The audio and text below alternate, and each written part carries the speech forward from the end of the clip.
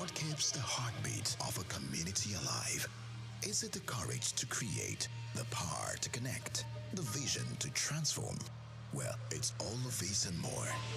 It's a symphony of ideas, innovation, and industry. But where do these stories come alive? It's right here on The Isle, 104.9 FM, the station where dreams meet action and growth finds its voice. The Isle, 104.9. Business, economy, development. Stay tuned. Hello Nigeria, hello Africa. Yeah, this is Sound Man. Keep watching Souq News. My name is Babalola from Excel LED. Keep watching Souq News. My name is Shepherd Michael Adewale Onofuye. I enjoy you all to always watch Souq News TV. Hi, I'm Tom Bogaballs, and please keep watching Souq News. Wale Seriki, SLG Lagos Island East, Souq News. Keep out watching them and keep a lookout for them. They're up and coming, and we're proudly to be affiliated with them. You alone where they make me go crazy. This your love in the cool of my brain. You're my medicine, I need you all day. Yo, it's Blackface Nigeria, and you're watching Souq News TV.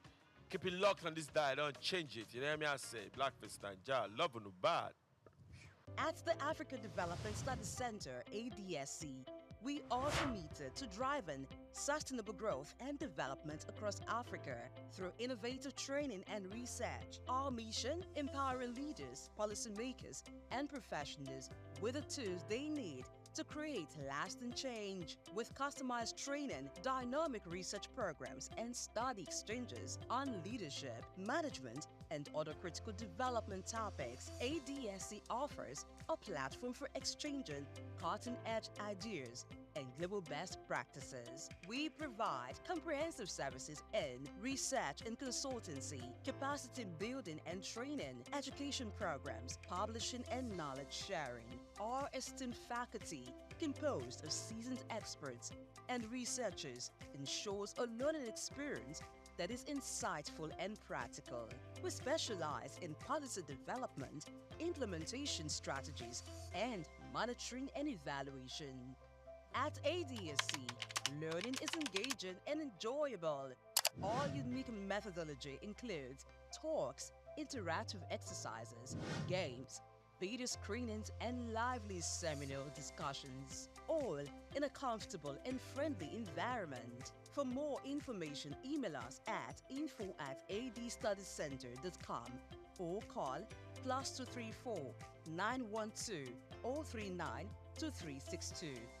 Visit our website www.adstudycenter.com to explore our programs and upcoming events. Africa Development Studies Center, rethinking development for Africa.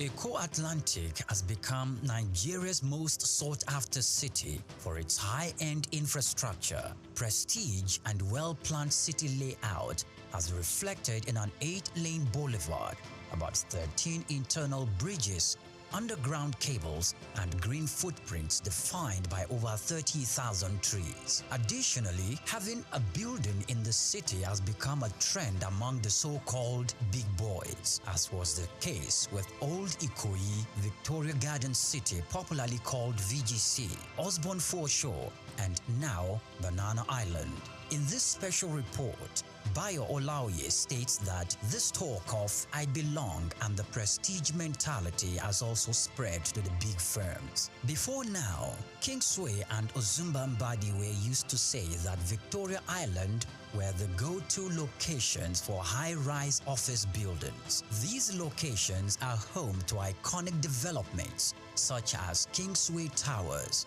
Heritage Palace, Fanfa Towers, the Wings and the Waves, among others, making them Nigeria's equivalent of Silicon Valley. The Eco-Atlantic City was modeled after the skyscraper district of Manhattan Island, in New York City, it has become the new destination for big-ticket corporate firms which are building or relocating their new headquarters to the 10-square-kilometer city, rising off the coast of the Atlantic Ocean in Lagos. The city is attracting investment interests in both residential and commercial real estate, the latest being MTN Nigeria, preparing to build a new headquarters.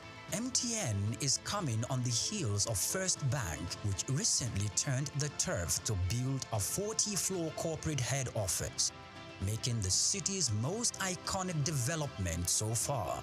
Prior to this courageous and ambitious entry into Eco City by MTN, First Bank, Dangote Group, and the Embassy of the United States of America have taken positions there, developing a new head office and a diplomatic facility respectively. Much earlier, a co-development company had occupied the city as the developer of the Azuri Towers, offering both residential and commercial facilities for high clients and corporate bodies. Arkland Property Investment and Oak Homes are also in the city, developing A&A Towers simultaneously. These are the residential developments that will be standing on the 22nd floor and the 33rd floors respectively. Other developments are the Pan-African Towers by Periwinkle Residences, Eco Pearl with Champagne Tower and Eco Pearl Black Tower, Amni Towers and Ani International Petroleum Development Company, and Louisville Towers by Total Energy Staff Cooperative and Multipurpose Society. Louisville will comprise 300 residential homes spread between 2 towers, a world-class sporting center and a club, retail outlets, and other facilities.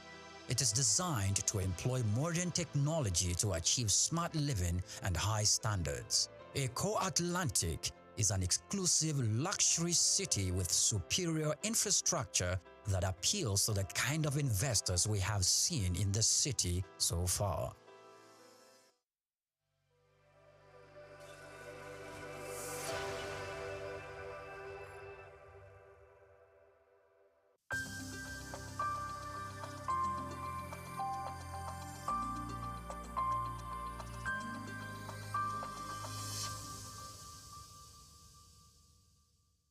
Thank you for having me, Souq News.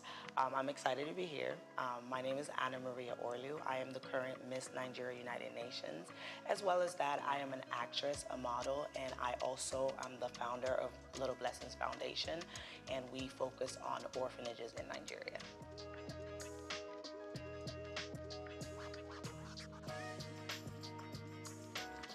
For me, I feel like it's about bridging the gap between like how the UN can help Nigeria and what ways we can like kind of be a part of the United Nations as a whole. I feel like every pageant queen picks a route that they go towards, right? So some people pick to bridge the gap between like health, bridge the gap, education. I've chosen to help children and orphanages.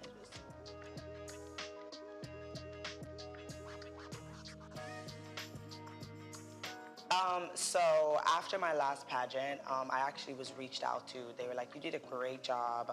I really loved how you presented yourself. Would you like to take part in this pageant? And of course I had to do my own research just to see like, is it for me? Is it not for me? I did hesitate a bit only because, you know, you need to just let it sit. I'm used to just making decisions really fast. So I like to just simmer down and kind of do my research. After that, the process was actually a lot of fun. I got to meet a lot of girls from different states and just interact with them and just learn a lot from their background and a lot of the sisterhood and just having fun in that whole 1 week. It's a week process, so it's like boot camp. You're waking up, you're working out, you're visiting different places, you're doing some charity work, different segments like the swimsuit, also evening gown traditional, all of those things. So it is a week of like intense work.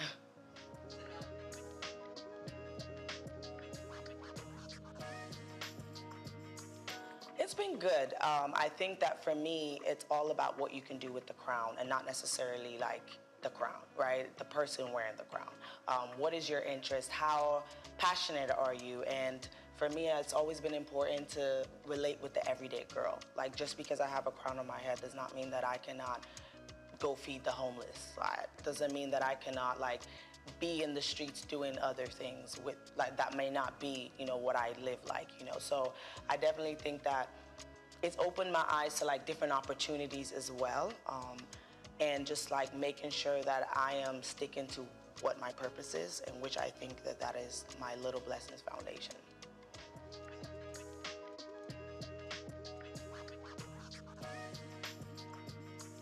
I'm currently working on my new project called The Dream Day Out. So basically what it does, it takes children in the orphanages to, like, amusement parks, zoos, all the things that children don't get to do in those places because they only go to the school and come back. I want them to feel like children. I want them to be able to just not worry about the circumstances, even if it's just for like 5-6 hours. My foundation already donates clothes, shoes, school supplies already. So I just wanted to kick it up a notch and just, like, try something else that would just enrich their life a little bit.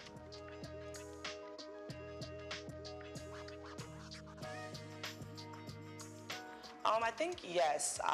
For me, I was a foster kid for 10 years, and I think, like, I might not have got, like, the same childhood as everybody, go to different things, just because who was gonna fund that, you know? Who was gonna take us to the zoo and the park and, like, things that we really wanted to do? And it was like, I feel like I didn't go to an amusement park till I was, like, nearly an adult. So I think with that, I wanted to just have something different. I know that a lot of people, and even in Nigeria, donate food and stuff like that, but how are we, like, enriching their lives? Like, how are we making them, like, not always think about them circumstances of what they're living?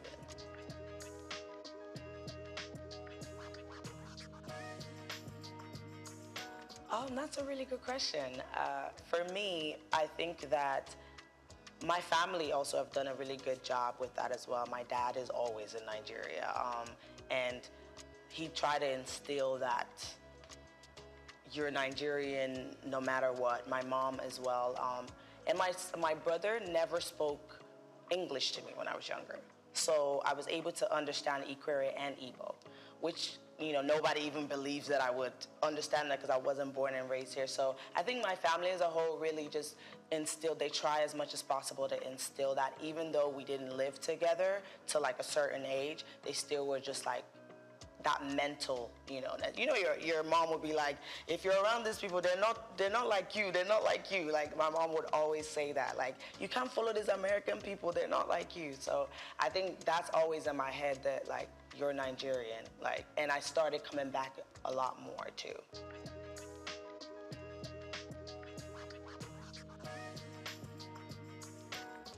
For me, it's always been, anything I'm doing, I have to start at home. I have to start at home because that's where it feels right. That's the purest way to do it for me.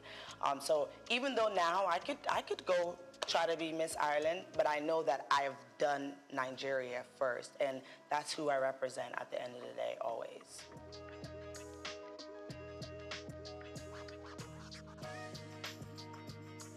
So how I knew I could act is because I started off singing, actually. I started off singing. I thought I was going to be a singer. I was very annoying to my family. I was singing everywhere we went. My mom actually encouraged it. She'd be like, go sing at church, go sing. I loved it. And then I got into musical theater because they were like, oh, you could sing. We need somebody who could sing. And that's how I got into acting, because with musical theater, you have to act and sing. So after, I was like, wow, like, I love this. This is what I want to do. I want to, like, watching yourself, it's so surreal, because how other people perceive your work, you know? So if somebody sees something that I do and they're like, oh my God, like, I really, like, you touched me, like, I believed what you were saying.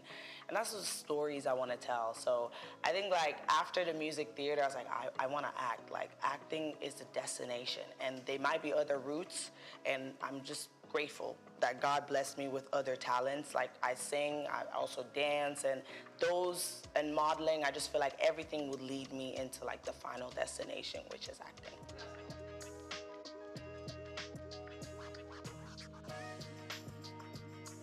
I actually did my first Igbo play like this year, which was, different because I've never done that. And also in LA, that's not a popular thing, right? So my last one was an Igbo play, and it was Emeka 1985. It was really, really dope. It was literally about a man who moved from Nigeria to America, and just that transition. Nobody really tells the story of how hard that could be. And for us, we don't even know because our parents did it, right? So that was a really provoking story to tell as well. I really enjoyed that. And I was also in this film called Marche. It's telling a Haitian story about like a Haitian woman, and I was the lead for that as well. There's a lot of films and short films, feature films, movies that I've done that I feel like they always tell like provoking stories, and that's really what I love.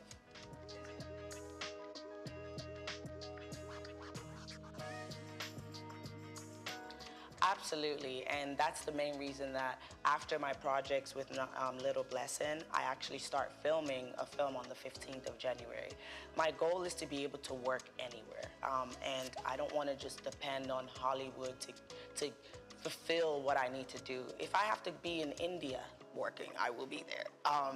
But Nollywood has always been an interest of mine. I've had it on my goal every single year. Like, I need to be in Nollywood movies. So this is really a great opportunity for me to be here and just meet other creatives, directors, and storytellers, and really get to work here as well.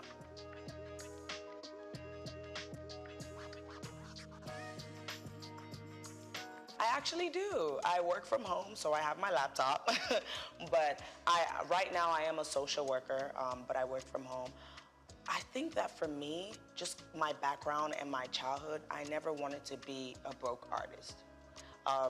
Being an artist is so hard where, like, it's not stable. One day you have a role and you're working 5 days, and then another 2 months you might not have anything. You're auditioning, you're trying to get something. I just didn't want that to be my life. Like, I want to be able to help my family. I want to be able to take care of myself and not be a burden to my family. So I needed to have a job. I needed to have something that didn't demand maybe as much energy from me, where I could still kind of focus on the art as well.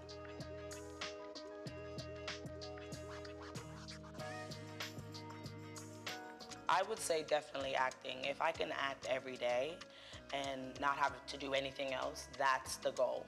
Like, that's really the goal. I'd rather not do any of those things, really. I think that entertainment has always been where I'm supposed to be. And I'm lucky enough that, like, I knew that from a young age, A lot of people don't know what they want to do, and they spend a long time, like, trying to find it, explore different things. From a very young age, I already knew that, okay, you're gonna go to school, because you will not hear the end of it from your parents if you don't, but you're still gonna go and do entertainment.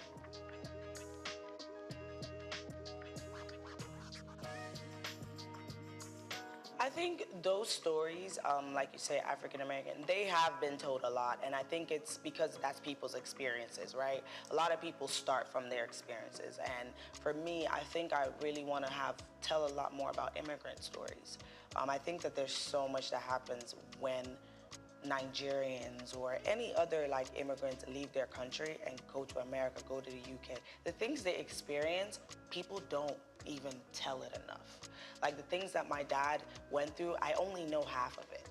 And I'm already like, whoa, this is a lot for one person. Especially Nigerians are so resilient. Like, they can do anything, and just to make sure that they survive in that country. So I definitely want to tell a lot of immigrant stories.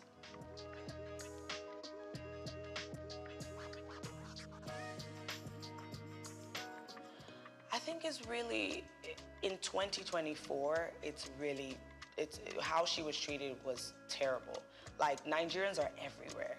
So for me, when I first saw that, I was thinking, I lived in Ireland all my life. If somebody told me that I couldn't compete for Miss Ireland, why not?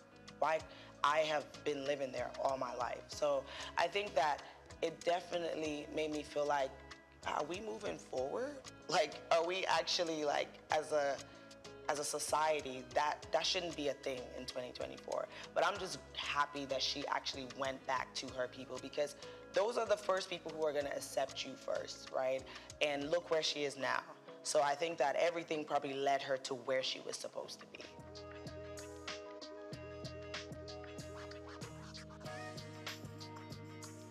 I think some of the misconceptions is that we're not very smart. We're just pretty, and or some of them are like, oh, they just did it just to have a crown and have the attention or whatever. And I mean, some of those things might be true for some other people, but for me, I feel like I'm a pretty regular girl. Like, I feel like I like to do the same things. One of the things I will say that are people will automatically stuck up. Like, we're stuck up. We can't be in certain places. We can't talk to certain people, and that doesn't apply for me. I feel like there are places that I've been, and I'm like, maybe this is not where I would like to come again, but I'm here now, so let me integrate myself. So some of those misconceptions, I think it doesn't apply to every queen. And my daily, like how I live daily, I feel like I work. I do a lot of presenting. I'm also a host, so I do a lot of red carpet events and stuff like that. So I always like to make sure that I am in the entertainment scene, because I know that like that's where I want to be. I take care of myself a lot. I do work out a lot. I don't eat the best because I work out a lot, so I compensate for that. But yeah, I think I live a pretty regular life. I just take care of myself a lot.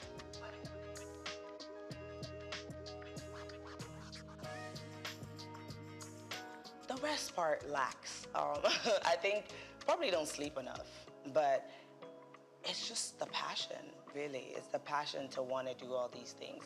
I think that even my social life is actually pretty good. Like, I go out pretty regularly with my friends, and I travel a lot. I think traveling is really my safe haven. It's where like I feel like, okay, this is where I get to do something I want to do. Like traveling and working out, those are the two things that I'm like, okay, this keeps me sane. But time-wise, I think I have good time management skills. That's another thing too. I think in this industry, you have to have time management skills and just prioritize what you want to do, because you're not going to have time for everything, and tomorrow is another day.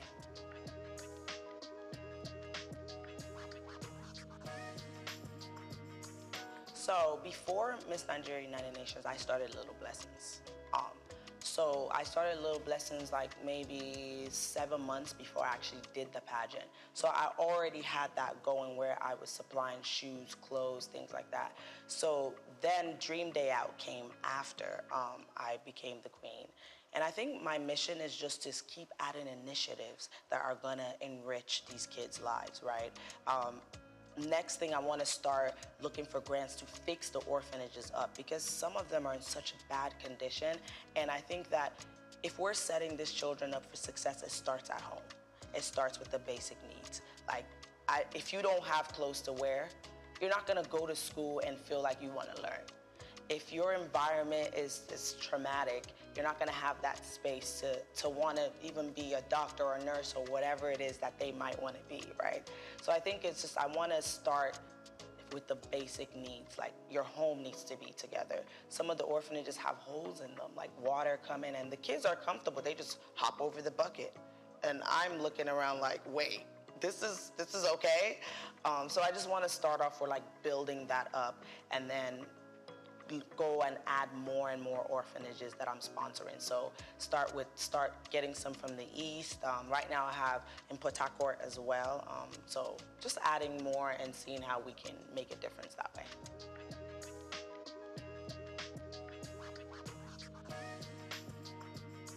Some of the challenges is just working with different people, right? So these things that I'm organizing, I have to reach out to the resort park. I have to reach out to the orphanage, the workers there. I have to like really just work with them. And sometimes, you know, when they hear your accent, the bill goes up. So things like that are really challenging, because it almost means that I have to try to get somebody to do stuff for me instead of I like to do stuff for myself. Like, I'm pretty, like, dominant in that way. Like, I want to call the resort park and organize stuff. I want to call the sponsorships and make those deals myself. But sometimes it's challenging because I might have to depend on somebody else. Like, for instance, we're getting a bus, right? And we're getting a bus, and I have to have somebody else call because it'd be cheaper when they call. But if I call, when they hear me, they're like, oh, 500K, like the price goes up. So those challenges is what like really bothers me.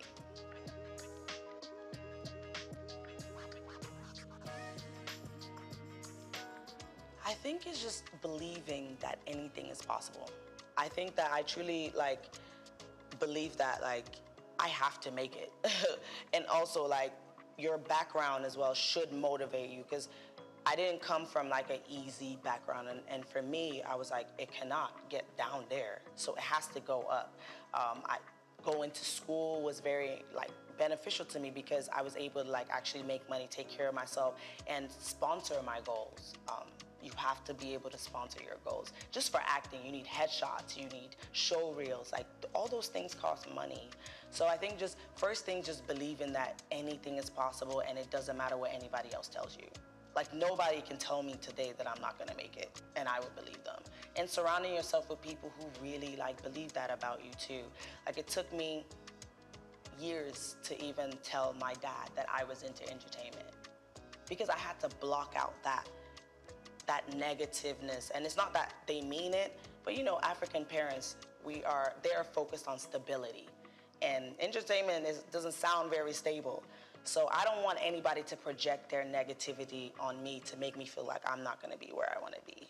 So that's one thing I had to just block that out. My dad found out that I was Miss Nigeria like after I won, not even through the process. Because I don't want anyone to tell me that, oh, you know, you might not get it, you might not know. Why not? Why don't I have those opportunities? So that's why it's really important for me to like try to create those opportunities for other people as well.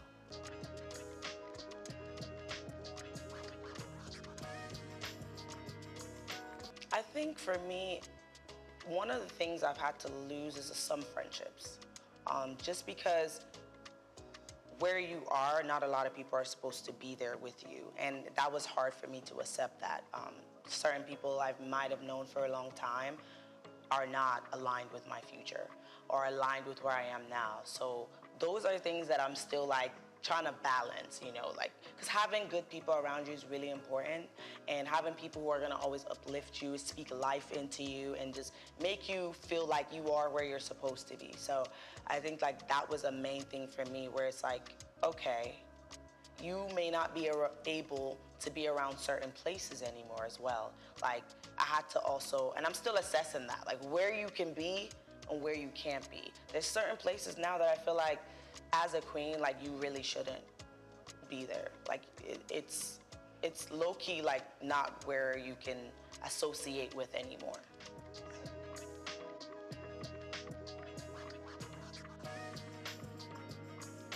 Some of the upsides is being in certain rooms where you wouldn't have been able to be in as maybe like a regular person, right? Being able to speak to people who are actually change makers, being able to get sponsorships and fundraising, things like that. It's harder. It was harder for me when I wasn't a queen, but I was still trying.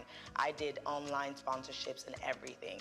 So I think that being a beauty queen gets you into different rooms so you can actually speak and people can hear your voice more and hear your initiatives, hear the things that you want to do.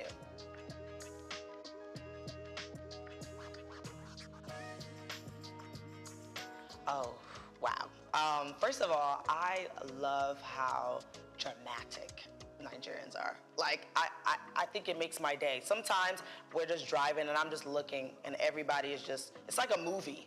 Like, and I love how successful Nigerians are. Like, when you leave Nigeria and you see Nigerians in different countries, like, we are doing amazing things.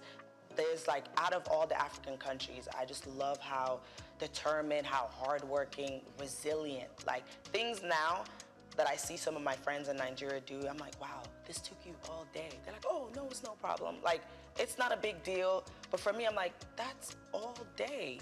So I just love how resilient we are, how nothing can stop us. Like, we are literally unstoppable in every country that we go to.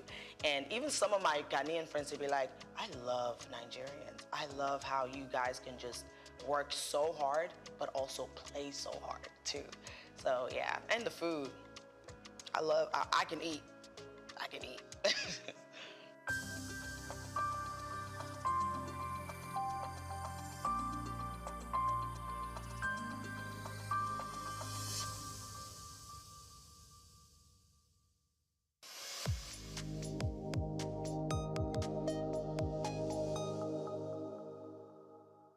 Afrobeats is a classic overnight success story, except it didn't happen overnight. I'm happy to be here. One of the key things about the Omniverse is that it's designed to go beyond an event and designed to be fully something that people can engage beyond the summit. The point being that Nigeria has so much to bring to the world in terms of these things, but we will be bringing fresh energy, fresh ideas, a fresh engagement, and we're obviously open to collaboration. But hip-hop, it never dies. What's the difference between Thor and Shango? Thor is approaching $50 billion in revenue. Shango's broke somewhere outside Lagos. And that's a lack of imagination on our part, Africa, and they're all Nigerian. So to be seen and to be noticed is very hard if you're not in the place where all the noise is being made.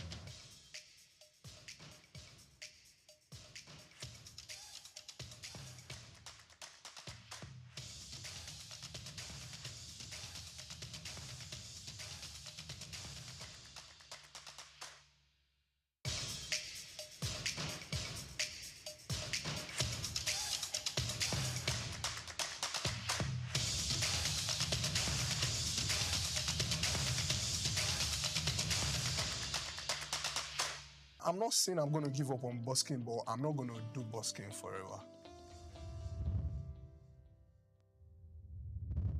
Welcome to another edition of Inside Live. My name is Hans Mba.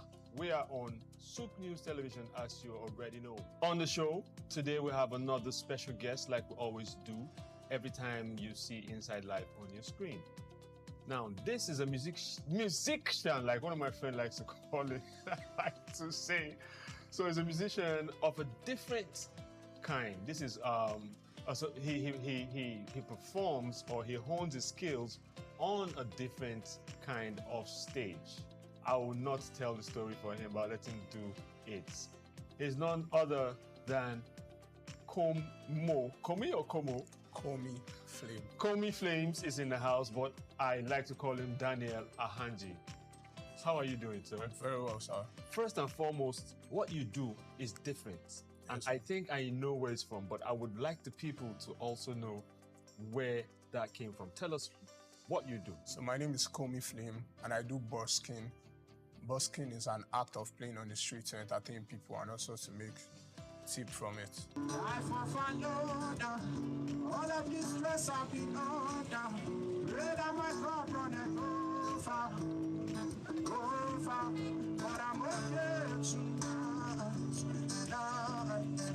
Oh, yeah, we gon' be alright. But I'm okay tonight.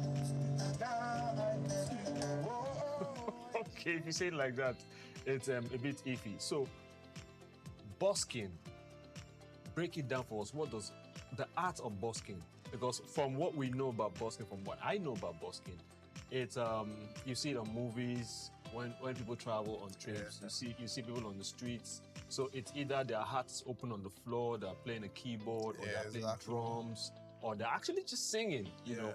So explain your type of busking or busking. Busking? Yes. Please explain to us. So my type of busking is me singing and playing the guitar at the same time.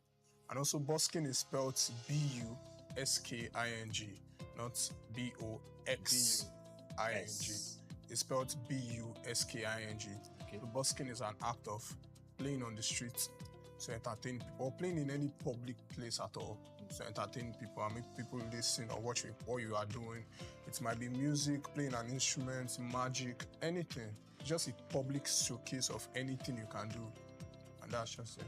What makes me in awe of this art, right? It's a different kind of art, It's iffy almost.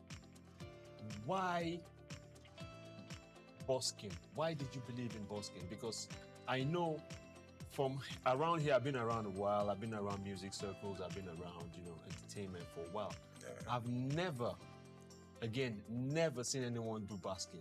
In this part of the world, right? In this part of the world. So I really we want to get into your mind space. How long have you done this for, by the way? I've been busking since 2019. So let's just go back a bit. So why busking for you? How did it start?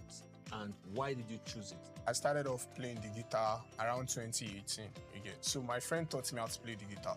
He's a very good friend of mine. So he was being taught in church and he'll come back home to teach me how to play the guitar. So that's how I learned how to play the guitar.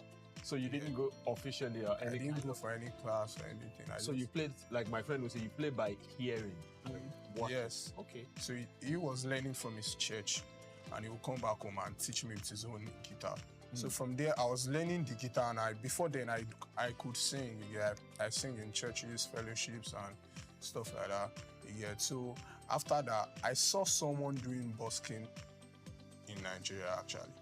Yeah, okay. In this part of the world, but he does not do it any longer. Yeah. So I saw someone doing busking at that particular time while I was learning the guitar. So I was like, where was this and when? This was around 2019, so I guess the beginning of 2019. Yeah, so I saw him doing the busking and I told myself, not be the same guitar where I play with this. So I saw him doing it and his heart was down in a mall in Souq. Yeah, so I told myself that I'm going to up on my guitar skills and up on my singing skills too, and I'm going to do this same thing at this same place, maybe during December, because I know normally December people are always out in the mall. So I told myself I was going to do the same thing here, and I made it happen. So that was it. That was it. Like you saw one guy at the mall in Nigeria. Exactly. Did you have a conversation with this person? What's his name? His name is Alex. Alex C. We still talk sometimes. So why did he tell you why he got off? No, he still do music, just he does other businesses and stuff like that. And normally busking is not easy. So anyone that might just give up on the craft, give up on busking, not on music, maybe to chase other things, it's not a bad idea. So are you going to give up on busking? I'm not saying I'm going to give up on busking, but I'm not going to do busking forever. Obviously, no one does anything forever. Yeah. But so how, so you saw Alexi and you said, this is what I wanted to do. So at the time, did you see the prospect of making a living from it? No, not really. Not really. So it was the passion from the guitar playing, or was it the passion from that boldness? You seen the guy just go crazy with his art. That boldness no fully come. Come like immediately. You learn that on the job. Yes, it took a while. Yeah, that boldness no fully come. But I just told myself that this person is doing this thing. I could also do the same thing. Yeah. And over the years gone, I've even done more than he has done. Yeah. Because the way I've pushed mine, he's my boss, so I respect him up to date. But the way I've pushed my own busking, Obviously, that's why you're here today. Yeah, that's why. That's Inside Life. So now, 2019, you saw Alexi, you're like, I can do this. So how has it been from then till now? Because I know that I've seen you do your stuff from malls to street corners. Yeah. From the island to have you done any busking outside of Lagos? No. So I've seen you go, because I like to say your stage is different, right? Yeah. I've seen you. So what are the places you have done your performed, and what's the experience like? I've performed at different places. There are some places I just even performed there only once. And after once, I did not go there back there for a very long time. But I've tried out different places on the streets. As far as it's in Lagos, I'll try my best to make sure I get to that place. On the island, at malls. So how often have you done? So I'll say the mall in Lekki, the mall in Sule, the mall at Novare, around Shongotedo, the mall in Ikeja, the mall in Maryland. Yeah. So what are the experiences like from each of these malls? And where do you frequent and why? Okay, currently, where I frequently play at is Tejo Shoyaba. I missed that one. Yeah, okay, Tejo that's another place Shoyaba. with the people with Yes, yeah. Obalinde currently, and some places on the mainland. Yeah, I do Oshodi too sometimes. Yeah, I do Sulere too. Sometimes I also go to the island. Yeah, most times if I go to the island. Yeah. Why did you add most times? Because there's no, I can't really say it. Come on, Flame, I know why. Okay, okay. You won't say why, but I'll tell them why. Yeah. So, how much is the most you have made from basking at any of the malls? Tell us the truth, though. Any of the malls. Let's say, should I disclose this? I make money. I know it's private information, but if you would speculate, that's fine. But because I want to be able to see more people, go basking. Yeah. So that's why I feel that information it's privileged information as well as information that people, need to know. Yeah. You might not be specific with the numbers. Yeah. But we want people to. So, busking on the streets, yeah, I can't say for you though. Depending on your craft, but I could say you could roughly make from 10K to any amount. Maybe 500, 200, 300. I like that margin. Yeah. Okay. Because it can be good today, and tomorrow it's going to be bloody. I know, because I've seen some basking and I'm like, dude, you guys help this guy, do something. Yeah. So which of the malls have you performed more frequently at, and why choose those particular malls to go back to? The malls I perform, the malls I can say I really perform currently, frequently, is the Palms Mall. I do there most times. Okay. Yeah, I guess that's the only mall. And Novari Lekki Mall. But it's been a while I went to Novari Lekki Mall. But I do Palms Mall frequently. For now. Why? Is it because of the because money? No, not because of the money. Because they appreciate why I do. That's where I was going to with that. They appreciate, and they're always welcoming me. So how do you know that they appreciate you? Because anytime I speak to them, because it's the money. Currently, you're staying away from the money. No, not the boss. Currently, for Palms Mall, most of their workers in the management, once they have their birthdays, the one they do call for their birthday surprise. Oh, beautiful. So they welcome me to that point, where we are now family. Anything that's happening, okay, we want you to come play for this person. I'm always the first person they call. So do you play any other instrument? I play the keyboard, I play the drums, but any wind instrument? No. No, because when you say come and play on for their birthdays, what came to mind is that whole banana. Sometimes they ask me to come with a saxophonist too, so I just so you just come. And we do it together. So have you been to Ikeja Mall? Yeah, I've been to. Because they say arguably that's the biggest mall in Lagos. I've been to Ikeja Mall, but I don't play inside. Yeah. Okay, how do you mean? I play outside. At the parking lot? Not at the parking. Outside the compound? Outside the compound. How? There's no conducive place. Because I know there's a road in front. That road's on the side. That road's in front, the small gates. Yes, that's people can drive in from. No, that people walk in from. Facing the double lane. There's a slight bar that you just come in, that you go to the end and drive in. Yes. But how does that work? Why can't you play in the mall? I can't play in the mall because I've sent letters to them like twice, and I've been. Oh, you have to do that? Yes, I have to do that. And you have done that? I've done that 3 times to Ikeja City Mall. So who do you? Ikeja City Mall. Let us breathe. So who do you give these letters to? Because you have to be sure that they're being delivered. Mm-hmm. That's another thing. I guess that's not in my power. My own job is to go present the letter. Yeah, and it's in your power to give it. If you come, for instance, you come here and downstairs, you walk across the road and give someone a letter. I go to the central management office. Okay. And I present the letter to the secretary I find that seat at that particular moment. Yet sometimes if I go now, the person I'll meet there when someone I do else. It's someone else. Yeah. But what I know is I've sent my letter to them 3 times. 3 times. So this is the same thing you've done. I got 3 notes. They've been responding to you and they said no. No. Is there a reason why? They said it's not done in the mall, that they can't do such a thing. Did you tell them about other malls where you perform at? Of course. They said if I could do it there, does not mean I could do it here. Ah, I see. Okay, I thought you didn't get any response. I was going to tell them that they should do something about that. Yeah. So, street corners. Yes, sir. Streets. You mentioned Oshodi. Where else have you? Street corners, Oshodi, Obali. Do you choose, like popular bus stops with human traffic? Or do you just, as you're led, you just stop somewhere and you start to play? No. I don't, it's not as I'm led, though. I'm strategic about it. Right? Yeah. So, if you get to a place, just like Lagos is Lagos, right? Do you need to inform certain people that you are going to be performing? For instance, if you come to my neighborhood, there are certain people you gotta see, and say, Baba, we have come, what to do? If I notice that some guys around here, like the area boys and stuff like that, I don't really even speak to the area boys. I go to their boss.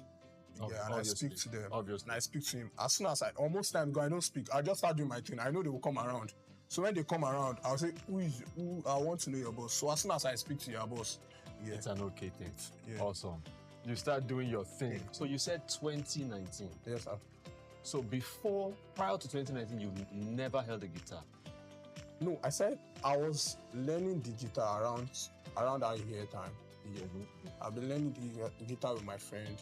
Yeah, and there was a particular, when I even started learning, I did not have my own. So I was learning with his. So from time to time, I got a smaller guitar. Was it every day? Yeah. Was it every day you were learning? No, not every day. No, I just wanted it. I loved it. Yeah, I wanted to learn the guitar, and I just liked the instruments. So even sometimes when I was not opportune with the guitar, my mind was still there. Yeah, my mind was still there. And don't mind me that I cut you short. I wanted to, because I'm a novice myself. I have a guitar at home. So it's like a decorative piece. Right? So as you began to play, I thought about what you had said about 2019, and I'm like, prior to that, you hadn't played, and you played by ear, and someone teaching you. So it's giving me goosebumps and ginger to go home and do something about mine before it starts to collect cobwebs. And so please, show us what Combo Flames does.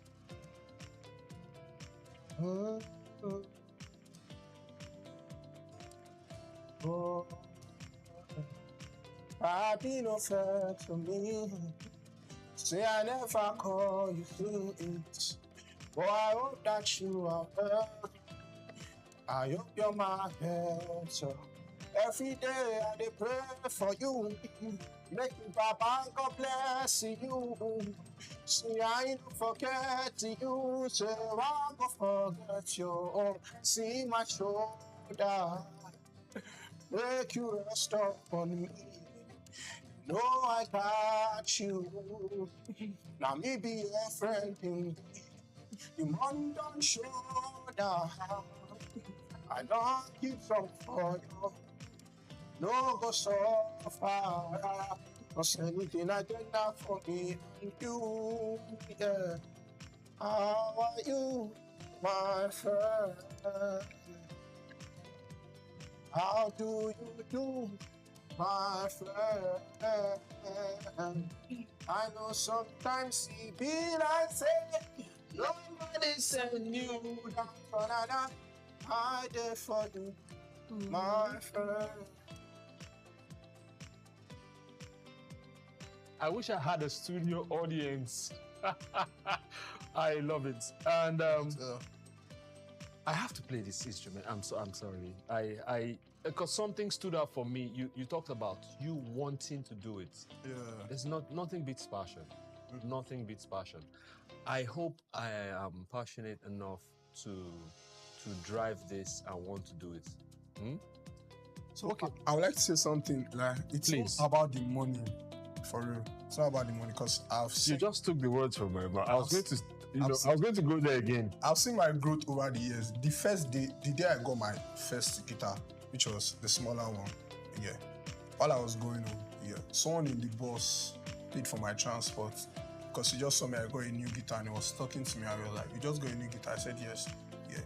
Then he paid for my transport, and he told me, hopefully one day I'm going to pay to see you at a bigger show. And at that particular point, I did not know what he was talking about. I was like, I just want to learn. Does he want to see it? I just want to learn this thing. You want to see me at a bigger show. But up to now, I don't know who that person is. If I see him by the roadside, I won't be able to recall. But he said something and everything. Now it's beginning to make sense to me that it's moving from a hobby to a career this time. And that's just it. That's amazing stuff. Amazing stuff. So, from when you started to play to now, how long have you played in the streets and the mall? Like, how long has that been? Most times when I get jobs, due to the fact that we don't have any rates. Now, do you get called? Yeah, to events and stuff? Of course. Oh, okay. To bars, restaurants too. So most times when I get jobs like that, maybe I'm playing in a particular mall this time, I'm playing in a particular restaurant this time, and in as much as the place might be paying me, due to the fact that we don't have any written agreement, I just know that I'm not going to be here for too long. I've never even played at a place for a year stretch or a 6 month stretch. You're a traveling man. Yeah, so I move as soon as this one just next one you get. So most time the only deal I've gotten that stayed very long was the Landmark deal. Yeah, and I still play a Landmark at the beach. Yes, I still play a Landmark. So can someone do busking as a full-time job? Of course. Speak on it for a little bit. So a person can decide to brand himself as a busker, not even as a recording artist, but as a full-time busker. In the sense whereby you have different locations that you play. It's just about planning different locations that you play in every day. But you just have to understand the craft you get. You don't have to do the same thing. You have to add ginger. You have to add different things to what you're doing. You have to make it interesting so that if I see you today and I'm seeing you maybe next 2 weeks, there should be I should be willing to see you again. So it takes a lot of work. So that it does not get you have to keep upping your game. Yes, it does not get boring over. It's actually it's similar to listening to an artist sing, and also going to their page to listen to their music. So when you aspire to see them on stage, you don't want to hear what you're hearing on the streaming platforms. You want to see him do the song differently, which is why I understand what you're saying there. Okay. So it can be a full-time career. Yeah, of course. That's strange. The only place I've seen this is overseas. I watched a video on YouTube. Yeah, because most times I get my ideas of the busking crafts. Most people that do videos that inspire me are any kind of video. People are saying people that sing. That does busking abroad. Okay. They are the white people. Okay. So I saw a guy that made a video that he quit his banking job to come do busking on the street. That's why I felt it was strange when I so saw for him to do that means it could be a job. It's also his own job too, doing it at different locations and different. But many times, I know people that I know creatives are crazy people. Yeah. Passionate people are crazy people. Yeah. Right. So many times when he says, "Okay, I'm leaving a bank job to go busk," right? He's not looking at the money. He's looking at the satisfaction, the fulfillment. Now, tell me about what that is for you. Okay, me, while playing on the streets, most times while I'm playing too, while I'm performing, I must enjoy what I'm doing. So if my setup is not giving me what I want, I just have to make sure that I'm getting that sound that I want from my guitar or from my mic or something. So my setup and what I'm doing I must actually enjoy it. So if I'm enjoying it, what I'm doing at that particular moment, I don't even care what anybody is putting in my basket. I'm all right. But there is a basket. Yeah. Well, you see, what I pick from that is when you're enjoying it, it radiates. Yeah. People can tap in. Yes. I've seen someone we were sharing earlier. I've seen someone that was, busking, and his heart was just there, eyes closed. He was just playing away, And this lady came. She looked at him. She got out her phone. She recorded for a while, and next thing, she obviously didn't have cash to give. Yeah. Next thing, she walks up. She walks up to him behind him and just gives him a hug. Gives him a tight hug and just walks away. And for someone like that, that's all the fulfillment for that day. He's good. Exactly. You And know, he might as well just help that woman. Maybe it's a motivational song he was singing or a prayer both song. ways. You get True. it? True. He has just done something. Wow. Yeah. Call me Flames. Yes. Thank you for being on the show. Thanks. We hope to have you again. Thanks. Right? Keep doing what you're doing, because one of the things that we commend people on the show about, and I do personally as well, is when I see people that are bent on their passion, people that are driven, people that don't need motivation. Of course, we all need motivation. Many times it doesn't come from outside, it comes from within. Yeah. You know, sometimes you just wake up and you just don't want to do that thing. You don't want to do anything. But that little voice comes and tells you, look, dude, this is you. Yeah. And people are waiting to see you manifest, you know. So I must commend you. We love your music. Yes, by the way, you have your own music. Yeah, I write my songs, yeah, I'm working on them, but currently... But you just write, because busking will not give you time. No, busking, I don't do busking. What have you recorded? Yeah, I do. You have recorded? I do, but it's not out currently. Do you want to play us something you did? Of course. Let's hear something you did. Okay, this song is titled Miracle. You never tell me start to the fight. I no go lie, miracle fine. She fair, she slim, she no too tall. For real, she's what the high. 8 a.m. she go chat me good morning. And I don't dey feel something for her. She don't dey feel something for me. Nah. So many girls on my phone, but now you did cross my phone. Been through so much pain, please don't add to my soul. Yeah. Oh, baby, you're the one for me. Baby, you're my miracle. You're my miracle. I feel to swim on the ocean for you. I feel to climb on the mountain for you. I feel to catch a grenade bell for you. I feel to pile up a piggy for you. Oh, baby, you're the one for me. Oh, baby, you're my miracle.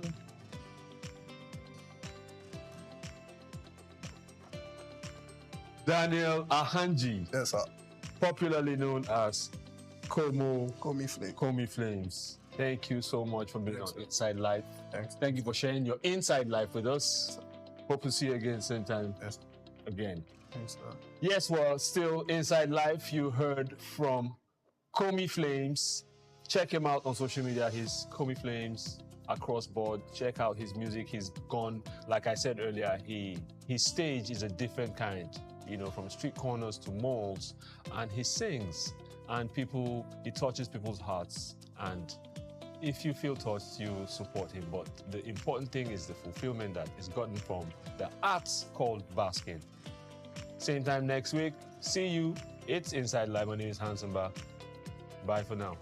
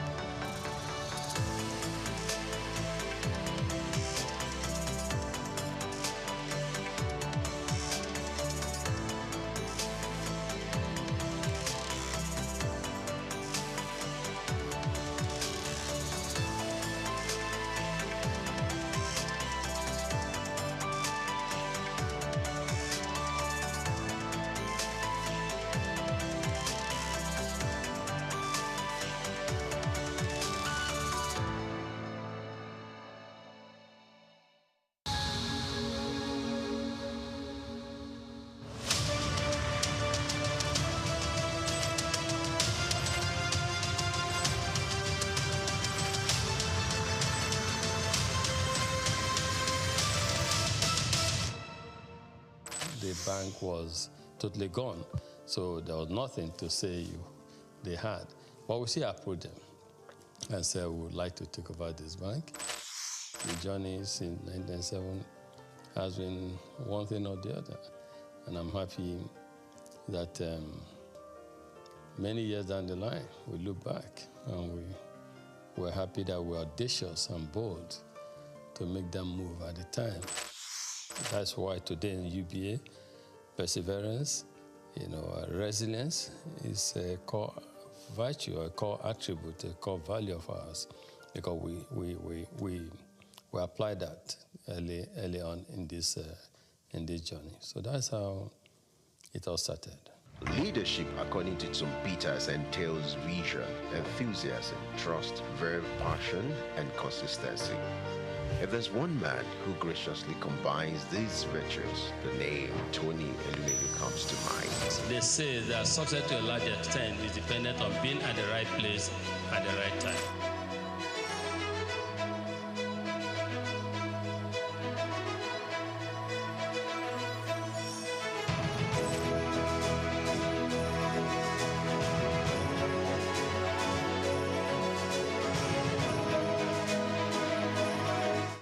I say to people, my elder brother, who is 7 years older than me, he doesn't have gray hair. I have gray hair. My gray hair started from the merger because making it work, serving your customers, making sure that everyone in the universe of the institution, which was we had 428 branches at the time, that it was same level of service across board. Customers of standard trust bank that were used to a certain level of service delivery, you will not want them to come to the new institution and have a drop. From the womb of time, Tony Elumelu has been an embodiment of nobility and excellence. He remains one of the flying eagles and shining eggheads of the banking industry. The life and times of Tony is an inspiring tale. He is one Nigeria who is unmoved by material wealth and self-aggrandizement. Tony's noble qualities were on from his humble background. Growing up with 4 siblings in Jos Plateau State, the cowboy of the banking industry who hails from Anocha North local government area of Delta State, believed in the democratization of law combined with hard work. He began his career as a copier salesman. The Ambrose Ali University graduate of economics also bagged a master's degree in economics from the University of Lagos. In 2019, he received an honorary Doctor of Business degree from Bayero University, Kano. Going to university, I just thought I wanted to be a businessman because my mom's brother, my mom and his brother were just 2 of them. So my uncle was a businessman, in Nigeria, and was quite successful at the time. And I was influenced. I thought he was very rich, and also I wanted to be a businessman, but not knowing whether just a businessman, you know what I mean? Because he was described then as a businessman. And but in the university, that was why I read economics, just to see. But in university, I got more enlightened because I knew more how things operated. And first degree, I was saying I just wanted a good job that would give me the start. But when I came to do my master's at Unilag, being in urban or Unilag, a lot happening at the time. And that was the era of new generation banks, a lot happening. Our friends, in banking, our friends, some got jobs in some banks. And so that's all of us who were doing masters at the time. I did masters in economics. Who were doing masters at the time, we just became interested and fascinated. We were interested in working in a bank. New generation bank, not old generation bank, not. And so that was how it all started. And we started applying for jobs in our banks. And I got, yes, at the master's level, it was clear I wanted to work in a bank. And yes, that was started. As in then, Santana was a posh guy. So they oppressed us in school, I must say. And then we too wanted to become the big boys in future with the brochures, suspenders, white shirt, dark suits, etc. The growth and development of any institution is determined by the quality of its leadership. For Tony Elumelu, his sterling performance and leadership scorecard in the banking industry remains a reference point. He rose quickly to become the youngest bank branch manager at All-State Trust Bank at the age of 36.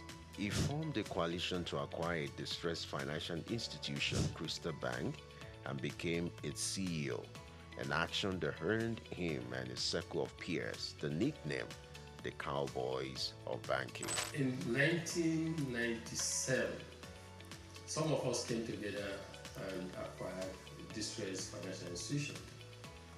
We acquired this financial institution, we turned it around, we set targets for ourselves, strategic plans, targets, if you have first year strategic intent, we want to make it a viable financial services company.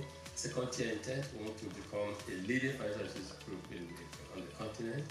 And third financial intent is a strategic intent to become a player in the global financial arena. As we all know, there's so much private global capital seeking the right investment destination. All it takes is for a leadership to show that this country is set for business and people come there. People want to move into an economy where they can invest freely as well as move their monies out when it comes for time for dividend and remittances and repatriation of a dividend. So I will continue to invest because of the signal that we see in the market, because of certain fundamentals that are right. He audaciously led the largest merger in Africa between United Bank of Africa and Standard Trust Bank. Tony's fancy for red tie remains emblem of his appearance. He retired as CEO of United Bank for Africa in 2010. He is presently the chairman of Heirs Holdings, the United Bank for Africa, Transcorp, and founder of the Tony Elumelu Foundation. I can't express how excited I am in words to be here and to be selected among the 1,000. It's the opportunity for me to realize my dreams. So I go into business and start to make my way. It challenges you to do things you never thought you could do. Maybe if you'd have gone to a private school or an MBA, you must have paid a lot to get this kind of, enlightenment. Ça me fait plaisir de voir des frères et sœurs qui veulent se rencontrer, se connaître et partager et créer un réseau, peut-être le plus grand réseau africain. Venho de Cabo Verde. Je suis tunisien. Je viens de la République du Bénin. I'm from Edo State, Nigeria. I'm from Ghana. Zimbabwe. Sudan. From Rwanda. Gabon. Uganda. Senegal. Niger. I'm from the Gambia. Welcome and thank you for coming to Lagos.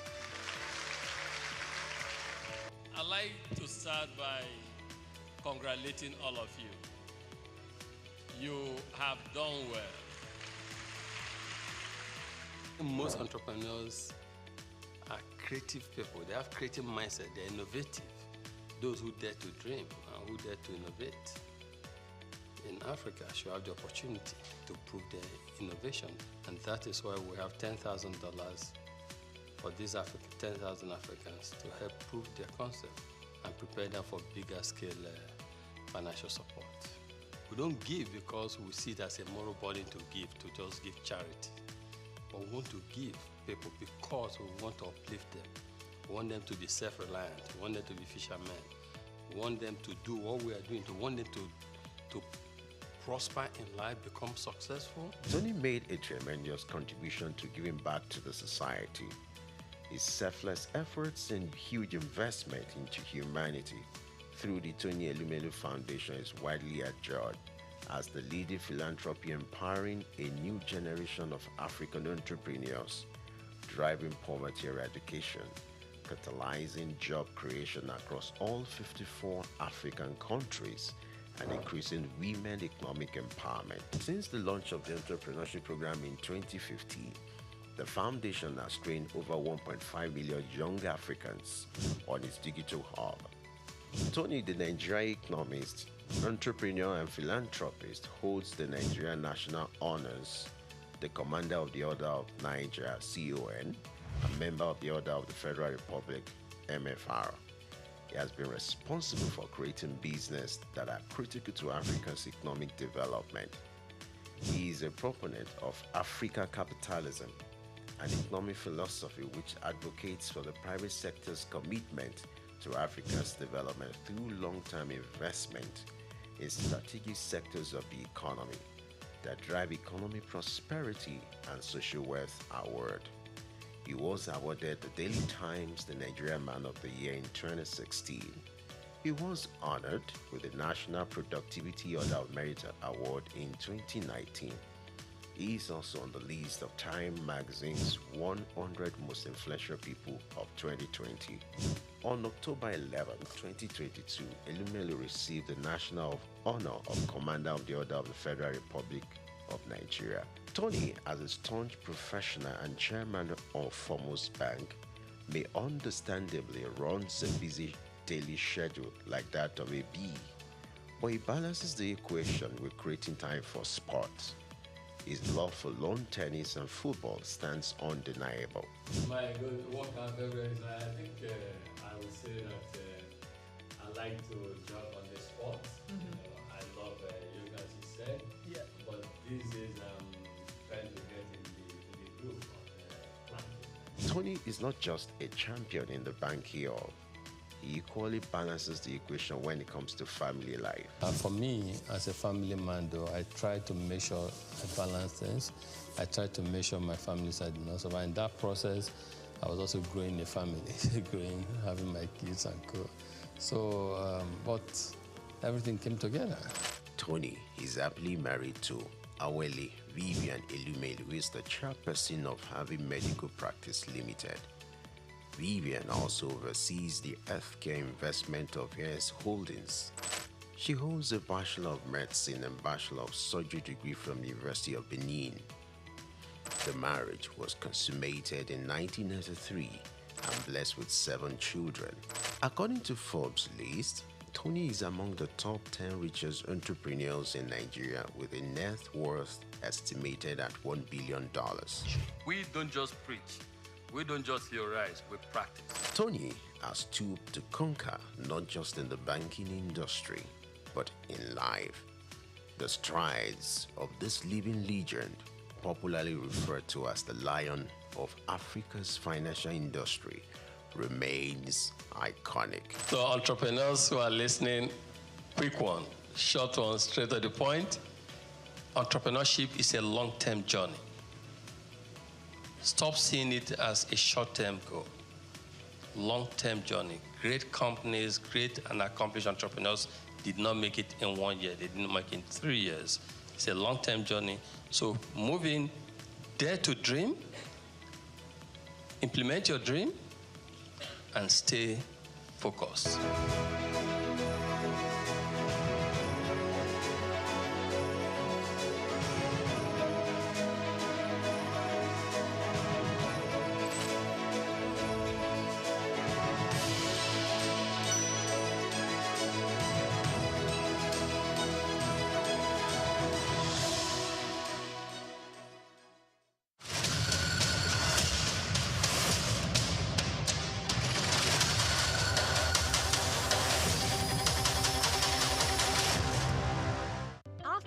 Africa Development Studies Center, ADSC, we are committed to driving sustainable growth and development across Africa through innovative training and research.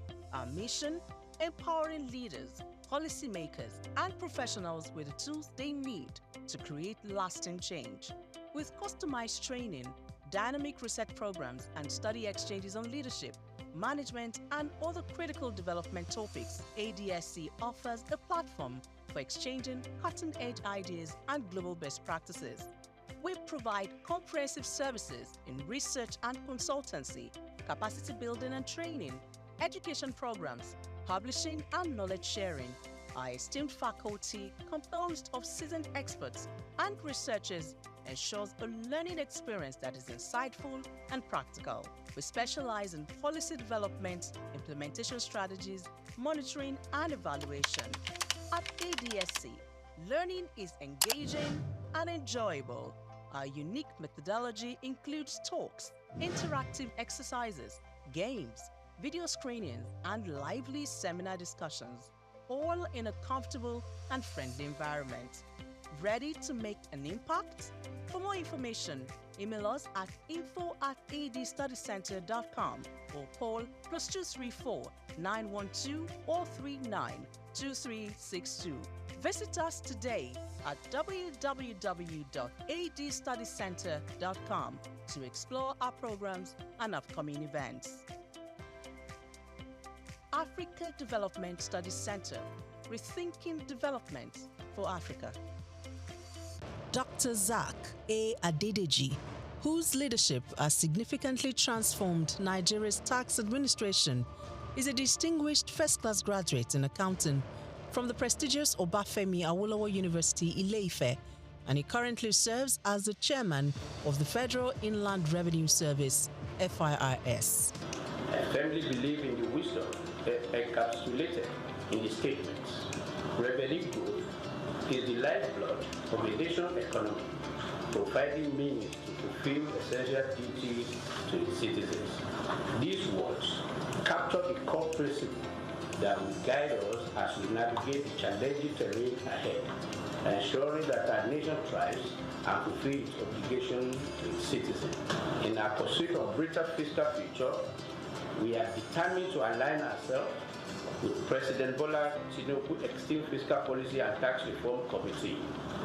This collaboration will enable us to shape the prosperous fiscal landscape that will empower our nation's growth and development. Born on January 8, 1978 in Ogbomoso, Oyo State, Nigeria, Dr. Adedeji is an accomplished accountant and public officer with extensive expertise in corporate taxation and public finance. His journey in public service began in 2011 when he was appointed as Commissioner for Finance in Oyo State. In that capacity, Adedeji introduced transformative financial reforms, most notably the establishment of the Treasury Single Account (TSA) to streamline government revenues and expenditures. In March 2021, President Muhammadu Buhari appointed Adedeji as Executive Secretary of the National Sugar Development Council (NSCDC). In this capacity, he founded the Nigeria Sugar Institute and spearheaded the Sugar Backward Integration Program, which sought to enhance local sugar production and reduce reliance on foreign imports. In June 2023, President Bola Ahmed Tinubu appointed Adedeji as Special Advisor on Revenue, and by September of that same year, he had ascended to the position of Executive Chairman of FIRS, Nigeria's leading tax authority responsible for the assessment, collection, and management of federal taxes. The focus will be on these indirect taxes, so that as long as you consume, you have to pay. As long as you have interest on your investment, you have to pay. And this is echoing Mr. President's message that we are not going to tax the seed, but we are going to tax the fruit. The fruit is what we focus on. So all those things, when we have this holistic process, it will be captured, and that the vision is to have a progressive tax that if you earn more, you pay more. And if you earn less, you will not pay. Under his leadership, FIRS exceeded its 2023 revenue target of 11.55 trillion naira. As chairman of FIRS, Dr. Adedeji implemented a performance-based system aligning with the service's new slogan, simplifying tax, maximizing revenue. Dr. Souq Adedeji has done incredibly well in transforming and reforming the tax processes and procedures in Nigeria. In a little over a year being at the helm of the affairs of the tax body in Nigeria, we have seen a significant improvement in revenue generation. His policy of not crumbling business with taxation is something that also needs to be applauded. Souq Adedeji philosophy is taxing fruits and not the seed, and taxing prosperity, not poverty. Because if you look at the fiscal landscape of Nigeria in the past 10 years, you find that businesses have struggled to live, and that has led to the exit of so many businesses from Nigeria. But with this new reform, we're seeing that the businesses will profit from the reform processes, and that will mean more business for Nigeria. We will have a lot of foreign inflow in terms of foreign direct investment that will actually drive the process of economic growth for the country. And I think he has done so well, and he deserves a kudos, especially for taking the giant stride to restructure FIRS for efficiency, for accountability, and for value for money. He has also made the welfare of the staff a top priority, fostering a positive working environment that has brought smiles to the faces of FIRS employees nationwide. Supporters of the tax reform bills highlight several key benefits, harping on the need for streamlined tax processes that could reduce bureaucratic hurdles and foster an environment where businesses can thrive. He has initiated a lot of reform which dovetail into the tax reform bills that is before the National Assembly. This initiative is to improve on the tax administration system in Nigeria with a view to improving on the collection systems that will be beneficial to every member of the Nigerian state. Souq, as is well known, has improved on simplifying tax reform even within the federal land revenue, which in no means has improved on tax administration, and he celebrated essentially for the core initiative of the tax reform. Under Dr. Adedeji's leadership, Nigeria's tax system has gone beyond mere policy adjustments. Its focus is on fostering sustainable growth and ensuring that the benefits of tax reforms reach both businesses and citizens. So those that are attacking the bill, one, they are doing that in view of the formula they discovered, which may not be, will not augur well for them on the VAT allocation. And then secondly, they may be having the feeling that this law was just designed to favor Lagos State in the course of its own effort to become a state that has special status. Okay? It says so that will make it to be seen as if it is a country of its own, even though it's not up to the level of country, but it is higher than all other states in the country. Probably this may be the reason why they are agitating. The one that you can see clearly is on this issue of VAT. And then they have other suspicion. So that is another worry that I have. The issue of trust. Trust, what do some experts call trust deficit. Yes, will be promoted greatly by this if corrective measures are not taken. Graduation has not been defined. But then people have to go by what is happening now. As they go against it. Since now the graduation is about contribution of state that are producing these goods and services being consumed. So they have the right to just say that, oh, so now instead of 20%, it will now be 60%. And then you hear the government functionaries, including members of the committee, saying that no, that's not what they mean. They mean area of consumption. This 60% graduation is about consumption area, not location of the headquarters of company that produce the good or services. You should have defined that in the law. Contributing to long-term national development, Dr. Souq A. Adedeji's career is a testament of his unwavering commitment to improving Nigeria's financial systems and enhancing revenue generation, showcasing his exceptional expertise in corporate and public finance.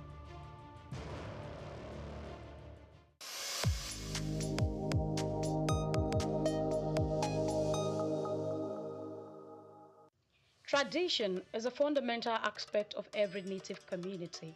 Observing it does not only remind people of who they are, it helps young people to learn and also aids in preserving ancestral history, moments and efforts that binds them together, enriching the vibrant identity their community now exudes.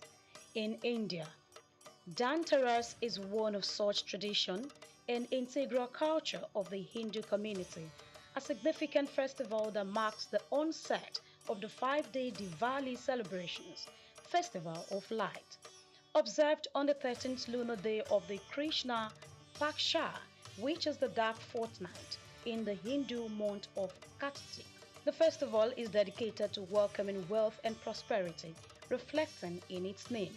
Dhanteras combines Dhan, meaning wealth, and Teras, representing the 13th day. This auspicious occasion is celebrated with great enthusiasm as households are thoroughly cleaned and decorated, symbolizing the removal of negativity and the invitation of fortune.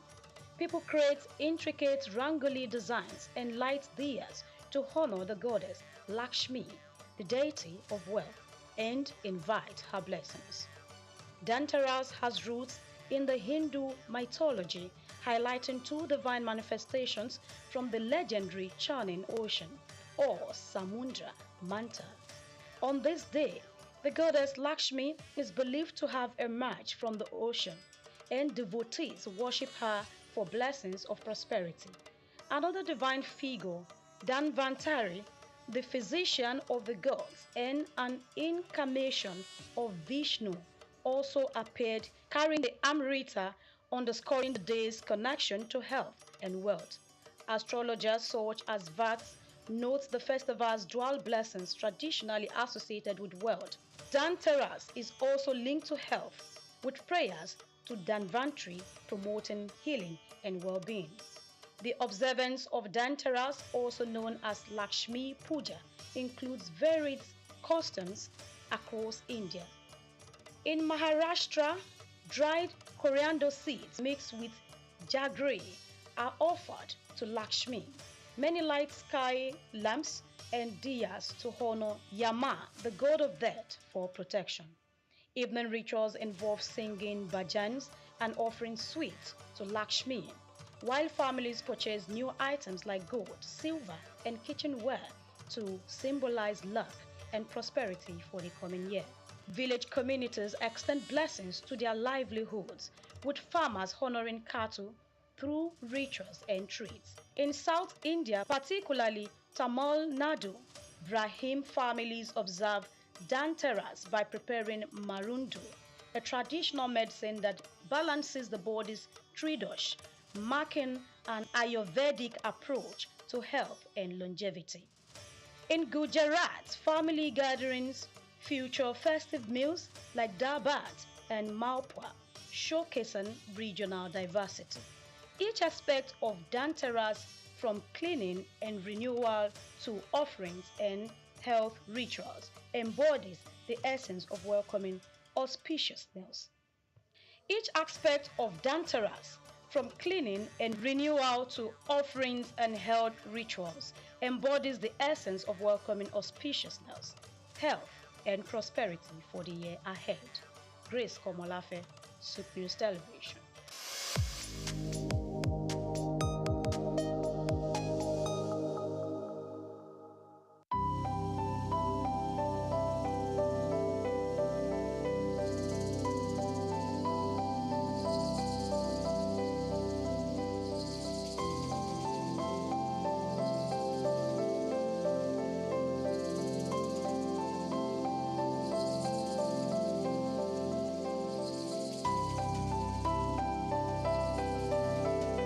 Trafalgar Square, established in 1844, is a symbol of British naval history and a popular cultural spot in London. Named after the 1805 Battle of Trafalgar, it has been the site of celebrations, protests, and cultural events, representing the changing identity of the city. It houses several landmarks, like the Nelson Column, St. Martin in the Fields Church, and the National Gallery.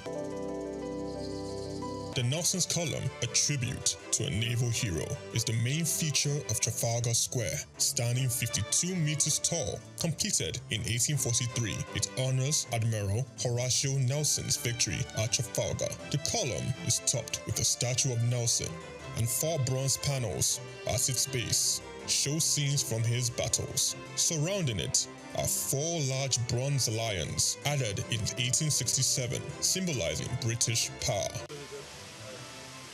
Iconic part of British culture, not just that it's its look, but this is very much the sort of centre of London. You know, whenever there's a celebration, a protest, it's a public space that's very important for a lot of not just people that live in London, but for the UK. You know, it's a place where people would congregate. You know, I remember being here all around the 2012 Olympics, but it was very much one of the centerpieces of British iconic culture. Yeah, no, you used to be able to climb on the lions when I was younger, but you can't do anymore. So there you go, that's progress for you. St. Martin's in the Fields Church, reputed as an architectural gem, was built between 1722 and 1726. It is known for its neoclassical design by architect James Gibbs and is famous for its portico and steeple and has influenced architecture worldwide. The church also a rich musical history, hosting concerts and helping the homeless. Yeah, I actually came to London just on a little day trip, and then I remembered that this church sometimes has classical music on, so I just popped in, and there's no concert, but there were some people practicing. So there's a quartet of violins, and they made some lovely, sort of practice for some classical concert, so I really enjoyed just sitting there for 10 minutes, listening to it. It's lovely, it's a really nice church, and it's nice that people don't use it much time. So we used to have a nice cafe as well.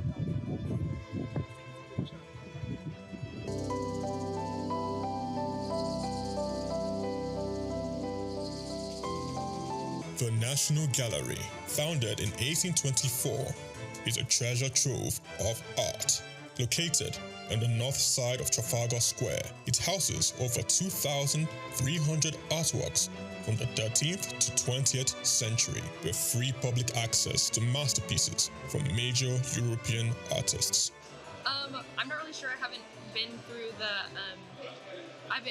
the museum yet, but I'm here for a Christian heritage tour to kind of learn more about the history of the Protestant Reformation in England and Christian history here in England through the paintings that are in the gallery.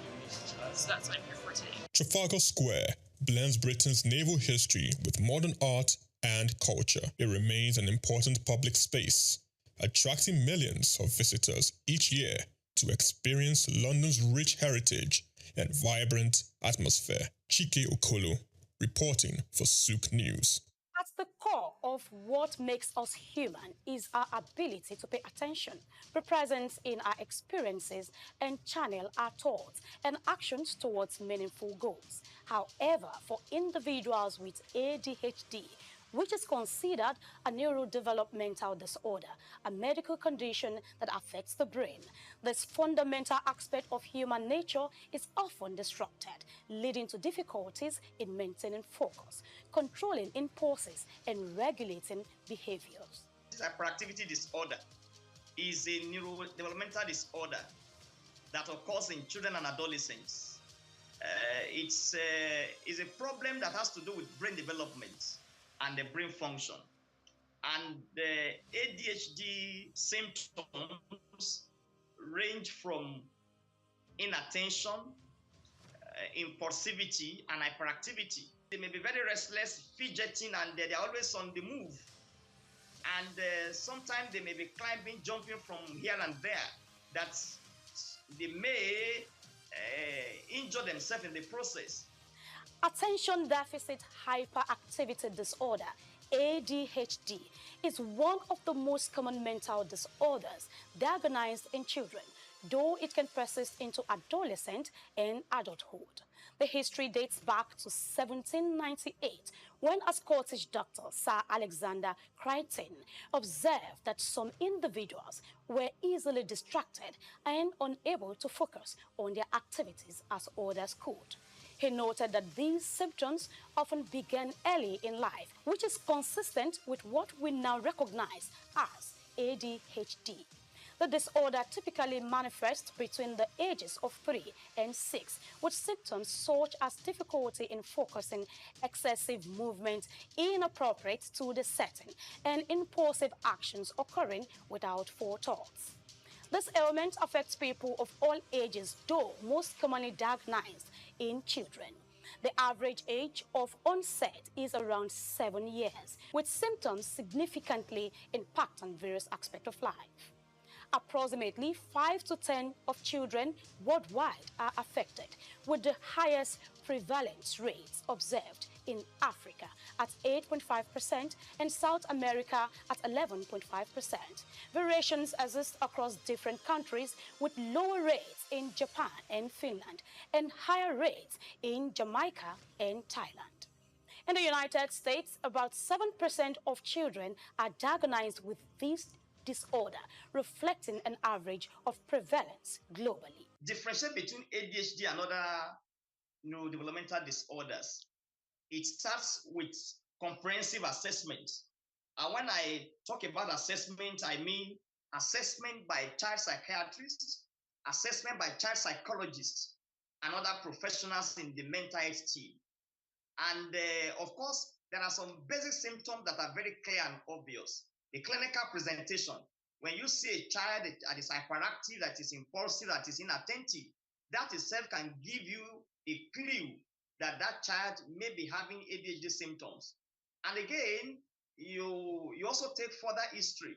You may need to take, if there's a family history of ADHD in the setting, because if there is a family history of ADHD, the child may come out with ADHD in the nearest future. Individuals affected faces challenges that extend into academic performance, work or personal relationships, and social domains. Some of the signs include constant fidgeting, impulsiveness, and difficulty completing tasks, alongside emotional struggles such as mood swings, low self-esteem, and frustration.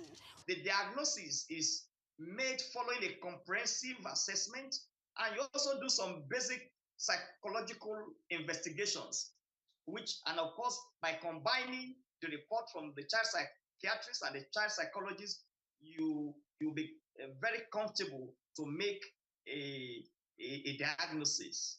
And of course, I must say that there are some childhood disorders that may mimic ADHD, like learning disability, like autism spectrum disorders.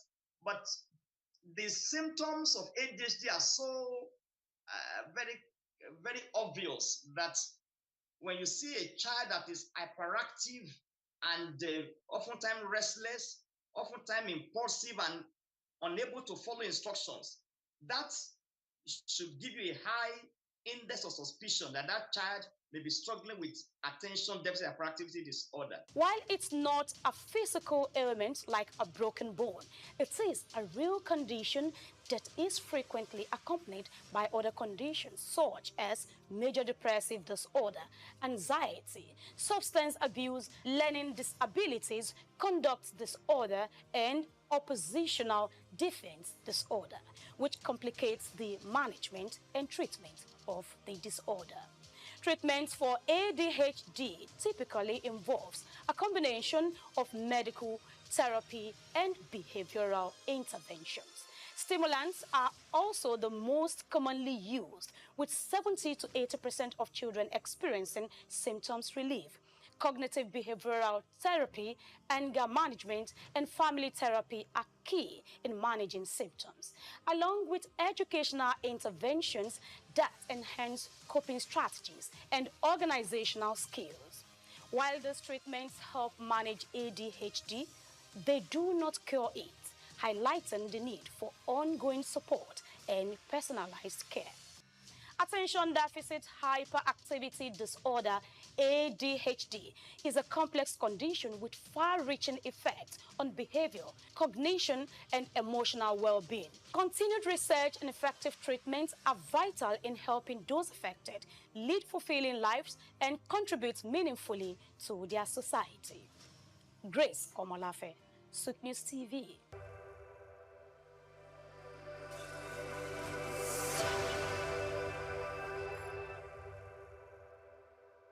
We've got just what you need right here at Femi Wash Media. Call it the Midas Touch, and you wouldn't be wrong. Let us record, produce, mix and master your audio like nobody does. Reach us on our contact today for the best quality job.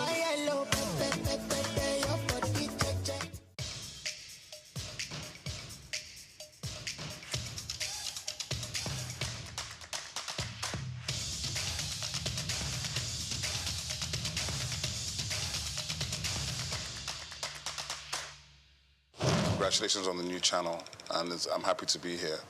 The Omniverse is imagined as a collaboration platform.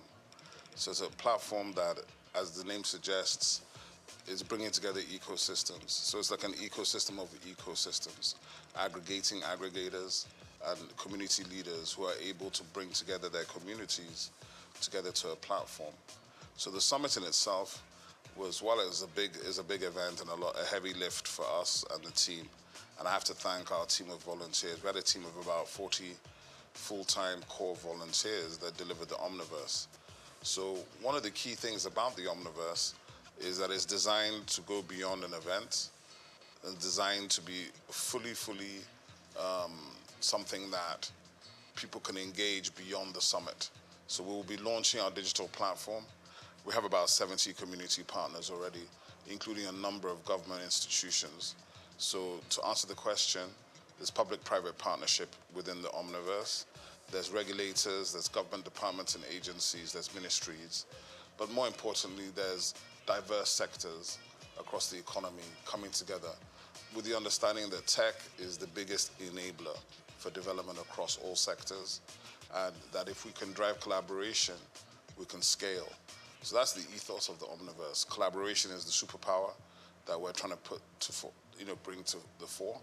That operating in silos has not paid us, but if we come together, understand that technology affects every sector, then we think the Omniverse is here to stay.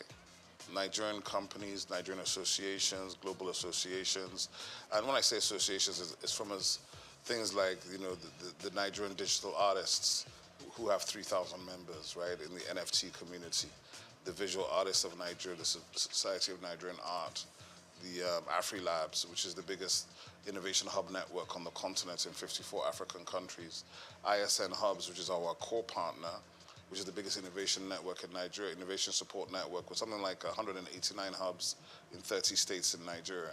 And these are primarily private sector driven platforms, from aggregators who are major promoters of major platforms such as Lola Shone from Ake Book Festival, Choma Ode from AFRIF. We have a lot of these people who are either on our advisory board, they are co-chairs, or they are community partners, because what we're building is beyond any one person. It's about collaboration both at the top level, but through the line down to the bottom.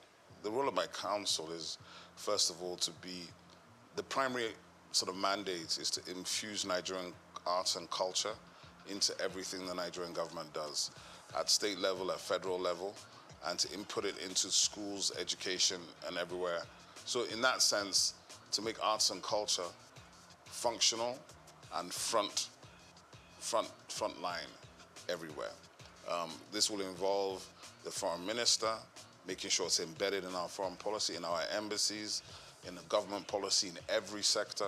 So we're literally going to be reaching out to collaborate to all government at all levels, all other agencies, MDAs, ministries, federal government and state government institutions, to see how we can find common ground. Because obviously we don't necessarily have a lot of money, but I feel we represent the real crude oil of Nigeria, which is the IP that the Nigerian people create.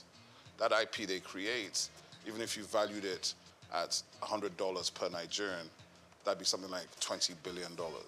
And I believe each Nigerian is worth more than $100. So my own estimation, it's limitless, right? So what we have to do is we have to rethink how we imagine ourselves, rethink our own possibilities, and therefore from there, take off by pushing that agenda. But it's not an agenda for me alone. It's actually an agenda for all of Nigeria. Because when we put it front and center, it means we're putting the Nigerians front and center. And we put the Nigerians front and center, I think we win. I think historically you will find that the federal government and the governments of Nigeria have not funded heavily these sectors. They funded the heavy industries, the military-industrial complex, heavy infrastructure.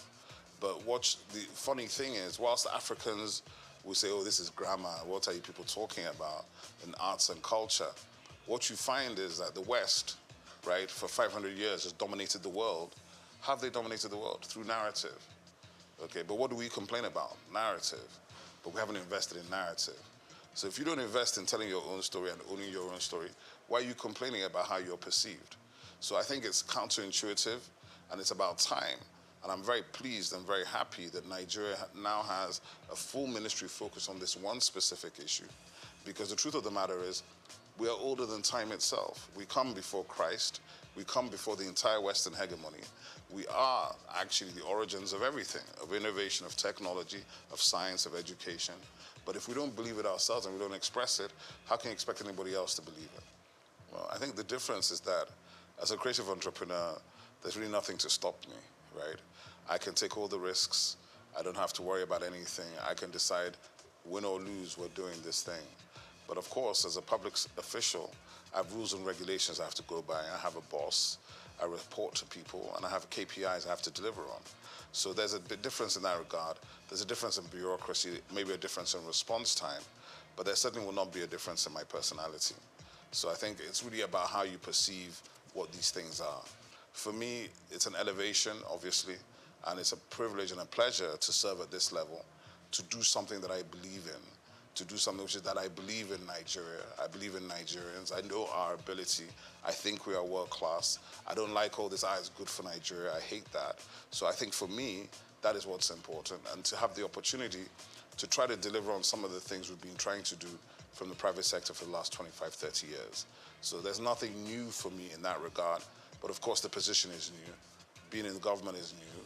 But with a lot of support from friends, family, professional colleagues, and other people in the industry, plus my co-DGs and the minister, hopefully we'll do well. We're under the Ministry of Arts, Culture, and Creative Economy, and that's very, very powerful because it means Nigeria itself has taken a decision to own the agenda. Hopefully I have a good time, have a good tenure, and I don't make any enemies.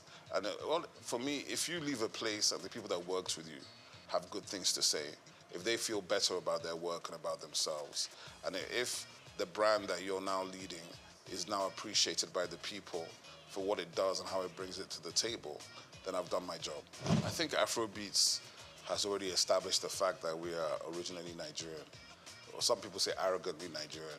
And it was intentional. We built this thing, and it was intentional because we're not going to ever apologize for being Nigerian. We're not going to apologize for being black.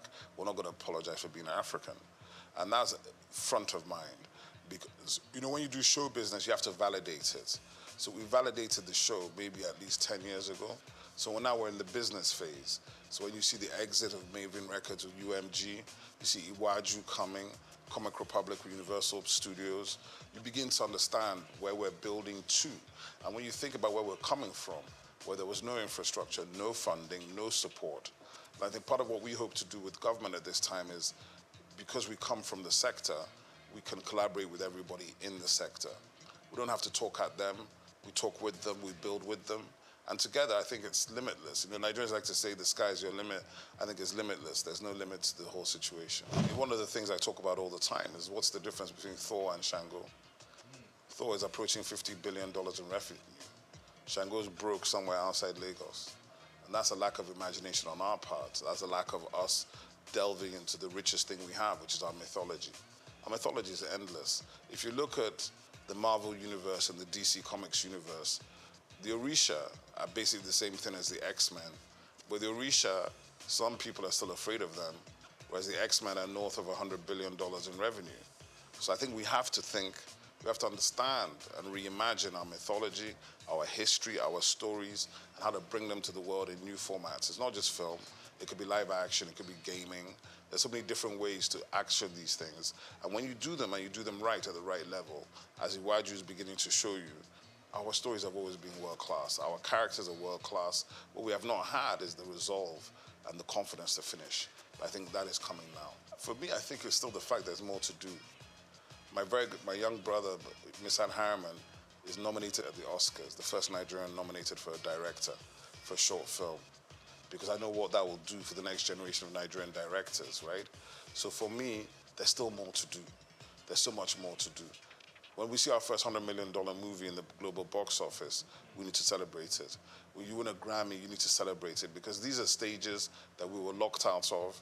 The technology and new media has allowed us to evade these spaces we were not even invited to. But now we're beginning to enter them and dominate. So even when you do that, you have to do it with grace and dignity, not with arrogance. And that's something that some of us have to learn. But the truth of the matter is, the greatness of the Nigerians is just beginning to come. And I feel strongly that this century, we're already in the African century, and the soft power that we hold here is what will define the future of the century. I think the most important thing, the first thing to think about is IP protection, because the minister is working strongly, intellectual property. The US, if you take the state of California, California is probably in the top 5 economies in the world, and 70% of the economy of California is driven by intellectual property, by 2 core industries: Silicon Valley, which is coming out of Stanford University, and Hollywood, which of course is the music and film industry. Now, that is for anybody that says, oh, what is this thing that they're talking about? We don't understand it, it's grammar. The grammar is the money, okay? The narrative is the money, the story is the money. So any of your children or your nieces or nephews that have talent, visual art, performing art, arts and crafts, adire, all of these things that we've been taking as vocation, they are occupations. They are extremely valuable. And with digital technology and platforms, we can scale these things and generate incredible revenue.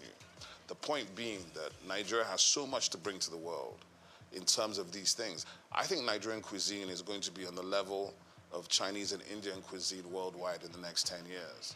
And if you understand that, then you understand that the Indian restaurants in the UK, as far back as 2009, were generating more money than the UK automobile, shipping, and metal, steel industries combined. That's just restaurants on the high streets. So that is why we must invest and we must put our energy into this sector, because this sector will provide the jobs, provide the revenues, and provide the global dollars that everybody's looking for. Oh, I think it hasn't even started. The Maven Records deal is giving you an indication of that. The reason why that valuation of $150 to $200 million has been done is because of the upside potential of Rema, who's 23, and Arya Star, who's 20. So they're looking at the fact that in 10 years' time, these guys could have generated $1 billion each. Do you understand? So it's a safe bet when you already have a built global talent at 23, when it normally takes years and years and a lot of money to build the talent, right? So what has happened is that we Nigerians have been able to build global talents, global following, with a percentage of the money it takes people in other places to do the same thing. So because of that, the value and the valuation is much bigger, right? So I would say the Afrobeats wave, it's not even a wave. It's been going for 15 years already. So when you encounter it is when you encounter it. If you think it's an overnight success in 2024, that means you were not around in 2008. 2006, I'd say, is a good time to think, when the sort of continental, because we took Africa first, working very closely and collaboratively with South Africans, Ghanaians, and Kenyans. Then we started going into Asia and the UK and America on the black, what I call the Nigerian chitlin circuits, moving through the Nigerian communities. And then by about 2010, begin to come into the mainstream with Oliver Twist and all these kind of records that break globally. And now you have gold records from Oliver Twist in 14 countries. And now, in a situation now where an artist like Ashake can come out of Lagos, speaking a language that is not known to most of these people, and generating, selling out arenas. To become an arena artist, let me tell you, there are only 4 or 5 arena artists from Africa, and they're all Nigerian. Don't take it for granted.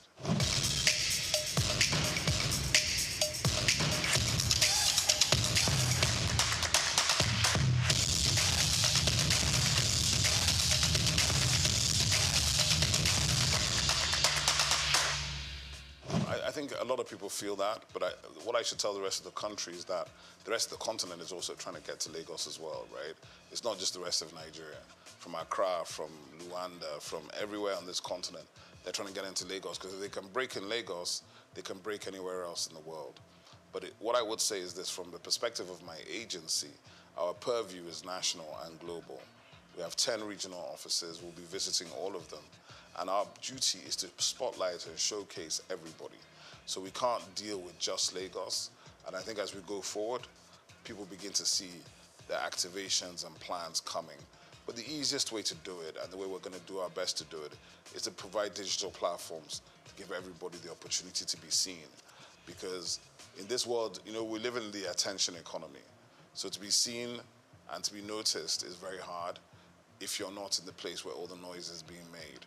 But I know for a fact there's significant talent in all parts of Nigeria. I was watching last week, a gentleman called Ehi Benite was showing me all this content from Jos with these guys rapping, serious stuff. They're rapping in Hausa, they were doing ciphers. And he was like, what do we do about these guys? I said, just keep pushing them, because there's an audience for everything. There's an audience for everything. Don't be worried about that. There's an audience for every single thing, including the thing that you may be doing in your bedroom, but you think is not important.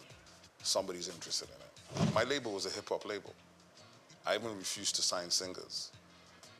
There's almost every singer you could name was trying to get us to sign them. And I used to do it based on, can you rap?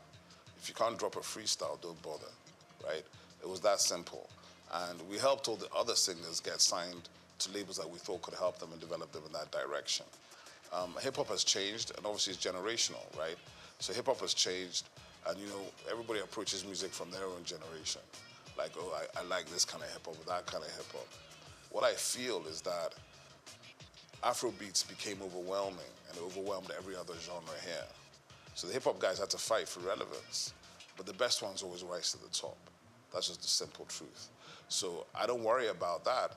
And I've heard enough guys. I even saw there was a whole Instagram series some guy was doing about a year ago where he was just bringing out fresh rappers every day from Enugu, from Jos, from Kaduna, from Kano, from Benin.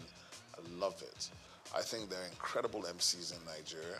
A lot of times they need to focus on doing better songs, right? Not just being a freestyle rapper. If you want to get paid to rap, you've got to do better songs. You can't just do the freestyles. And that's something they've got to think about. You've got to balance the commercial side of it with the business side of it. And what has happened is, to a large extent, the commercial side has won because you've got to pay bills. But hip-hop, it never dies. I think, first of all, obviously from the perspective I'm sitting in government, so I'm not in a position to tell government what to do or what not to do. But what I can say is this, is that the agency, my agency will be the home for the music industry, for performing arts, visual arts, fashion, gaming, recreation, festivals, culinary arts, film and television. We're kind of a convening agency for the ministry. So we have a lot of work to do, a lot of places to touch, but we're also going to collaborate with all the other MDAs in the ministry and heavily with the private sector and the developmental sector. Because to answer the question, I've worked in all these spaces for, it's not quite 40 years, but it's a long time. I've worked in all these spaces for a long time. In the institution, we have positive relationships to bring to the table to change the approach and to change the destination of where we hope to go.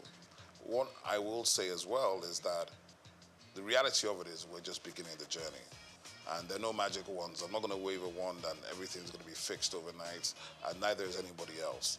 But we will be bringing fresh energy, fresh ideas, a fresh engagement, and we're obviously open to collaboration. And that's really important for me to say that, because people feel there are gatekeepers, but in my agency, there are no gatekeepers, right? We're not interested in whether you have the biggest reputation or the smallest reputation. We're interested in the value you're bringing to the table. Because the truth of the matter is Nigeria is massive. There's a lot of stuff going on in Nigeria. We're going to try to aggregate those things and bring them into one platform so that even as Nigerians, we can know what we're doing. Because to be honest, if you don't know and you don't follow, there's no way you can know 90% of what is happening even in Lagos before you talk about the rest of the 36 states and the FCT. So for me, from my perspective, the journey continues.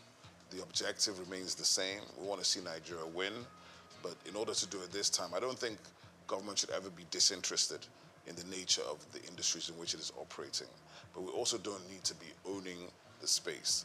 We want to enable, partner, collaborate, and see how we can push people to do more. because there are already people doing a lot, and maybe they haven't been recognized, they haven't been brought out, they haven't been celebrated. All these kind of things we can help to do, help to get news stories and people to bring these things to the fore, right? Like I said today, a Nigerian who was nominated for an Oscar as a director, the first Nigerian. It's up tonight at the Oscars. It's not news in Nigeria. That's a problem. We have to be able to tell the stories that are of greatness of our people, because if you don't do that, you can't inspire anybody.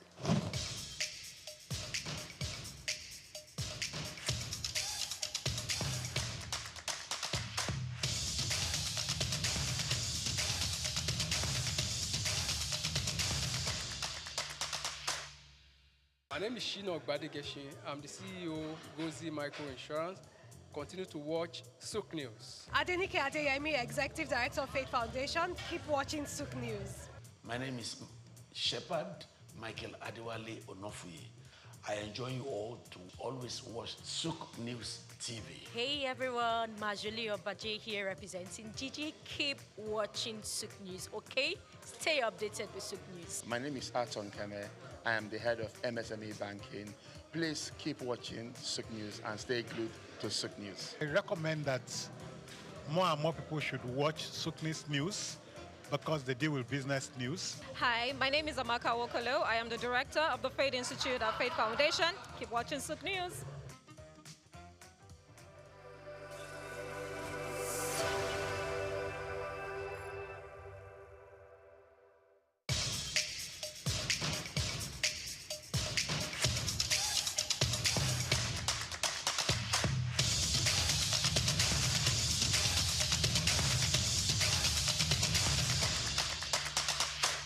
You don't have to be like an household name, like a big superstar before you make ends meet through music.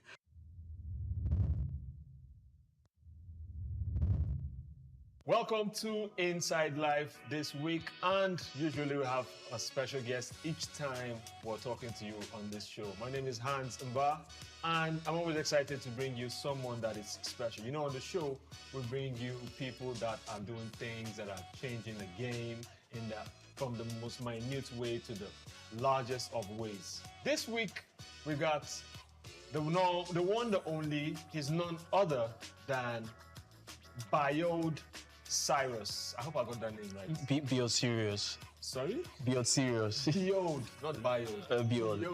Biode Serious. Serious, yeah. What kind of name is that? Okay. Because I think I'm from the school of thought that your name precedes you, right? Definitely. So when people say your name, it should be easy to take away. Even advertising, they'll tell you it should be something that's memorable, something that you want to go with. Oh, true. So tell us, what informed the name? Okay, the Biode is from, my government name is Abiodun. So the Biode is from Abiodun, it's a B-I-O-D. Then serious among, if you like familiar with astrology and astronomy, amongst the stars, the brightest of the star, the dog star, it's called Sirius. So that's why So how do you spell that? S-I-R-I-U-S. Sirius. Yes, okay. yeah, S-I-R-I-U-S. So I thought it was like serious. Okay, like someone serious. Okay, of the spelling. No. Okay. Actually, there's also serious, the radio. XM, yes, most definitely. No, yes. nice. So introduce yourself. Tell us who you are. Just give us a background about you, not the music now. Just who you are and what you do. Okay, my government name is Abiodun Adebayo. I'm from Ibadan, State. Why do people keep saying government name? I don't know, man. Government don't own my name. Yeah, I mean, that's the register. That's the name I register with, like, or any official. So I want to do, my name, your my full name. Come on, man. Okay, my bad. I'm just kidding. It's all good. It's all good. Okay. All right. Abiodun Adebayo. I'm from Ibadan, State. I've been I'm a fiend for art, poetry. I'm a banker also. So hope you're not in trouble for being on this show. Never there.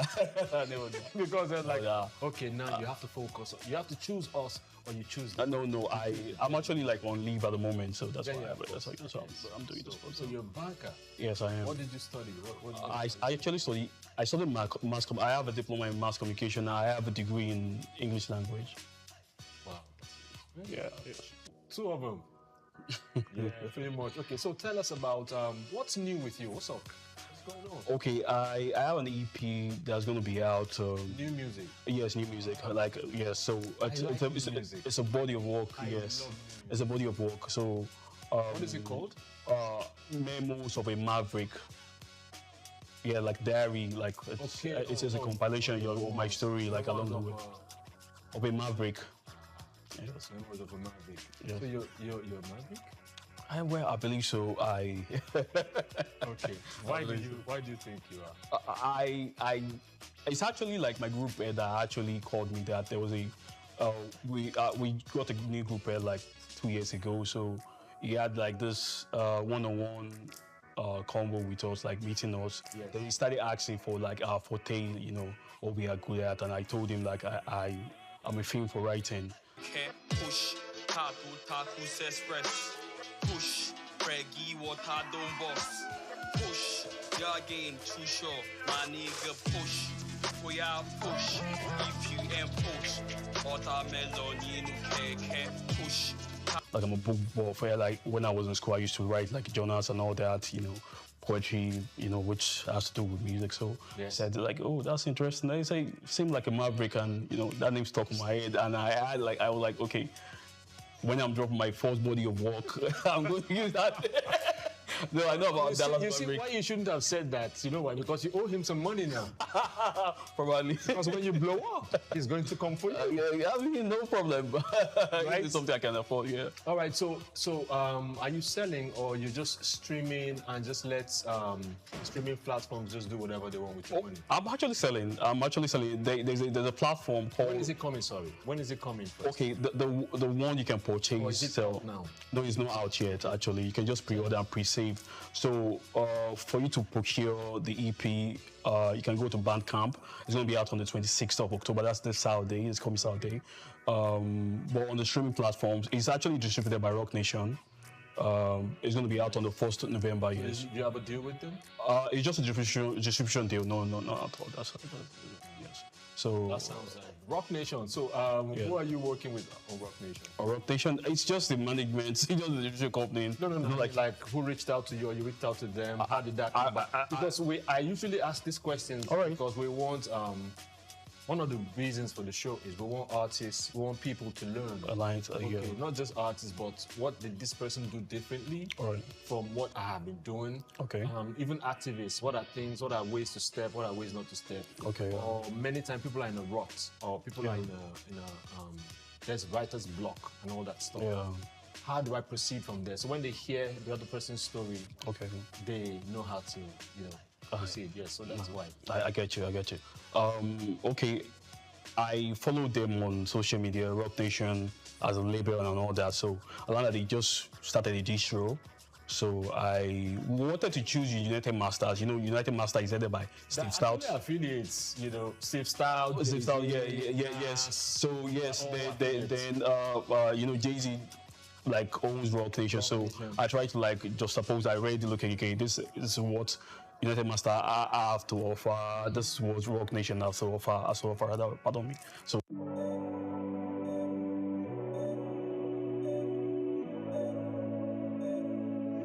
We are very honored to have very distinguished personalities that will be coming forward to receive their awards as we proceed with tonight's celebration. The first category of awards will be displayed on the screen, and I'm going to read out the nominees. And then, after I've read out the nominees, I'm going to invite the presenter, and then the winner will be announced, and the award will be given. Ladies and gentlemen, this award is called the Timely Payment and Risk Management Awards. And this is the Bureau Compliance Excellence Award, and the nominees are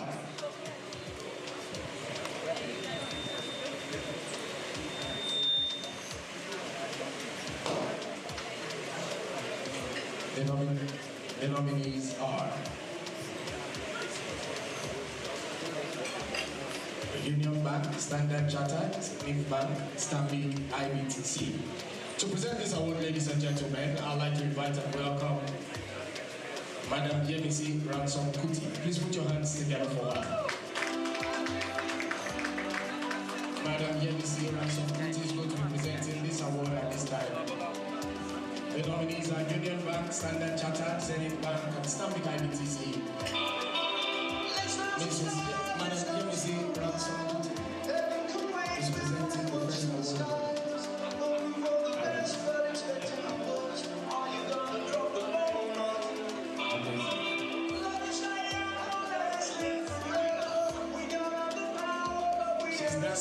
Ladies and gentlemen, how we put our hands together for us is indeed very beautiful and amazing. Thank you, ma'am. Thank you.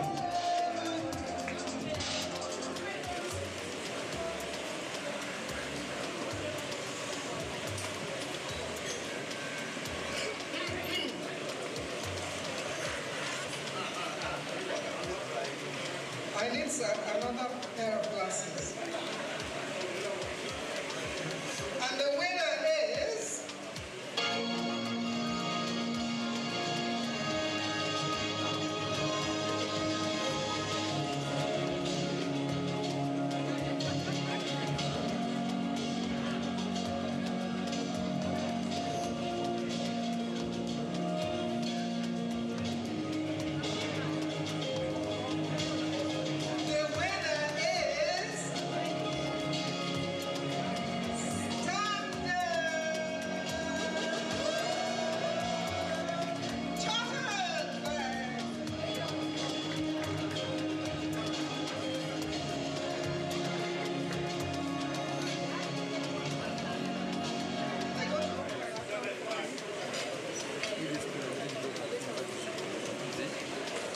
Do we have a representative of Standard Chartered around? Please put your hands together for Standard Chartered. Thank you. The next award of tonight, ladies and gentlemen, is called the Highest Transaction Volume Award. The Highest Transaction Volume Award. The nominees are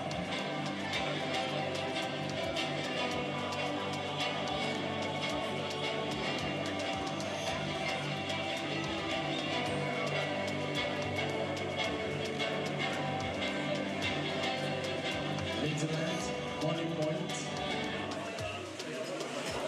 Link Credit, and Rent Money. To present this award, ladies and gentlemen, I'd like to invite and welcome Mr. Kieruka. Please put your hands together for him as he comes forward to present the next award of the night. Can we celebrate him, ladies and gentlemen? Thank you so much.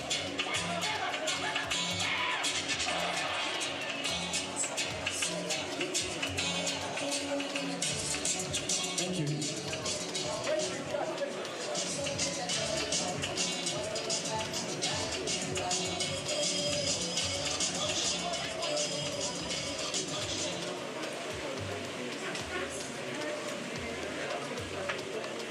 Highest transaction volume award go to Grand Money.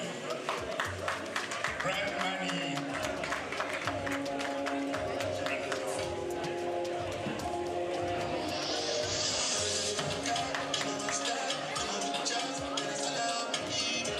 Can we put our hands together for Red Money, ladies and gentlemen? Congratulations to you. Congratulations. Thank you so much.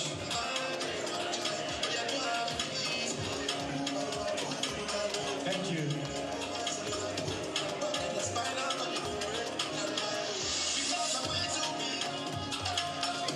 All right. Congratulations to you, Red Money, the highest transaction volume award. Congratulations to you. Thank you very much. Thank you so much. Thank you. Thank you very much. Thank you very much, Mr. Kieruka, for presenting that award. The next category, ladies and gentlemen, is going to be displayed on the screen right now. That is the data upload on time. Data upload on time. The nominees are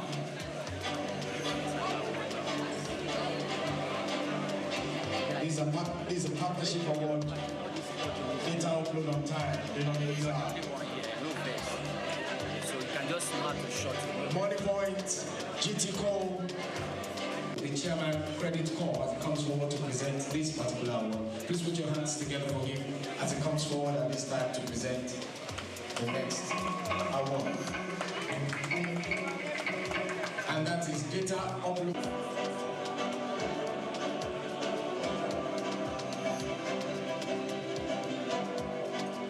Insurance Alliance, Trans, invite and welcome a beautiful lady that just won Miss Nigeria Award.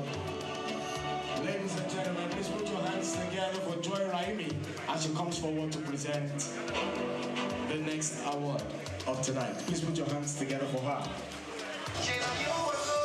This is the current Miss Nigeria. Please put your hands together for her. Miss World Nigeria. Miss World Nigeria. Can you make some noise for her, ladies and gentlemen? She's presenting the next award of tonight.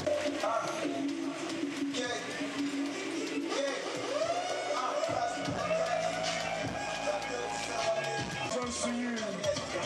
Congratulations to MTN.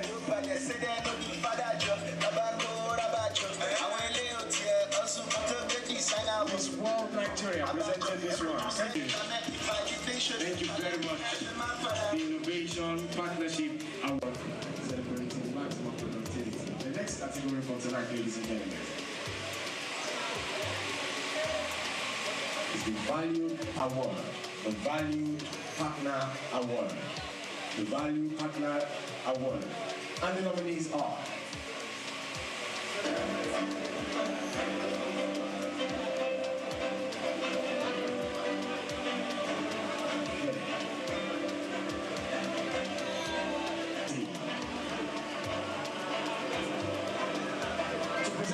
ladies and gentlemen, to present this award, ladies and gentlemen, I'd like to invite and welcome very, very respectfully a distinguished personality.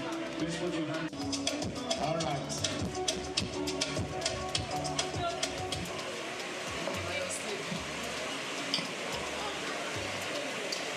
The winner, Valued Partner Award, is Standing IBTC. Thank you very much for your hard work. Thank you. Thank you very much. Thank you. Thank you. Thank you. Now put our hands together for our presenter. Thank you very much, sir. Mr. Ibo Obusanyi for presenting that award. Chizo Manuzi is going to be presenting this award.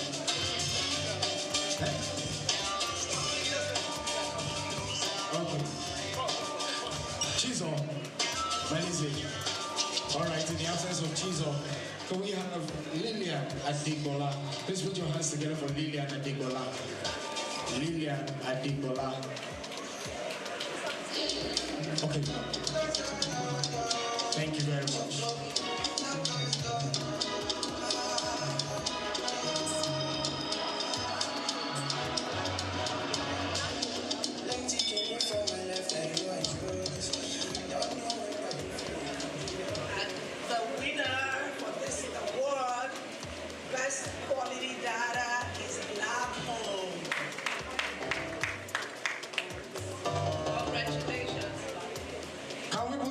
Together for Lapo, ladies and gentlemen.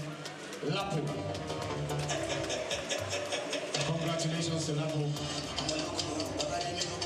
Congratulations, they're coming. Somebody's coming from Lapo.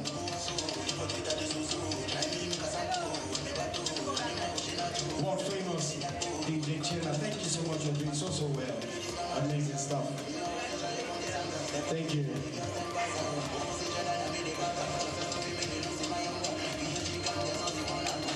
Congratulations to Lapo.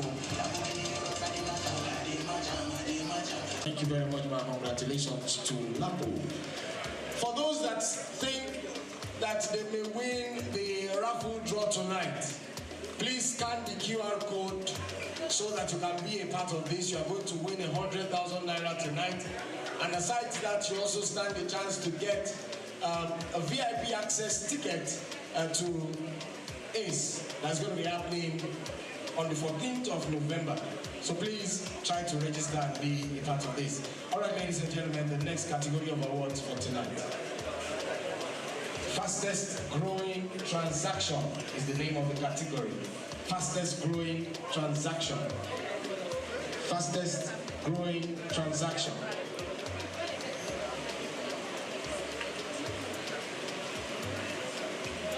Ladies and gentlemen, the recipient of the fastest growing transaction award is Money Point. Please put your hands together for Money Point. Congratulations to Money Point. Money Point, please can we have you come forward?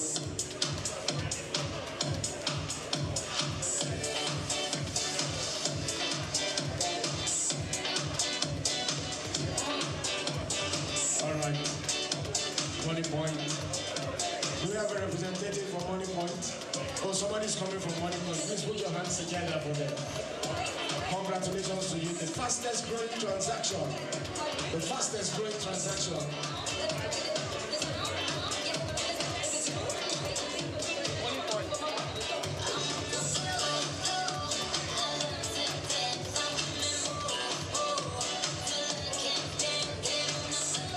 Ladies and gentlemen, can we put our hands together for Money Point? Congratulations to you. Thank you. All right. I'm Dr. Jamila Sharif Ayedun, the Managing Director and CEO of Credit Registry. Credit Registry, we're a few things to different people, right? For our lenders, we help them get their money back. So whenever you are in the business of giving loans or doing some type of financial transaction with someone else, we want to make sure that that is a trusted interaction, a trusted transaction. And so we help our lenders be able to do that and have confidence in doing that because they'll be able to get their money back. And so that's one thing. For consumers, we give them the opportunity to be able to open many doors and become able to build a higher and better standard of living. That's very important, and it comes by them being able to be accountable. When someone trusts you and they've given you access to whether it's money or whether it's an opportunity for a job or things like that, and when you do things and you do it in the right manner, you'll be able to open many doors because that behavior is what we capture. And when they say your reputation precedes you, that's what Credit Registry is, where we help you build a financial reputation.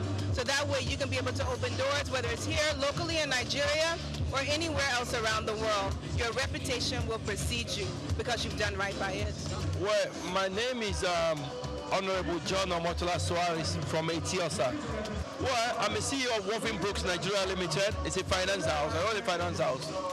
As far as I know, and as far as I'm concerned, Credit Registry have been able to do well in the last 25 years.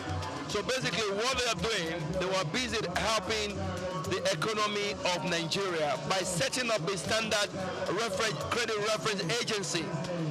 And what that means is when you are able to get on credit reference agency, it means you can have access to funding. You can have access to, so the lender will be able to trust you more if you are able to build your own personal credit history with them. They will sell it to the lenders. And if you're a businessman, whatever business you do, you can be able to get support. So that's what this is about. And then I say a huge success to them. Congratulations to what they're trying to do. And I'm proud of the project as well. So I pray by God's grace, this goes well. We are going to, in the next 5 years, this is the plan. We want to help minimum of 40% of families out of poverty. This is our game. And this is what we're doing. And we will do it. My name is Oyeyinka Oyekon.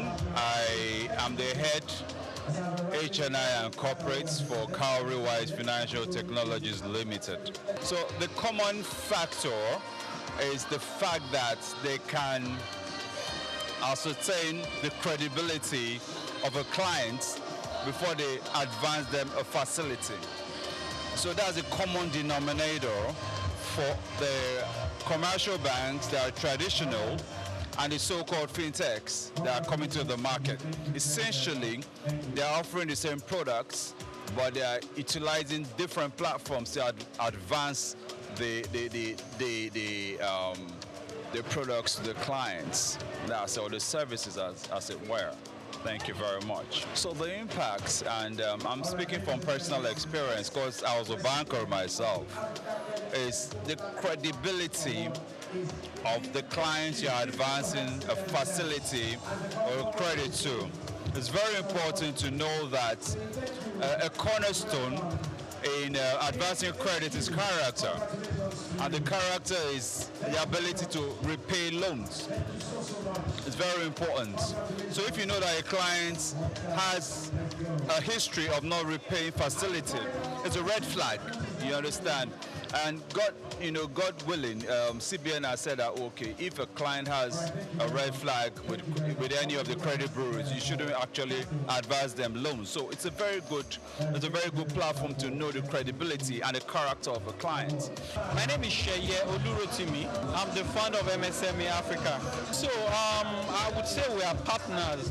Like I said, I'm the founder of MSME Africa, which means that I run a community of small business owners. And a lot of them, if you ask them what their problems are, they tell you funding. And of course, there is no way you can access funding if your credit report is bad. And so because of that, we partner with Credit Registry and other members of the Credit Bureau Association of Nigeria to work with SMEs in the area of helping them to have good credit rating and also to obtain their credit report. So that's the relationship that we have with them. My name is Shima Eze, Training and Development Officer with Credit Registry. So Credit Registry is, we call it the Epic Nation. We are the foremost credit bureau in Nigeria. And today is just a celebration of our culture, those that have helped in shaping the history of where we are today. So it's a celebration of the companies, the brands that have contributed to our collective success. So I'm just here to rejoice with Credit Registry, basically.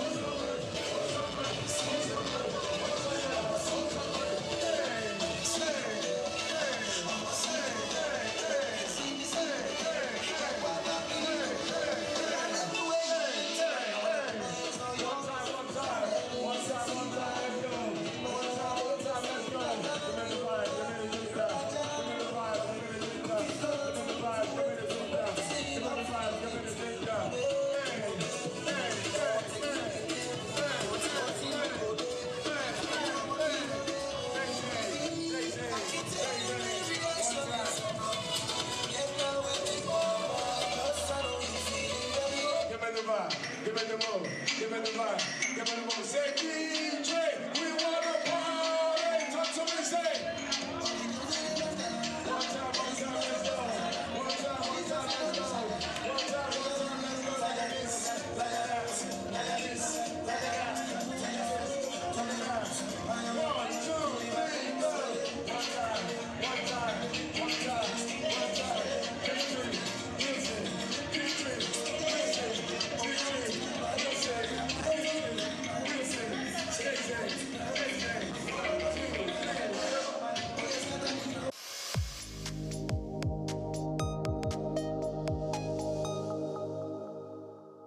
My name is Souq. I'm the CEO Gozi Micro Insurance. Continue to watch Souq News. Adenike Adeyemi, Executive Director of Faith Foundation. Keep watching Souq News. My name is Shepherd Michael Adewale Onofuye.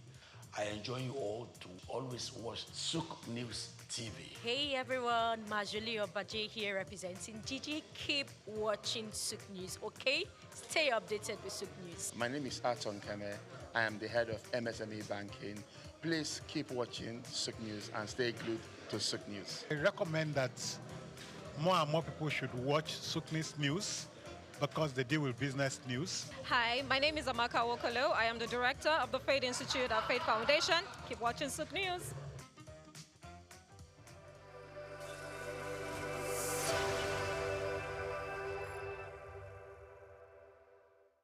Muhammad Yunus was born on the 28th of June 1940 in the village of Batwa, Chittagong, a British Indian colony which is currently known as Bangladesh.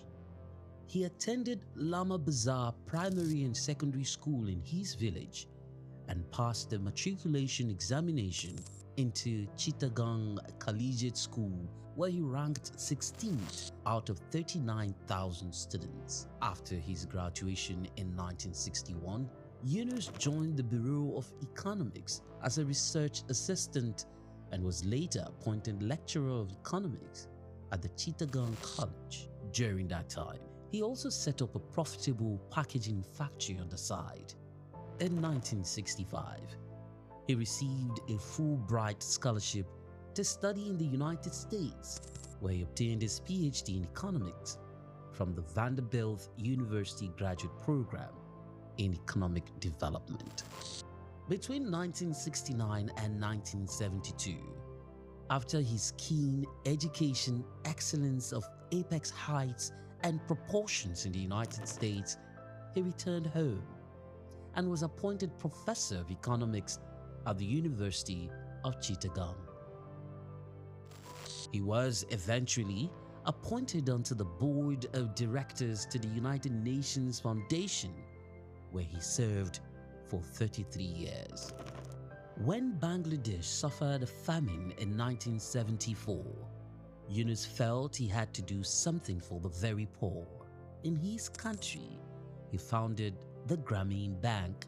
His motivation was to create economic and social development for the very poor, giving long-term loans to those who wanted to start small enterprises to pay back when they can. The aim to help was to get many of them out of poverty. For this, he was awarded the Nobel Peace Prize in 2006.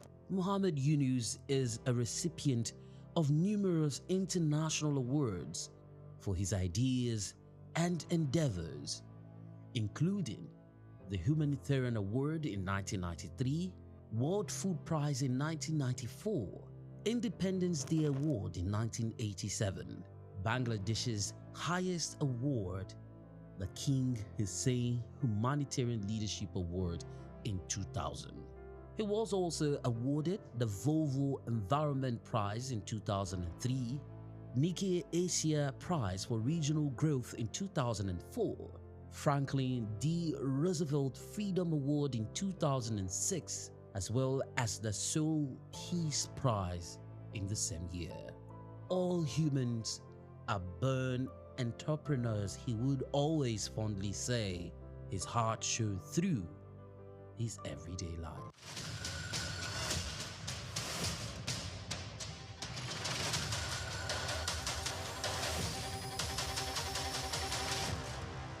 Hello, Nigeria. Hello, Africa. Yeah, this is Sound Man. Keep watching Souq News. My name is Babalola from Excel LED. Keep watching Souq News. My name is Shepherd Michael Adewale Onofuye. I enjoy you all to always watch Souq News TV. Hi, I'm Tom Boggaballs, and please keep watching Souq News. Wale Seriki, SLG Lagos Island East, Souq News. Keep out watching them and keep a lookout for them. They're up and coming, and we're proudly to be affiliated with them. You alone where they make me go crazy. This your love in the cool of my brain. You're my medicine, I need you all day. Yo, it's Blackface Nigeria, and you're watching Souq News TV. Keep it locked on this dial, don't change it. You know what I say? Blackface Nigeria, love no bad.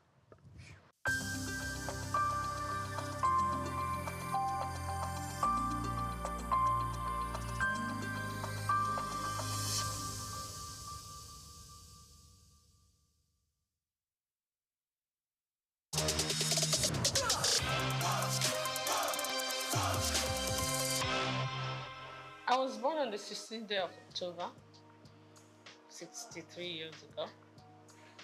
I'm from Opobo, yeah, and went to school. I'm from River State, from Opobo in River State. Went to school in Port Harcourt, lived in Port Harcourt all my life, from primary to secondary school to A-levels. Then after A-levels, I got admission to Unilag. Immediately after Unilag, I got married, and I've lived in Lagos ever since.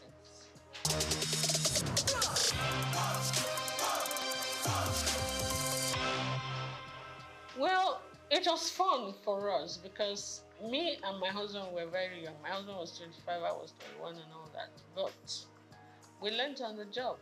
We were friends. We were friends for 3 years when I was in Unilag, university, and we came out, we got married. So we're like children that just got married.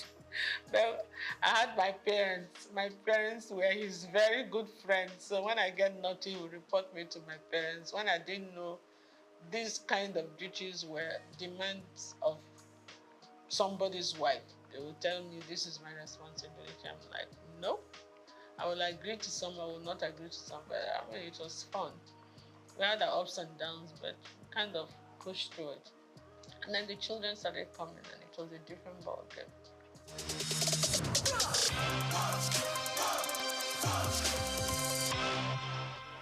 You know, when you come from that kind of family, it's like part of your system. You don't really regard it as anything anymore. But sometimes I get the shock of my life because there was a time my in-laws came to Opobo for one ceremony, and I saw the king. And he gave me a hug and he gave me a pic, and they were like, whoa, the other Benin won't even shake your hand, you know, as a woman. I'm like, okay. I mean, it's the same family, you understand? So we're used to that. I think we take it for granted. But maybe some other people say, you must call me a princess, you must call me that. I'm not into all those kind of things. I'm not at all, I've never been. So I can't start tomorrow. But yeah, great King Jaja of Opobo, my great-great-grandfather. And my children, when they studied it in school, they went to Corona school. When they studied, came, Mom, we're telling our teacher and our classmates that this King Jaja of Opobo, they told them about King Jaja of Opobo in school. And they said, that's my mommy's great-grandfather. Like, whoa, no, it was like a big deal to them, for us.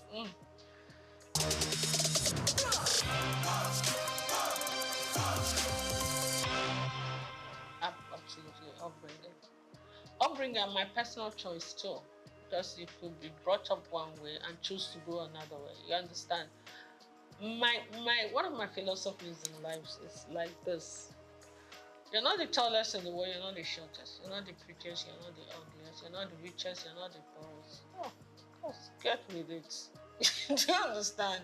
If you're looking for beauty, there are more beautiful women than you say. If you're looking for ugly, there are uglier women. If you're looking for tall, you're looking for it. So what is it? Do you understand? You didn't come into this world with anything. You're not going to go with anything. So just be grateful to God for whatever you have or whatever you are.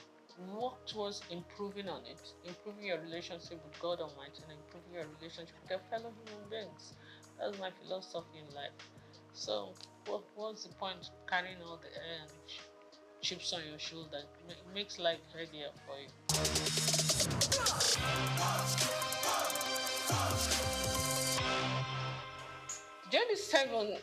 Seven is my favorite number. It's a number for perfection, and I was born on the 16th of October. My star sign is Libra. We're always looking for perfect balance in everything. It's just an influence from the horoscopes, I'm told. But J is my husband's name, D is my name, and 7 is my favorite number.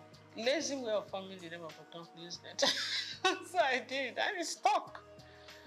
And I knew I was going to go into couture, so that was it. Easy.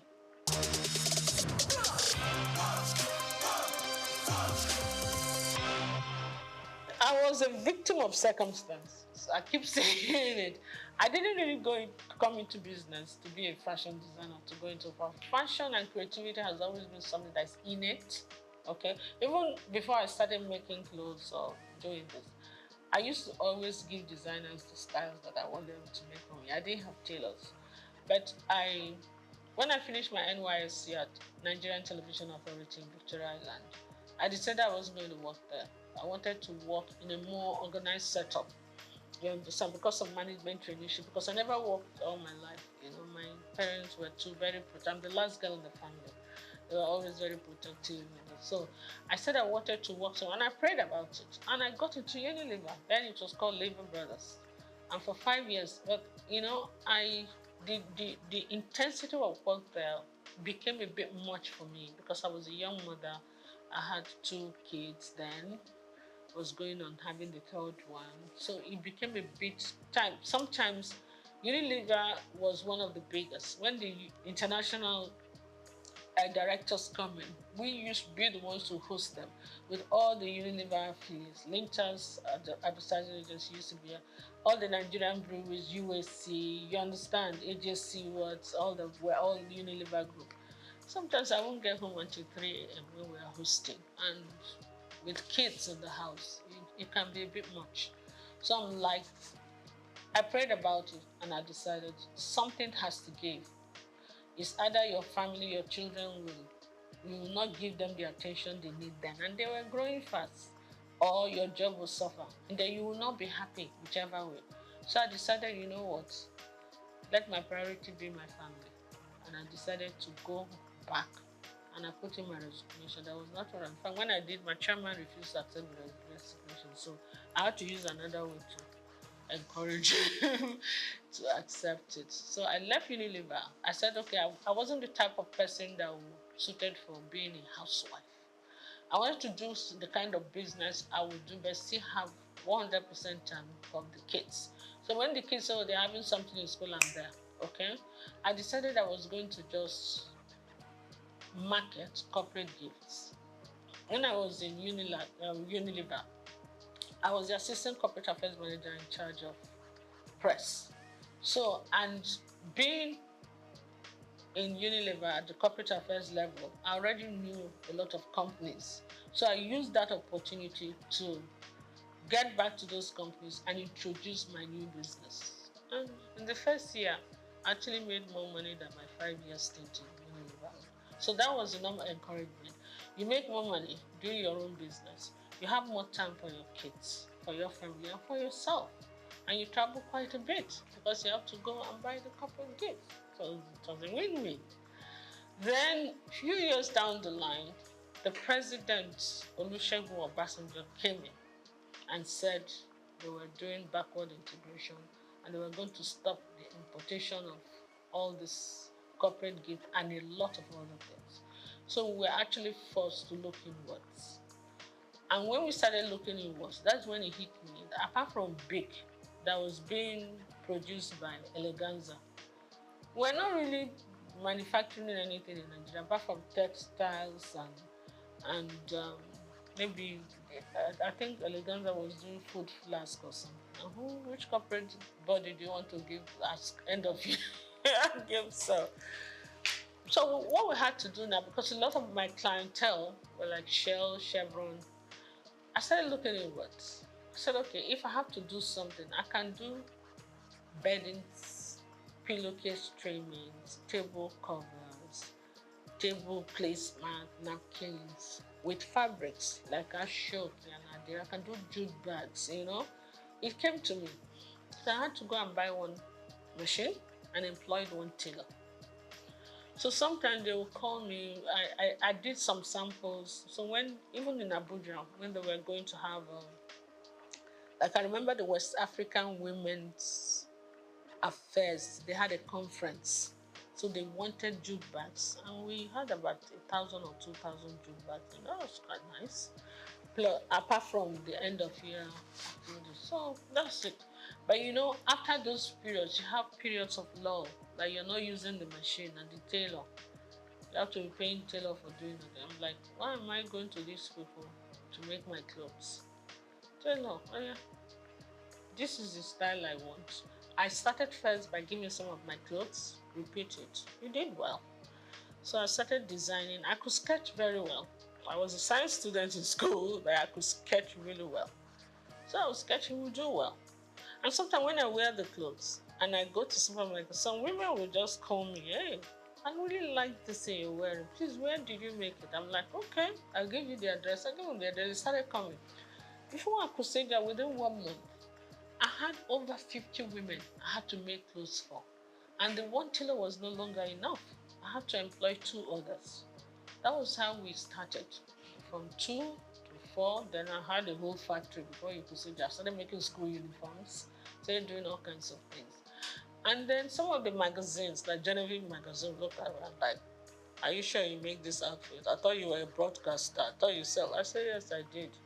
So I did some photo shoot session for her. And I modeled the clothes, actually. And whoa, I started getting calls from Paris, from the UK. I did DC Fashion Week. You know, I was just, and they will pay your ticket, pay your hotel. Please come and showcase for us. Some will even say, please come and open the show for us. Some say, we want you to close this. I'm like, okay. There are places that I would never have thought of going to, like Burkina Faso. They will back me the top fashion designers that would, when the Alfadi does this thing once every 4 years. Alfadi in Niger. The Niger government sponsors it. He calls all, including Elisab, every international designer, they will go, especially the Moroccan ones, those North African ones, Indians. So they invite one designer from each country. So they used to call me to come because of what I used to work a lot with Ankara and Ashok, and I do international acclaimed, how would I put it, couture outfits with Ankara, big hats, funny looking, structured clothes and all that. So that was how it went, you know. And I did all the magazines. I've won all the awards. So after a while, you know, I started thinking of concentrating on exports. In the process of doing that, my husband took ill. After 2 years, we lost him. So when I came back home, I gave a lot of things a lot of thought. My kids were still in school. My daughter got married. She was in Australia already. And then my kids, my 2 boys were still in school. So I said, look, this fashion design group is not going to pay school fees in pounds sterling and dollars. So I said to myself, you know what? Why don't you give the man hours to the industry, the family business that were yielding the most income? That was how I started kind of just saying, you know what, let me just minimize it a bit. My core clients were still coming. So I kept the tailors, my experienced tailors that worked with for years. I kept them. I kept few of them. And I kind of cut down on that business. I said, you know what, let me just go and face the family business and do this for the people who really know what I'm doing. And word of mouth goes. So I'm still doing that, but my priority is really not that, you know.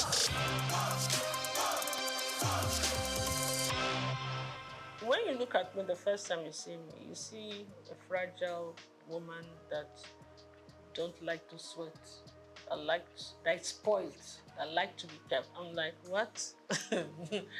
Absolutely not. My husband didn't want me to do anything. He just felt he wanted to spoil me. I said, that's not how to love me at all. Please. It's either you kind of understand the person I am. I'm a very creative mind. This mind has to keep working, or I'll make life miserable for you, What I will advise, even women who are willing to work, you don't even do one job. You must get at least more than 2 streams of income. Otherwise, you will not make ends meet. That is the truth of today's world. You understand? Then those ones that want to be kept, no matter how wealthy your husband is, wealth is not static. Some people start today. When they retire, everything goes downhill. Some people mean well. They love you. They want to take care of you. But nature calls. They part ways. Some marry other women. Some leave. Some die. You understand? So anything can happen. I would advise them, everybody, try to be as independent as you can. Financially independent. I think you actually earn more respect when you do that. And then also, when things don't work out too well for the husband, no matter how rich you are, you don't have to put him through too much stress. You can take care of yourself, you can take care of yourself, you take care of him, you encourage him. But let him not feel that the world has come to an end. A man feels happy when he knows that his back is covered, even when he's not making it. You understand? It doesn't make him lazy. It makes him very grateful. Yeah. So I will advise everybody, get something doing. Do something that will enable you earn good income if you can. Do something that you also enjoy doing.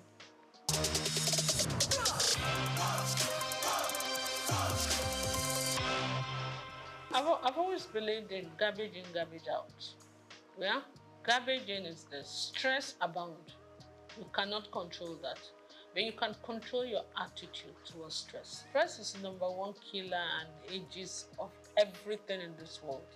It's your attitude to stress that you have to manage, and that depends on you. What you put in your mouth also depends on you. Your mind, your heart, your spirit, your soul. You have to be loving. You have to be forgiving. You understand? All that depends on you. So it's actually you that decides whether you're going to age gracefully or you're not. Forget about the genes first. It's true. You understand? Some people are so malicious. When you offend them once, oh my goodness. They will carry it in their chest, and the chest will be expanding, and they won't sleep well, and they begin to have problems. Meanwhile, the person you're angry with does not even know you exist. It's crazy. So for me, it's just be free and take life easy. Take it as it comes, and always be grateful to God.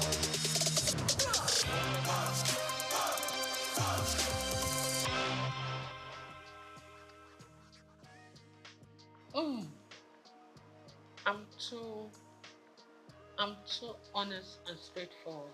It's either I will be killed immediately, or because I will tell you the truth, no matter whose house is God. I don't think I can play politics. I'm not a politician at all. I am a very straight shooter. I will tell you to your face when you're doing stupid things.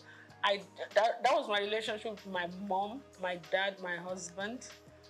So most times, I'm the last girl in the house. So maybe when they were disciplining the first ones, by the time they got to my turn, they were a bit tired. So we could talk to my parents anyhow.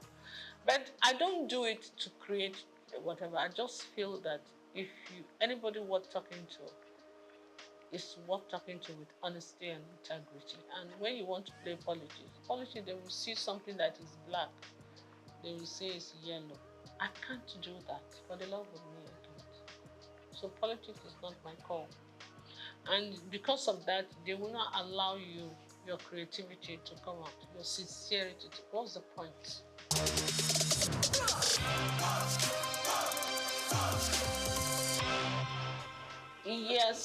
Yes, I'm actually planning some kind of, I met some of my old models that are doing very well. And you know, when you deal with a lot of these girls, some of them have traveled with me to Niger. Sometimes they'll tell you, bring 2 of your models. You know, some of them, we have very good relationship. We're going to do a reunion one of these days. It will be fun. And they are all calling, when are we going to do this? I say, don't worry, we'll get a reunion done. Because we need to revisit the fashion industry, see how things are going. They're doing well. The new ones are doing well. And I just pray that the environment will not discourage them, you know.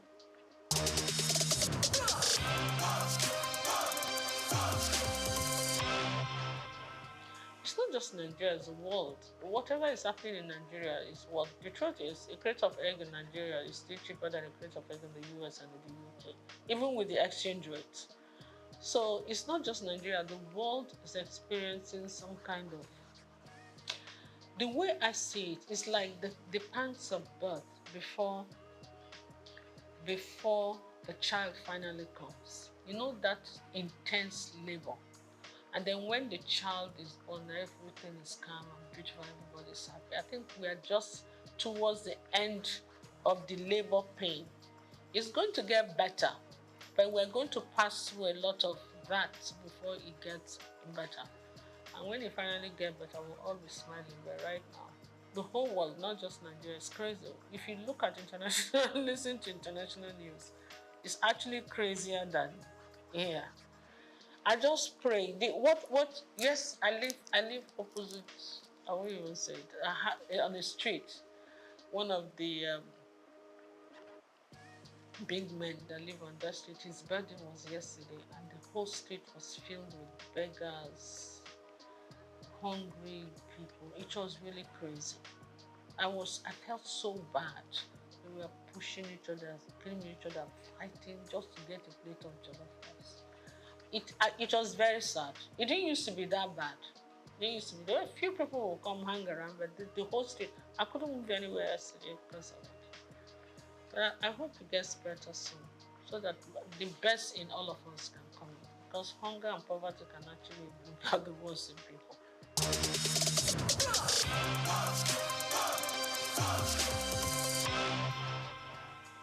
Naturally, yes. I have an NGO that I do. What I do, I take girls, young girls that are not able to complete school because of poverty, and I educate them. You understand? I try to pay school fees, help people. I believe in education a lot. Yeah, because I don't believe in giving you the fish. I believe in teaching you how to fish. I have few of them from my place come stay with me. Some of them are able to stand the discipline. Some of them are not able. So the ones that are able to stay, they stay, and they do very well. Some of them I train from a distance, and they do well. So I've had university graduates, I have the levels, I have all kinds of things.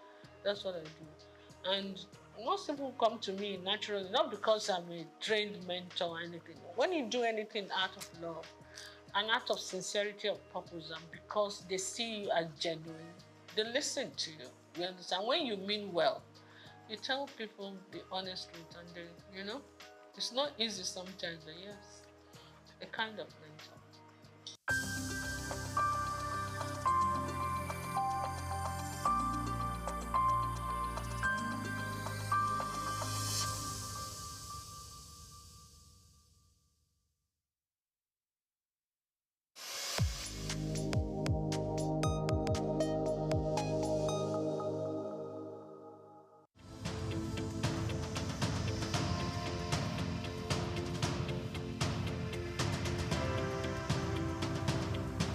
Eko Atlantic has become Nigeria's most sought-after city for its high-end infrastructure, prestige, and well-planned city layout, as reflected in an 8-lane boulevard, about 13 internal bridges, underground cables, and green footprints defined by over 30,000 trees. Additionally, having a building in the city has become a trend among the so-called big boys, as was the case with Old Ikoyi, Victoria Garden City, popularly called VGC, Osborne Foreshore, and now Banana Island. In this special report, Bayo Olaoye states that this talk of "I belong" and the prestige mentality has also spread to the big firms. Before now, Kingsway and Ozumba Mbadiwe used to say that Victoria Island were the go-to locations for high-rise office buildings. These locations are home to iconic developments such as Kingsway Towers, Heritage Palace, Fanfa Towers, the Wings and the Waves, among others, making them Nigeria's equivalent of Silicon Valley. The Eco-Atlantic City was modeled after the skyscraper district of Manhattan Island in New York City. It has become the new destination for big-ticket corporate firms which are building or relocating their new headquarters to the 10-square-kilometer city, rising off the coast of the Atlantic Ocean in Lagos. The city is attracting investment interests in both residential and commercial real estate, the latest being MTN Nigeria, preparing to build a new headquarters. MTN is coming on the heels of First Bank, which recently turned the turf to build a 40-floor corporate head office, making the city's most iconic development so far. Prior to this courageous and ambitious entry into Eco City by MTN, First Bank, Dangote Group, and the Embassy of the United States of America have taken positions there, developing a new head office and a diplomatic facility respectively. Much earlier, a co-development company had occupied the city as the developer of the Azuri Towers, offering both residential and commercial facilities for high clients and corporate bodies. Arkaland Property Investment and Oak Homes are also in the city, developing A&A towers simultaneously.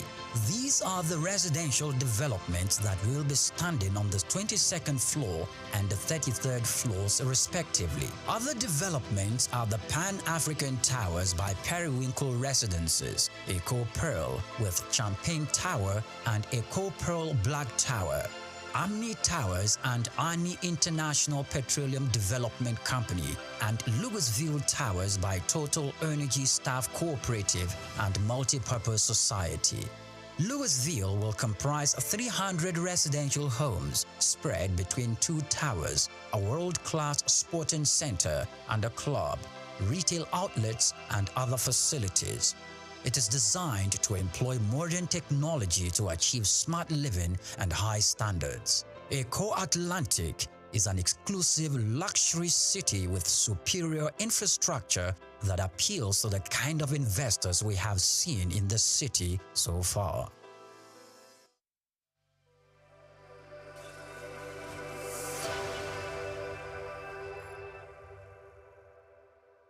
We've got just what you need right here at Femi Wash Media. Call it the Midas touch and you wouldn't be wrong.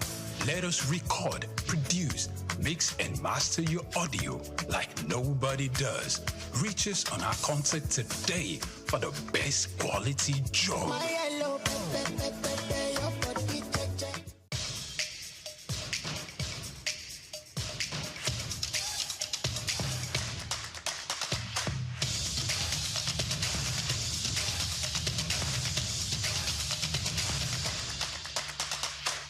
You don't have to be like an household name, like a big superstar before you make ends meet through music.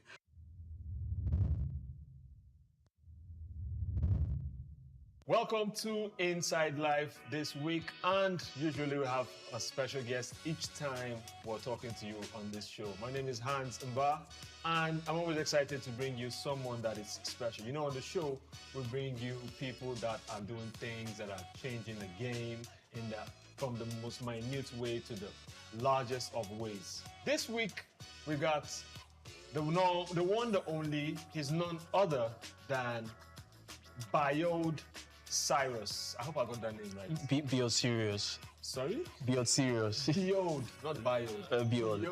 Biode Serious. Serious, yeah. What kind of name is that? Okay. Because I think I'm from the school of thought that your name precedes you, right?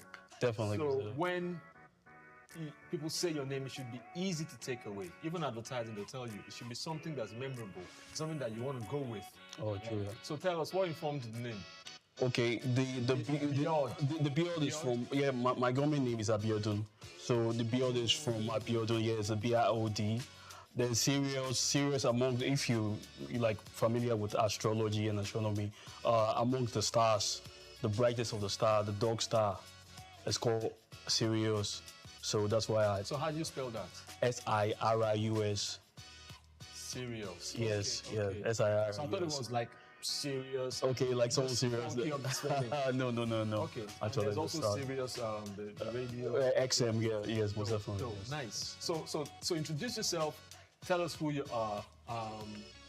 Just give us a background about you, not the music now. Just who you are and what you do. Okay. My government name is Abiodun Adebayo. I'm from Ibadan, Oyo State. Why do people keep saying government name? I don't know, man. Government don't own my name. Yeah, I mean, that's the register. That's the name I register with, like, or any official. So I want to do. My name, your my full name. Come on, man. Okay, my bad. I'm just kidding. It's all good. It's all good. Okay. All right. Abiodun Adebayo. I'm from Ibadan, Oyo State. I've been I'm a fiend for art, poetry. I'm a banker also. So hope you're not in trouble for being on this show. Never there. Never there. Because they're like, okay, now you have to focus. You have to choose us or you choose them. No. I'm actually on leave at the moment, so that's why I'm doing this. So you're a banker? Yes, I am. What did you study? I actually studied mass communication. I have a diploma in mass communication. I have a degree in English language. Wow. Yeah. Two of them. Yeah, pretty much. Okay, so tell us about what's new with you. What's up? What's going on? Okay, I have an EP that's going to be out. New music? Yes, new music. So it's a body of work. Yes, it's a body of work. So what is it called? Memos of a Maverick.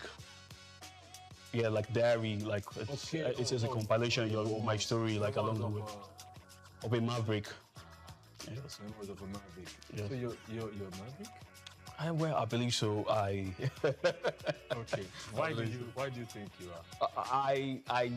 It's actually my group head that actually called me that there was we got a new group head 2 years ago. So he had this one-on-one combo with us, meeting us. Yes. Then he started asking for our forte, what we are good at, and I told him I'm a film for writing.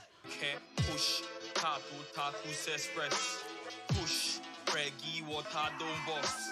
Push, your game too short. My nigga push, push. If you ain't push, watermelon you can't push. I'm a book buff. When I was in school, I used to write journals and all that, poetry, which has to do with music. So I said oh, that's interesting. They say seemed like a Maverick, and that name stuck in my head. And I was like, okay, when I'm dropping my first body of work, I'm going to use that. No, I know about Dallas You see why you shouldn't have said that? You know why? Because you owe him some money now. Probably. Because when you blow up, he's going to come for you. Yeah, I mean, no problem. Right? It's something I can afford, yeah. All right, so are you selling or you just streaming and just let streaming platforms just do whatever they want with your money? I'm actually selling. There's a platform called... When is it coming, sorry? When is it coming first? Okay, the one you can purchase. Or is it out now? No, it's not out yet, actually. You can just pre-order and pre-save. So for you to procure the EP, you can go to Bandcamp. It's going to be out on the 26th of October. That's this Saturday. It's coming Saturday. But on the streaming platforms, it's actually distributed by Rock Nation. It's going to be out on the 1st of November, yes. Do you have a deal with them? It's just a distribution deal. No, not at all. Yes. So that sounds like Rock Nation. So who are you working with on Rock Nation? Rock Nation, it's just the management, it's just the distribution company. No. Like who reached out to you or you reached out to them? How did that come about? Because I usually ask these questions because we want one of the reasons for the show is we want artists, we want people to learn. Not just artists, but what did this person do differently from what I have been doing. Okay. Even activists, what are ways to step, what are ways not to step. Okay. Or many times people are in a rut, or people are in there's writer's block and all that stuff. Yeah. How do I proceed from there? So when they hear the other person's story, they know how to, proceed. Yes, so that's why. I get you. Okay, I follow them on social media, Rock Nation as a label and all that. So I learned that they just started a distro. So I wanted to choose United Masters. United Master is headed by Steve Stout. Affiliates, Steve Stout. Steve Stout, yes. So yes, then Jay-Z owns Rock Nation. So I try to just suppose I read, okay, this is what United Master I have to offer. This is what Rock Nation has to offer. Pardon me. So.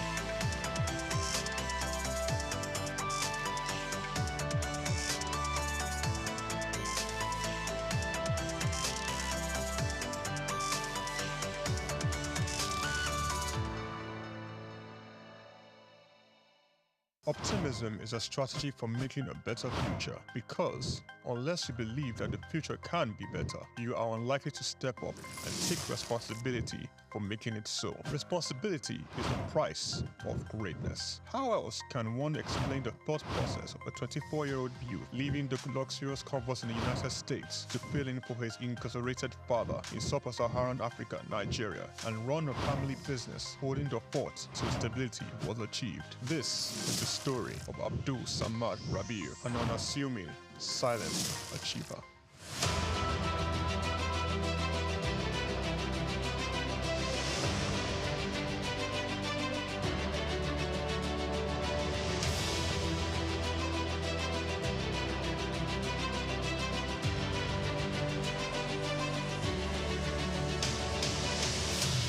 Samad Rabiu attended Capital University, Columbus, Ohio, and returned to Nigeria to oversee the family business when his father, Ishaku Rabiu, was detained by the administration of General Muhammadu Buhari for allegedly not paying the rice report duties.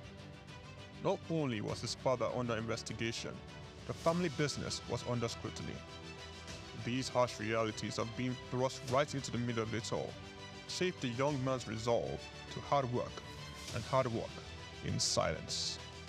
Abdul Samad Rabiu is the son of one of Nigeria's foremost industrialists, late Khalifa Ishaku Rabiu, founder of Ishaku Rabiu and Sons Group. The family operated holding company with a history of investment in manufacturing, insurance, banking, and real estate. In the 1970s, the group invested in manufacturing, with its first investment being the Kano Suits and Packaging Cases Company, a factory producing suitcases and handbags.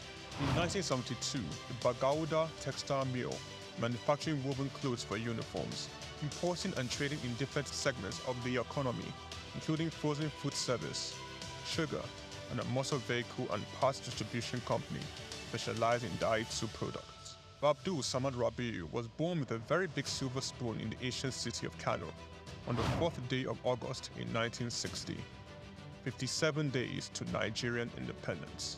24 years later, responsibility beckoned. He was in the family business till 1988. Abdul Samad Rabiu, following in the steps of the family business, established BUA Bois International Limited in 1988. Solely for commodity trading, Bois International Limited imported rice, edible oil, flour, iron, and steel. The much-needed wins to his sale came in 1990. The government, owners of the Dettol Steel Company, got into a contract with Bois to supply its raw materials in exchange for finished products. This was the young company's much-needed windfall. Bois expanded further into steel, producing pellets, importing iron ore, and constructing multiple rolling mills in Nigeria. Nigerian Oil Mills Limited, the largest edible oil processing company in Nigeria, was sadly bought by Bois in 2005. Bois started 2 flour milling plants in Lagos and in Kano. By 2008, Bois had broken an 8-year monopoly in the Nigerian sugar industry by commissioning the second largest sugar refinery in sub-Saharan Africa. In 2009, the company went on to silently acquire a controlling stake in a publicly listed cement company in northern Nigeria, Sokoto Cement, and began to construct a $900 million cement plant in Ogu-Obela, Edo State, completed and commissioned in 2015, which is at that time the single largest non-oil investment in South Nigeria, and had a capacity of 6 million metric tons per annum upon completion of the second line. This was followed by a new 1.5 million metric tons line in Sokoto in 2018 and another 3 million metric ton line which commenced in 2020 and was commissioned in 2022, bringing the total installed capacity for his cement holdings to 11 million metric tons as of January 2022. Abdul Samad Rabiu is very entrenched with his family in business, having over 40 siblings. His younger brother, Rabiu Ishaku Rabiu, was the CEO of IRS Airlines Limited, an airline based in Abuja, Nigeria. It operates scheduled domestic passenger services. Its main base was Nnamdi Azikiwe International Airport. The airline was established in 2002 and started operations in March 2002 and ceased operations in 2013. Kabiru Rabiu, our younger brother, currently serves as the Group Executive Director of BUA Group. In 2020, Kabiru was named the Best African Economic Leader under the age of 40 in the 100 African Economic Leaders for Tomorrow Awards by the French Institute, Souq. BUA invested $300 million in a 20,000 hectares Lafiaji Sugar Estate project, which comprises a sugar mill, sugar refinery, ethanol processing plant, and 35 megawatts power plant. The company also built an export-focused refinery in Port Harcourt, the only destination sugar refinery in sub-Saharan Africa. Abdul Samad Rabiu is constructing a 200,000 barrels per day petrochemicals refinery in Akwa Ibom State, Nigeria. The agreement was signed with Access of France in August 2020 for the refinery aimed at serving Nigeria and the West African petroleum refining needs. It is expected to be completed and operational by 2025. The privately owned Ogu-Obela Cement Company was in January 2020 merged with the publicly listed Cement Company of Northern Nigeria, where Abdul Samad Rabiu already held a controlling stake in the $3.3 billion transaction, and BUA Cement PLC was born. Abdul Samad consolidated all his food businesses in sugar, edible oils, rice, flour, and pasta milling into a new company, BUA Foods PLC. In December 2021, it was listed on the Nigerian exchange. BUA Foods emerged as a consumer goods leader in market capitalization, experiencing a phenomenal 206% year-to-date appreciation. Share prices soared from 65 naira per share in December 2022 to the current value of 379.9 naira per share as at 24th March 2024. In terms of fundamentals, BUA Foods exhibited robust financials with a 54% increase in profits to 105.6 billion naira in the first 9 months of 2023. Revenue witnessed an impressive 80.95% year-on-year growth, reaching 524.428 billion naira, and return on average equity stood at 43.42%. Despite challenges, Rabiu strategically increased his direct shares in BUA Cement by 56.37%, totaling 96.12% ownership. This move, executed on June 26, 2023, demonstrates Rabiu's confidence in his company's future growth.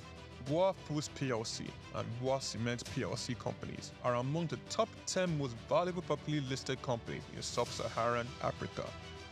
From a relatively small company in 1988, BUA Group has grown to a world-class conglomerate, contributing significantly to the country's GDP while providing employment opportunities for tens of thousands of Nigerians. Abdul Samad Rabiu's philanthropy is silently second to none. He founded the Abdul Samad Africa Initiative, ASR Africa, an African-focused fund for social development and renewal which seeks to support Nigeria and other African countries in the area of health, education, and social development. In October 2022, Abdul Samad Rabiu, through ASR Africa, donated $500,000 to the United States Agency for International Development partner on tuberculosis control, HIV, and gender-based violence prevention efforts in Nigeria. Development of a 7.5 billion naira 200-bed specialist hospital in Kano State during the global COVID-19 pandemic. Abdul Samad Rabiu championed Nigeria's donation to this COVID-19 intervention by a single individual or corporate donating, amongst other things, 1.35 billion naira to the COVID private sector coalition, 300 million naira to the Presidential Task Force on COVID-19, over 1 billion naira in cash donations to 10 state governments across the country, 70 ambulances, medical equipment, face masks, provision of foodstuffs for over 1.5 million persons in Kano, Lagos, and Rivers States. ASR Africa Initiative donated a 4 billion naira police hospital in Abuja and donated 1 billion naira each for 6 universities across Nigeria through the ASR Africa Tertiary Education Grants Scheme for infrastructural development. The beneficiaries of the 6 billion naira tertiary education grant schemes are Ahmadu Bello University, University of Ibadan, University of Maiduguri, Nnamdi Azikiwe University, University of Ilorin, and the University of Benin. ASR Africa Initiative also donated 2.5 billion naira each through its tertiary healthcare development grants for health projects across 4 geopolitical zones in the country. These are in addition to 5 billion naira donated to build the first teaching hospital in Akwa Ibom State, donated 10 billion naira to the Security Support Fund of the Nigerian government. Abdul Samad Rabiu was awarded the 2022 CEO of the Year at the African CSR Awards, 2016 African Industrialist of the Year Awards by the All African Business Leader Awards, the 2022 Sun Man of the Year Awards, 2020 Vanguard Business Person of the Year, and the New Telegraph Philanthropist of the Year 2021, a recipient of several honorary doctorate degrees from various universities, including the University of Benin, Nasarawa State University, Sokoto State University, and Crescent University. Abdul Samad Rabiu is a fellow of the Institute of Directors, and he currently holds the prestigious Nigerian National Honors, Commander of the Order of the Federal Republic, CFR, Commander of the Order of Niger, CON, as well as the highest civilian national honor in Niger Republic. Abdul Samad Rabiu is married with children. His children are Mustafa Khadija Kuki Rabiu, Ishaku Khalifa Rabiu, Junad Rabiu. On the 22nd of January 2024, Forbes estimated Rabiu's wealth at $5.9 billion, putting him as the 6th wealthiest man in Africa and 508th in the Global Billionaires Club. The family man, the silent achiever, the giver, Abdul Samad Rabiu.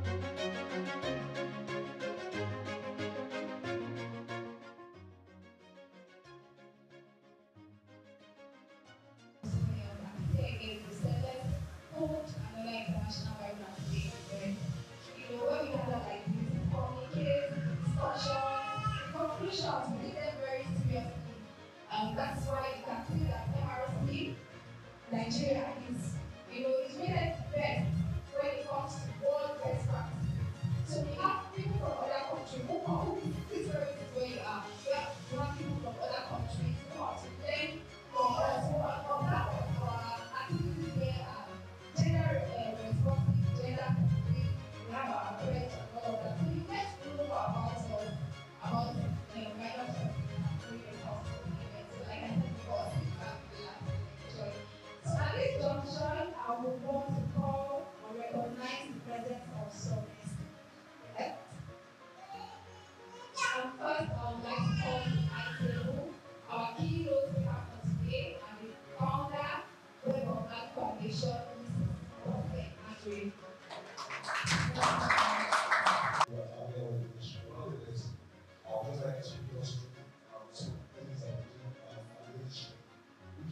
house is online. So definitely after much of your employment, it's not like government, people ordinary government, and office in the next day. And also the food industry, two. President exam the next one of state offices, the super seasonal office, which the headquarters is the Abuja. The information we want to unites its power from the constitution of federal government election and central constitution. Then also it is from the issue of legislation piece. We have our corporate ministries, which are like corporate business. We have exclusive permission, we have exclusive exchanges in terms of our Nigeria. That means it's only the power is exercised in the federal government. So those states offices have to be the federal mission. So the legal framework that guides the operation of federal mission is the Labor Act, that's 2004, the Fashion Act, Trade Disputes Act, Trade Union Arbitration Conciliation Act, Employee Competition Act, 2010, Child Rights Act, Pension Reform Act, Geneva Conventions, National Insurance Trust Fund Act, National Health Insurance Scheme Act, National Minimum Wage Act, Productivity Center Act, National Directorate of Employment Act, Nigerian Children Trust Fund Act, National Institute for Labor Studies Act, last but not the least, National Policy on Labor Migration, which we still have others still coming up. It is important to know that the Employment and Wages Department is where the MRC, as MRC is a unit under the Employment and Wages Department. So the Productivity Measurement and Labor Standards, the Social Security and Cooperative Department, the Occupational Health and Safety, Skills Development and Certification, then also Policy Analysis, Research and Statistics. To dwell more on the other departments which are very key, because most times when you ask someone to, what do you understand that Federal Ministry of Labor and Employment does, they will just tell you they create employment, or that's the place where employment originates from. Most times people don't really know the other services or the other activities that is carried out by the ministry. So the trade test, which is a certificate for artisans in Nigeria, if one goes or finish from university, the person gets graduates with either a BSc, BA, or HND as a case. Then most times people that actually go to learn skilled workers, they actually learn handiworks. Which certificates do they get after, to certify that they'll be able to demonstrate that they can apply the skills learned? This is a trade test, and it's the skills certification department that issues that, which in Lagos State we have the office at Yaba, that's opposite to Queen's College. And it's also worth to know that that trade test certificate is equivalent to OND. Yeah, according to assessments, it's equivalent to OND. So please, it's very important. All these other services are highlighted. We also have other ones, but time will not permit me to go through them. So Migrant Resource Center, then also the National Electronic Labor Exchange. So the MRC and the NLX is a unit, like I said, under the Employment and Wages under the Federal Ministry of Labor and Employment. The MRC was set up by the federal government in collaboration with IOM, that's International Organization for Migration, in 2016. It is a unit under the Federal Ministry of Labor and Employment. The center has 3 locations, which include Abuja, Lagos, and Edo State. Then, what does the MRC do? Or what does it stand for? Okay, it is an information hub for the provision of accurate information about migration, reintegration, and other support services for potential and return migrants and the general public in order to enable migrants exercise their rights and avoid exploitation, and also provide migrants with information on how their migration, remittances, and return plans can relate to development. So the functions of MRC. So the MRC centers actually provide services such as information and counseling section. So I believe when you are coming into the hall, you might have seen some chairs arranged outside red colors. So that's our counseling section, place. So but also advice on legal migration rights, employment and integration. So the MRC, most times when you get the word migration, it's a very, very simple word, but it entails a lot. People are migrating today, but the majority of the call them migrant workers. They don't know their rights and their responsibilities. So the MRC also carry out what we call the bills.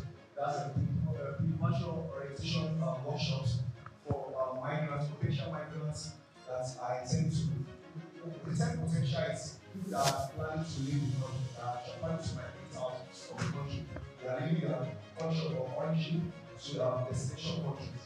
And also the integration services for returning migrants, which is very key.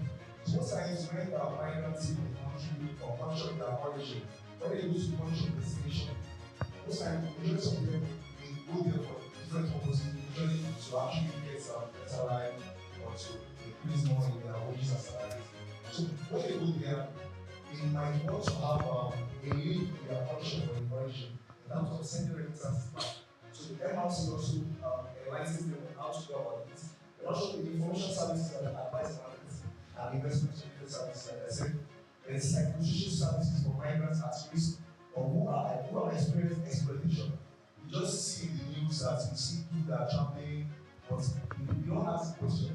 Most of the people that are traveling, one of them that actually have to be documents, to stay in the country of destination. So most times when they actually go there, most times people that don't have the right documents, they face a lot of, how I see it, abuse. They also face a lot of discrimination. Even some of them who are like people that go to the regular academy, that's what it's a feeling for example. You can relate, and also the or harvest things. So all those things. So when they come back, when they are being brought back home, so the essential services are what you also like feedback into the society.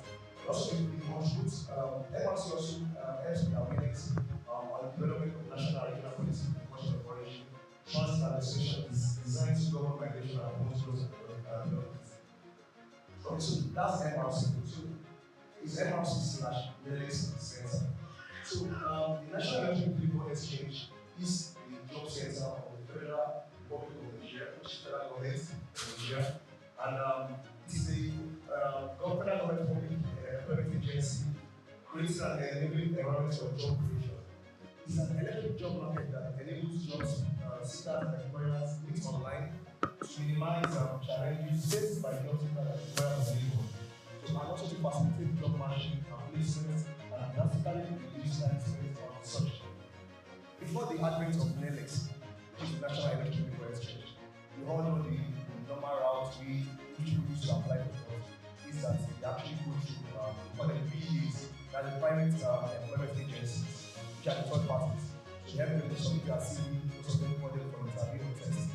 So the advent of NELEX, it's actually reduced the bridge gap, between the employers and job seekers. And this was actually facilitated because of the fact that the majority of employers may actually complain of skill gaps in their place of work. So the federal government did feel that for the Nigerians job seekers to be able to access, how I say, first-hand information about job vacancies, that was why the election was established. And also the initial existed as an analog registry and started with system as Lagos, Abuja, Oka, Asaba, Bauchi, and Kaduna. So it has now grown to 13 months to the total of 19 centers. So that means the national that's the job center, where the National Electronic Labour Exchange falls under, is we have definitely 19 centers, which is that goes to 19 states.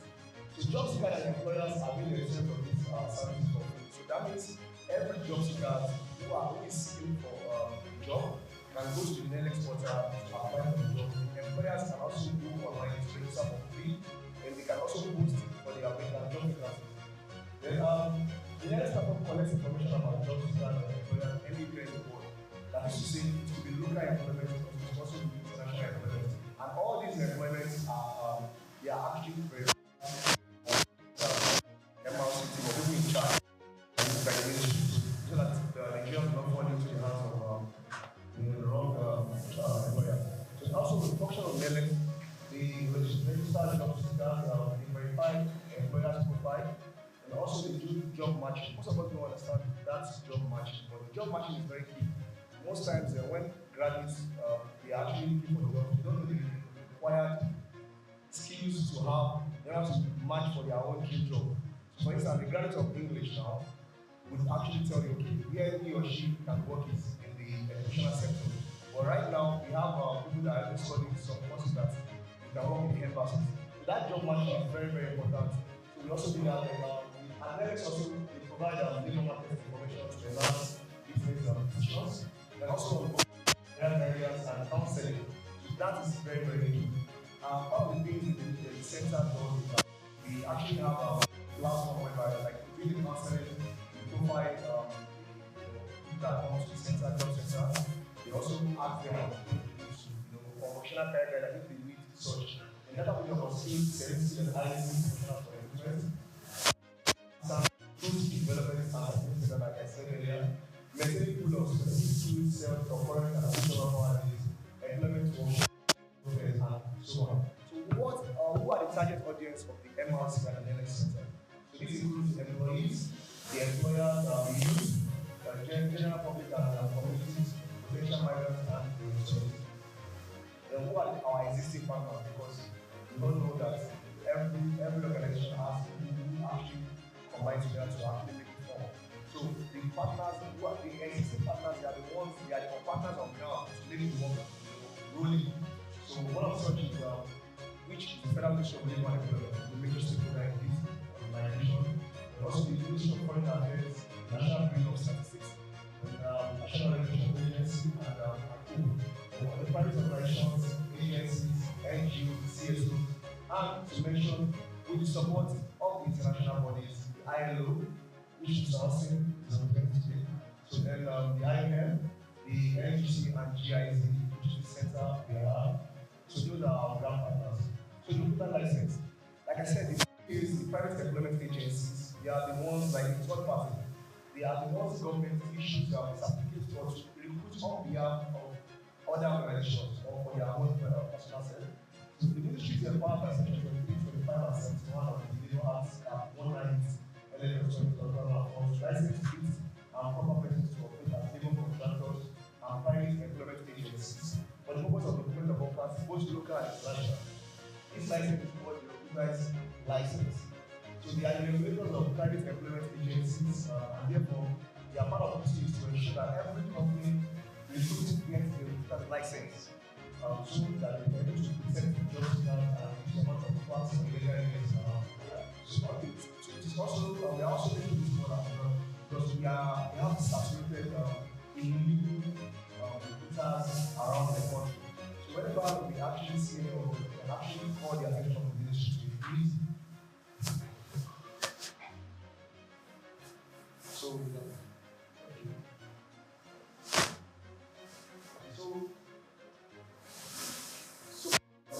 actually, like you say, when you see something, say something. The government cannot do it. You need to collaborate with the government and citizens.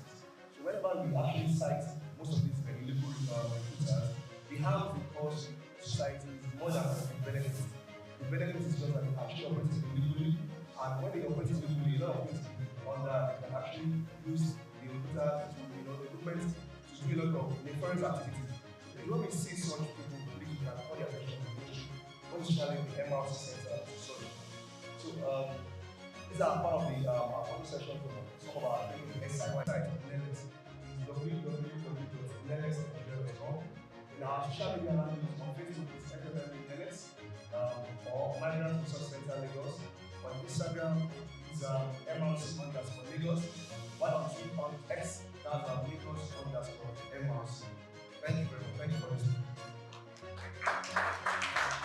Everybody, all protocols strictly observed.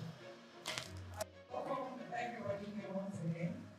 Thank you for honoring our invitation, and we are so glad to have you here.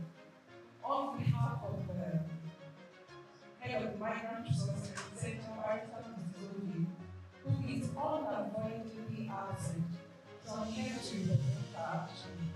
So we don't have much to say, but I think she certainly did, right? So I think after the meeting, I'll ask for you to speak. So are you ready?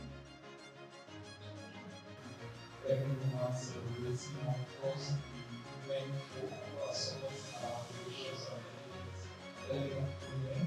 I'd say that on this year's edition of the National Women, which is our state act, it also marks the giant strides of women, as well as the ever committed engagements that women have made across the world, and of course in Nigeria, but of course to the support and engagement of women and gender community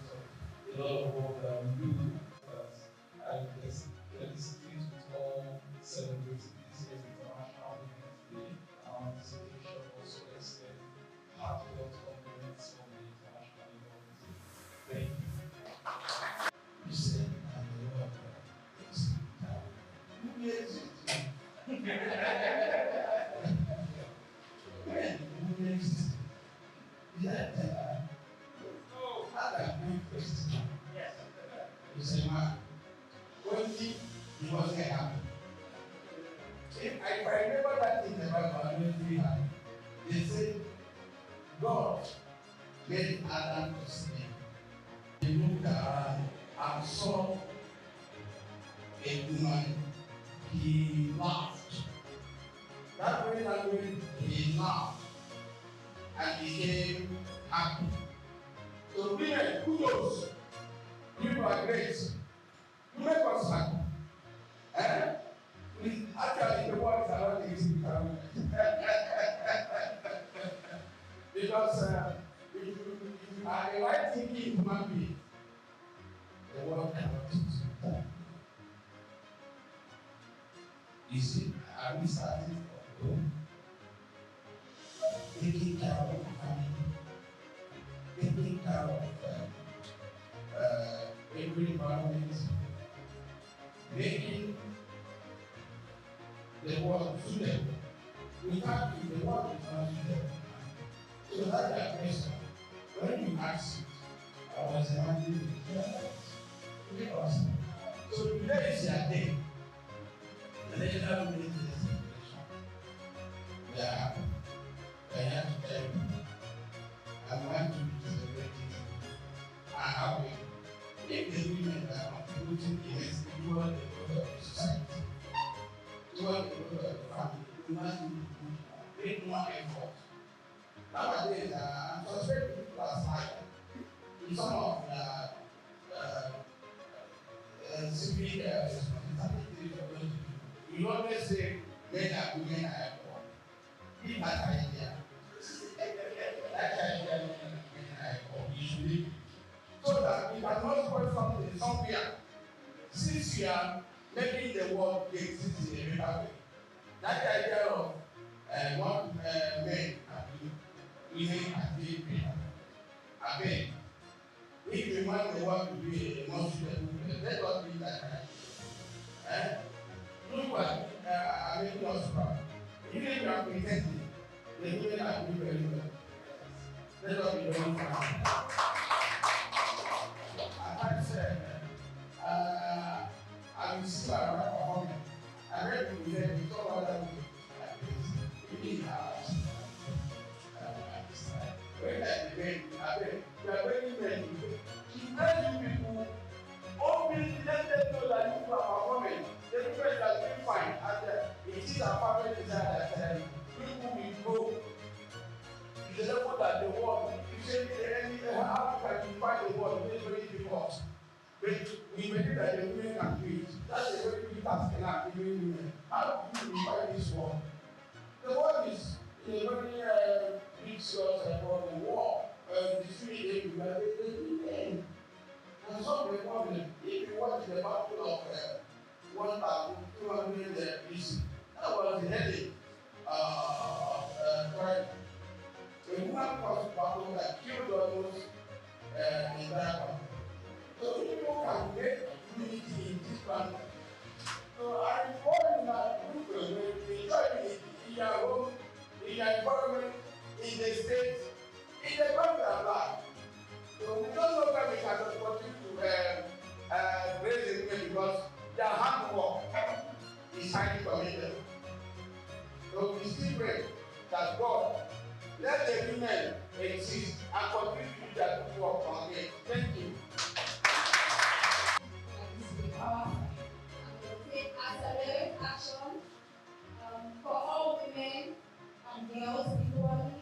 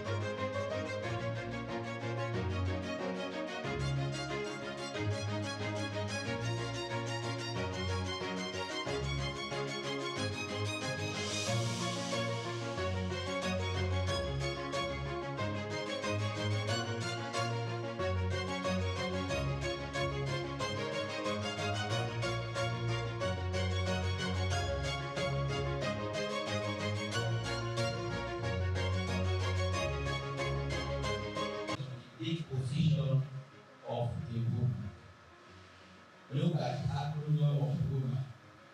Not all women or women are wife. Women, three women, she's wife. And not just being a wife, she's an organizer. A man is organizing the house and everything, but you organize it. Women are managers. Without them, man will live in his name. The one day they go will not do anything. They are managers. And apart from that, look at them, you need position. They are advisors. They are president. And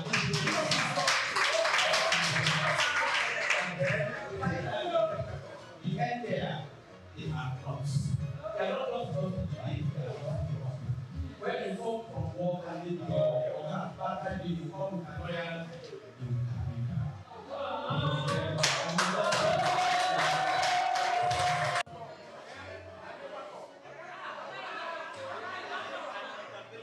Executive Director of Web of Heart Foundation.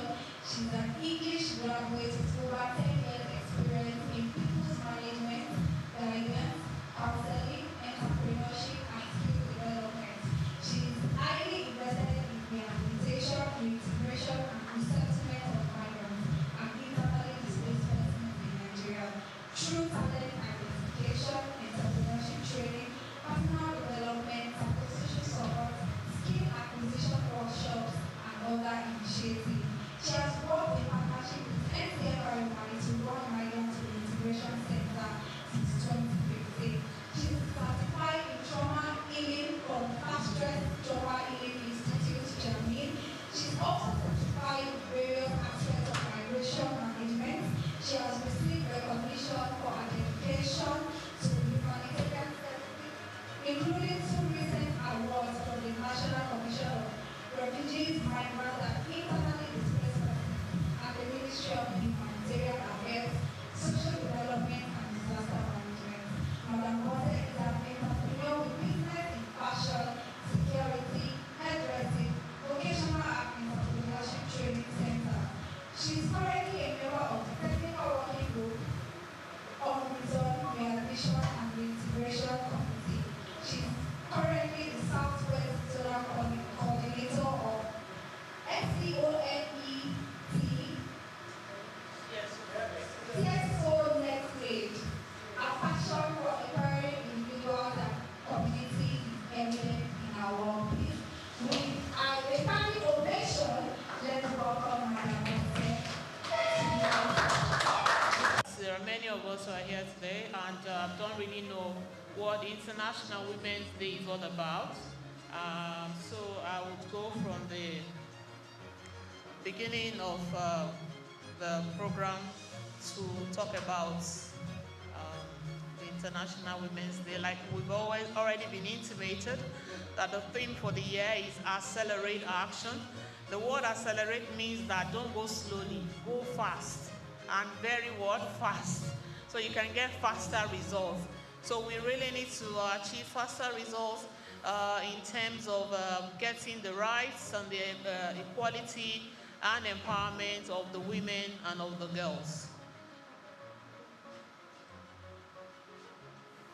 This year's theme is a global call to recognize tactics, tools, and methods that support women's progress in various aspects of life.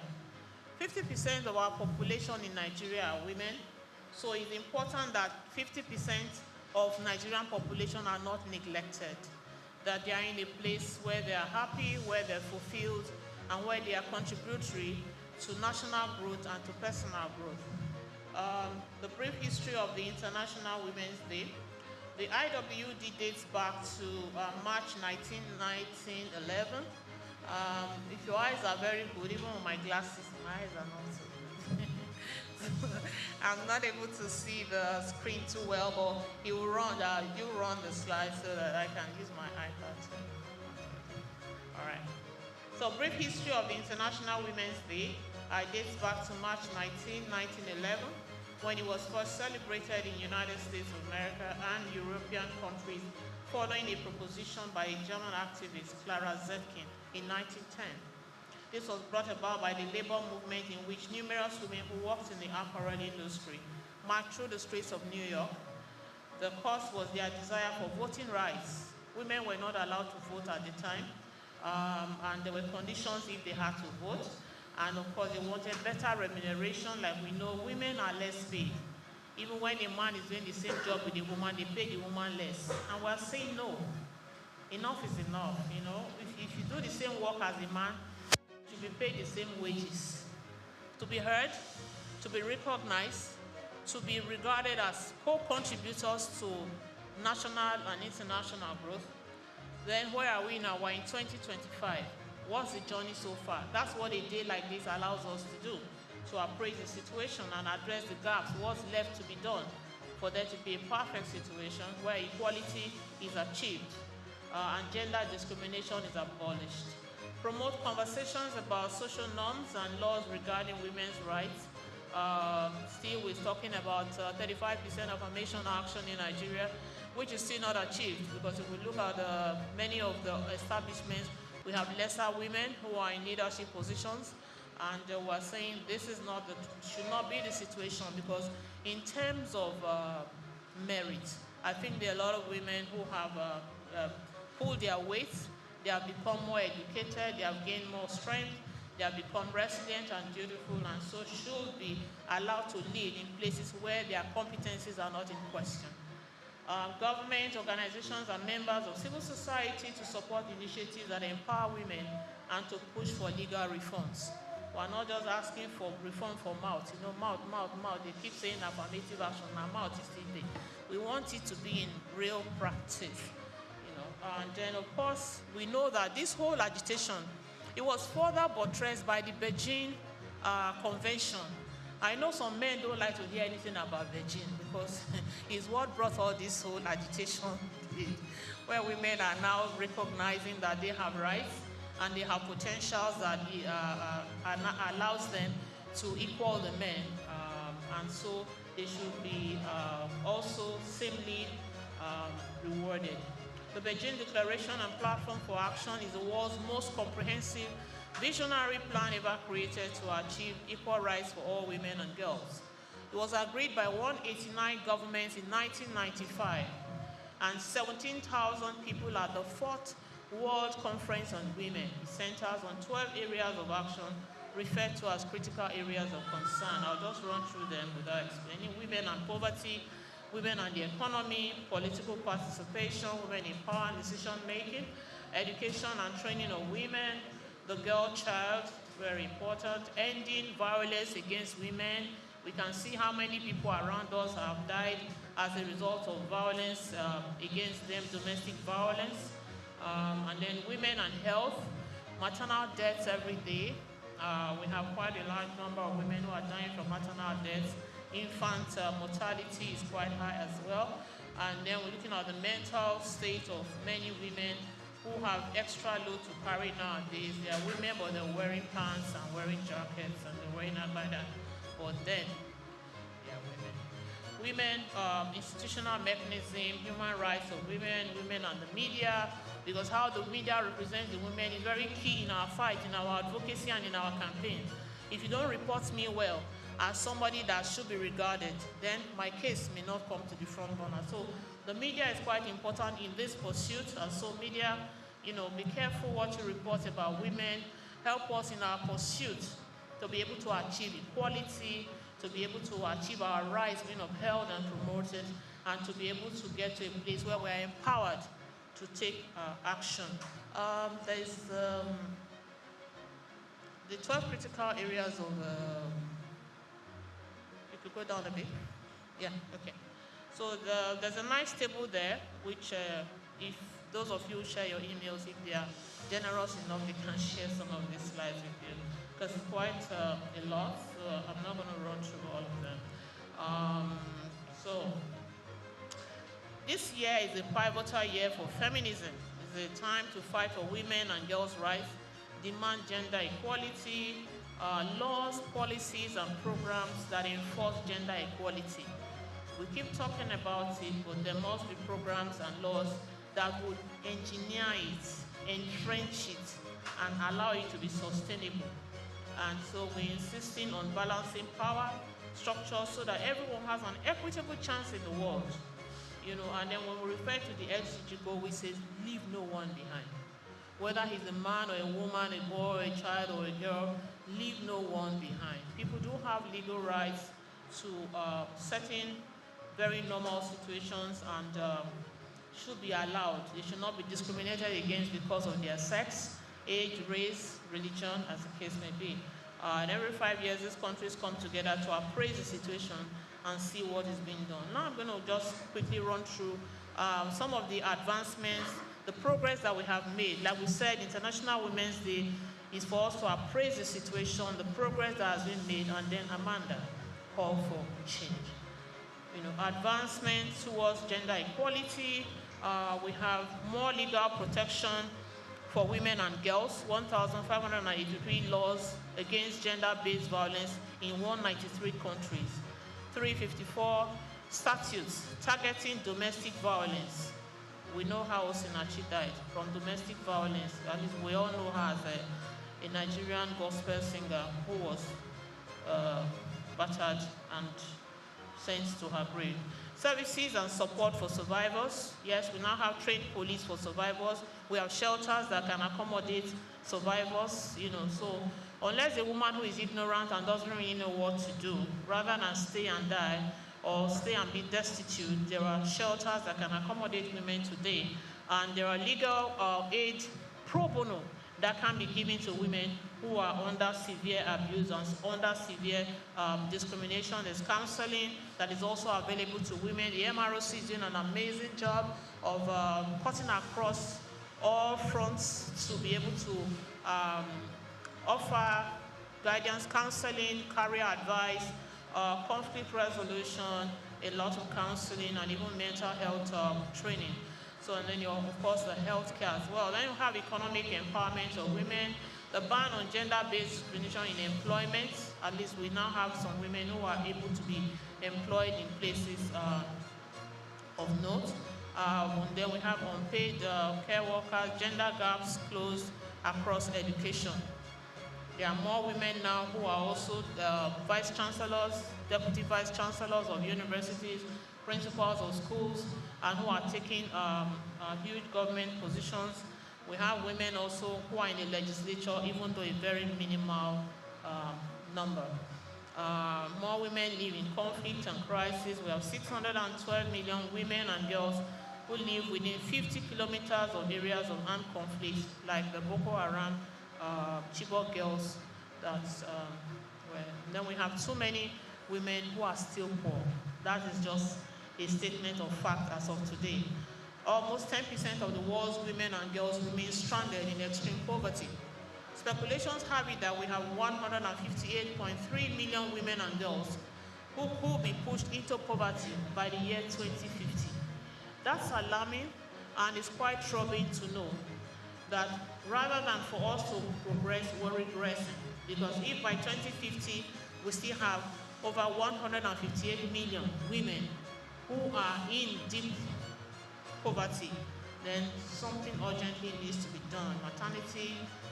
Maternal mortality is also part of it, and that is because of the incompetence of some of our medical persons, allowing young people to go into maternal conditions that their bodies are not framed for and they are not mature enough to handle. And of course, the child marriage is one aspect which we stand against. I think a child should be matured enough before she's taken into any man's house and is violated. 103 countries have never had a woman head of state. And there are so many women who are competent. Gender parity still remains a distant dream despite the progress in women political participation. Even when we have had women like Kamala Harris come into being the vice president for the United States of America, we still have so many women who are not recognized for anything at all. The global crisis against women and girls continues with few signs of abating. Around 736 million women have been subjected to physical or sexual violence. That's a number that, you know, when I first read it online, it gave me real trust, because sometimes you think it's a micro number, but it's sad that 736 million women in the world are being subjected to physical or sexual violence by an intimate partner. Intimate partner means your husband, or maybe your fiancé or whatever. And then by a non-partner at some point in their lives. Women are exposed to a lot of sexual harassment, a lot of sexual abuse, you know, and I say one of the contributing factors is that, you know, these days there's no ugly woman. Unless a woman who doesn't know her bits, you know. Most women look beautiful, well-shaped, nicely dressed, smell good. And so definitely we are going to attract. But then, you can see with your eyes and zip up. All 17, of course, digital technology is not helping, because you just press information, both the one you want, the one you don't want. Some people don't want to abuse, but they can go into the internet and watch one porno movie, and then they're jacked up, and then of course the next thing that is in skirts is their victim. So technology, digital technology is not also helping in gender-based violence and escalating it. You know, then of course all 17 SDG goals, which is the Sustainable Development Goals, of which the world is using to try and refine some of the world systems, also depends on achieving gender equality. So governments around the world are also agitating for gender equality. What we're saying is that when the tire meets the ground, what is gender equality? So any society, what are we really doing with that, with those two words, gender equality? What are we doing with those words? Now we have rights. We have rights to live. Rights to live free from violence. Rights to live free from violence and discrimination, to enjoy the highest attainable standard of physical and mental health. Mental health is key. You know, it's not everybody that is jumping on the street naked that is mad. There are many people who are well dressed, but there's a lot of insanity, there's a lot of depression, there's a lot of mental disorder that is going on. People are coming from backgrounds where their fathers abuse their mothers, where their mothers abuse their fathers. Because I don't want to say that it's only men that abuse women. I have seen women who abuse men. So gender-based violence is gender-based violence, and that means male and female. You know, so mental health is key. I'm hoping that the country will be able to have mental health centers where people can actually go for assessment. Make I check this my head first. My head really correct. Why am I beating my child? Why am I beating my wife? Why am I stopping my wife from going out? She can't go to church. She can't go to market. She can't visit her family. She can't even do business. She can't go to school. And yet she's your wife and you love her? I don't get it. What's love got to do with it? Right to be educated, the right to own property. There are communities where women are not allowed to own property. They say you are exceeding your limits when you now want to own property. But I thank God for advancement. Today, many women do own properties. And you know the sad part? Many men don't know the properties that their wives own. Because we live in a patriarchal society where the men don't want to see the women own anything. So, you buy your house, you hide it. You buy your house, you give it to your cousin to help you hold until when? Of course, we have the right to vote. Rights to earn an equal wage. That is part of the fight, and that fight is ongoing. That if you can make this water and you're a man, and I make the same water and I'm a woman, don't pay me less. That's just what it is all about. Don't pay me less. Don't pay me less because I wear skirts. Don't pay me less because I have breasts. Don't pay me less because I have a vagina. No. Pay me the same that is due to that service. And that is what gender equality is all about. And then, of course, we have the 1999 Constitution of Nigeria, it guarantees every citizen the right to dignity. If somebody beats you and abuses you, he has undignified you. Let me use that word. That means he has slashed your ego, your dignity, and has reduced you to almost rubble. And when the Constitution is not for that, the Constitution is saying that there is right to dignity. That means that anybody that wants to handle you should handle you with honor, should handle you like a human being who has dignity, a human being who has potentials, a human being who has skills and talents. Freedom from any form of discrimination. Don't discriminate against somebody because the person is a woman. Don't discriminate against somebody because the person is a Christian. Don't discriminate against somebody because the person is a Muslim. We are saying that all forms of discrimination should end. People should not be discriminated on account of their culture, their income. They should not be discriminated on account of their religion or their race. So racism needs to die in the world. So did you choose to die?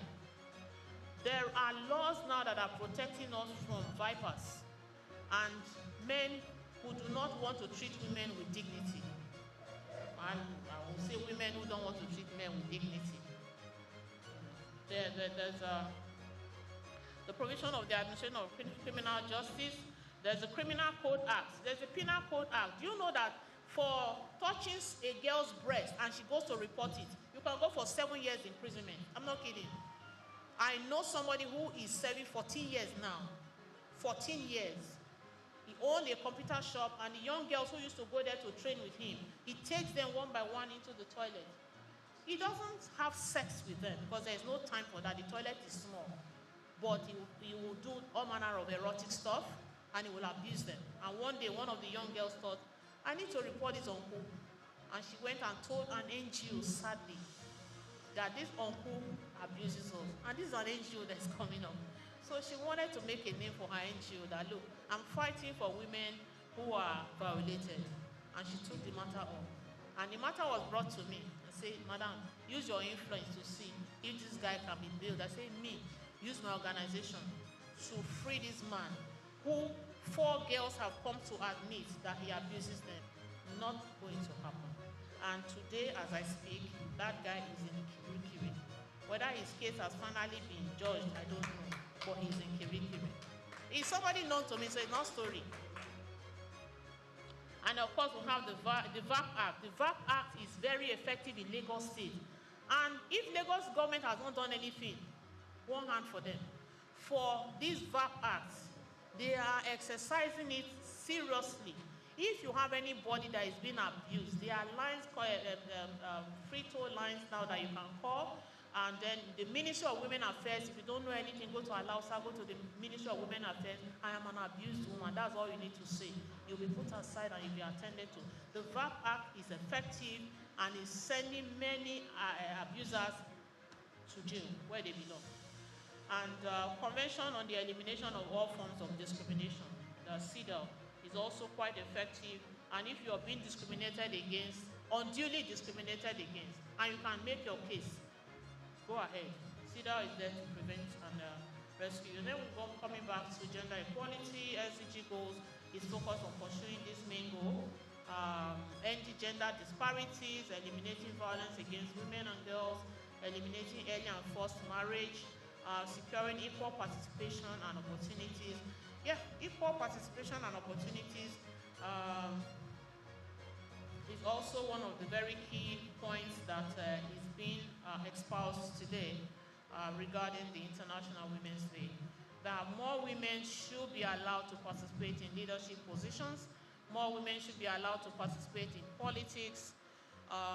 Many of them want to participate, but they are faced with discrimination, they are faced with lack of funding, they are faced with stereotypes. Women are the weaker sex, they have no brains.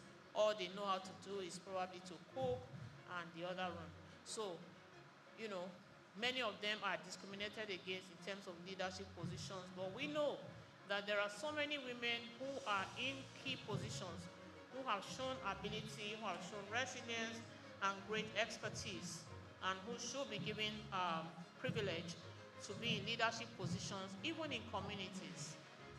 Nigeria and gender equality. Nigeria registered the lowest in gender equality in Africa. How sad. Using 3 dimensions: education, reproductive health, and labor markets. The labor people can tell you exactly how many cases that they handle here from the females who come in to either look for employment or other economic opportunities through the labor ministry, and the MROC is on their feet campaigning for your labor rights to be upheld, campaigning for fair recruitment policies, best practices in terms of recruitment of women and girls. Major sources of inequality, well, said that. Government policies, household decisions. Nigeria has the lowest number of women in legislation, in education, in governance. Can you imagine a whole Senate, only 3 women and 4, you know, out of which now is -1. So this is shameful. Women pay more taxes. If you go to the tax, women pay more. If you see a woman who is on the same level with a man in an office, the woman is paying more tax than the man, and I'm wondering why. Why? Because she's a woman, and she's on the same level with the man, level 15, and her tax is more than the man on level 15. I don't get it. There is no explanation other than stereotypes that have been upheld from age to age, time to time. Was saying that is enough. That is enough. If a woman is a managing director and she marries to be a managing director, she should pay the same taxes as a man who is that same managing director, doing the same thing and achieving the same results. And I would dare to say that women even achieve more results, but we don't joke with work. Nigeria has the lowest number of women in legislation. Okay, Nigeria is one of 5 countries with low women participation. I've said that. Leadership positions are rarely given to women, and that is true. Women have a higher share of soft skills than men, but women are considered subordinate to their male counterparts, especially in a patriarchal society like Nigeria, especially in northern Nigeria, where women are not allowed to have any voice. Women are not allowed to come out of Buddha. They are not allowed to come out from the shell or the hole with which, I don't know, I'm sorry, excuse my language, but the confinements, let's use the word confinement, the confinements that they are being placed in, women need to come out, be allowed to come out, be able to express their talent. If you lock a woman up, you lock up her talent, you lock up her skills, you lock up everything that she's able to do that is good.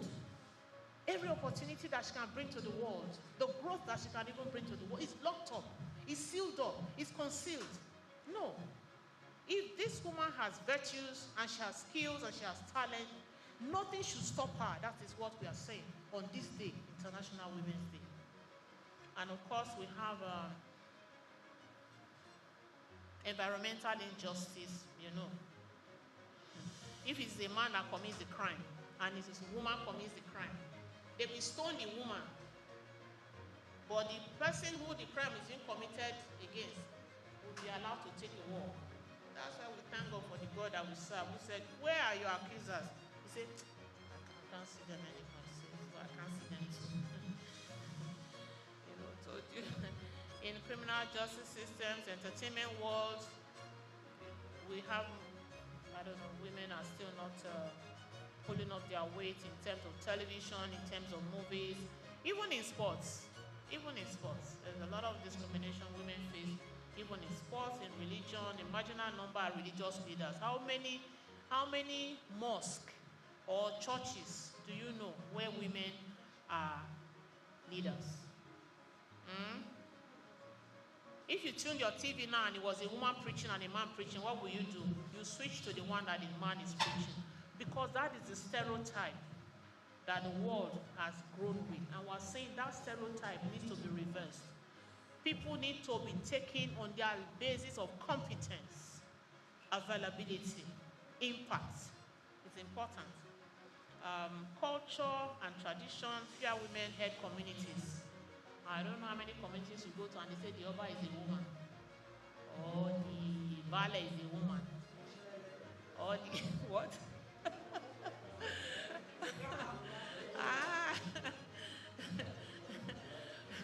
Whereas if they had if they had left some women to be the ballet of some communities, you will need to see what that community will be by today. I'm not kidding. Women, we don't joke with whatever is given to us. That's why we are builders. That's why we are mothers. Please, any male chauvinist, don't hate me. I'm only trying to represent the women in the world today.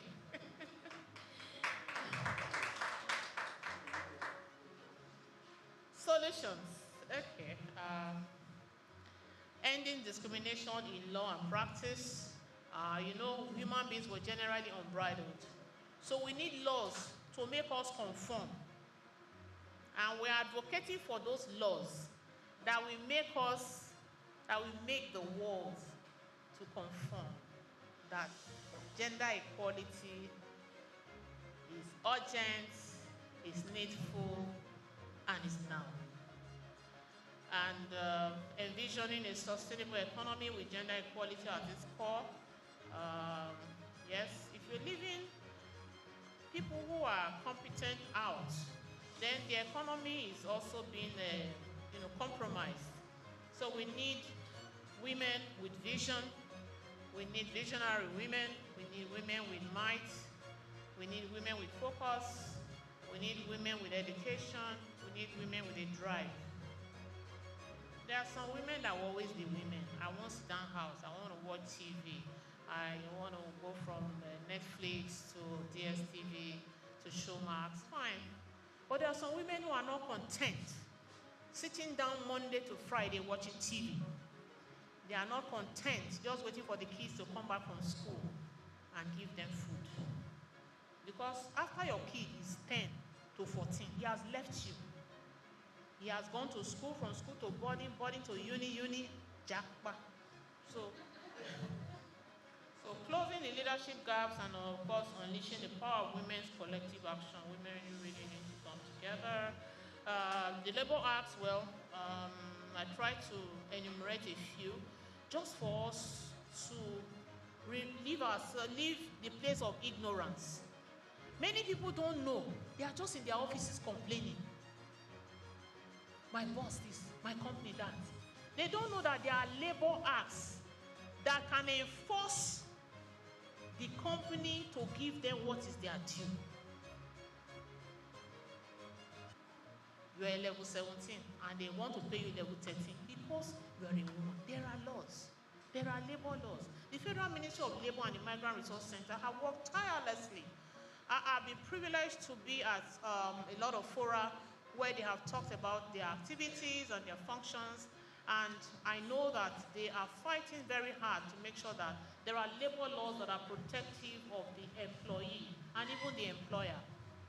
There are labor laws that allows you for fair recruitment, but you must know your right and you must know that law. That is why we're saying that education is important. When the woman is educated, then she can also know that she has rights, and she can know how to forge ahead to insist that those rights be exercised on her behalf. We have the labor law, we have the labor migration law.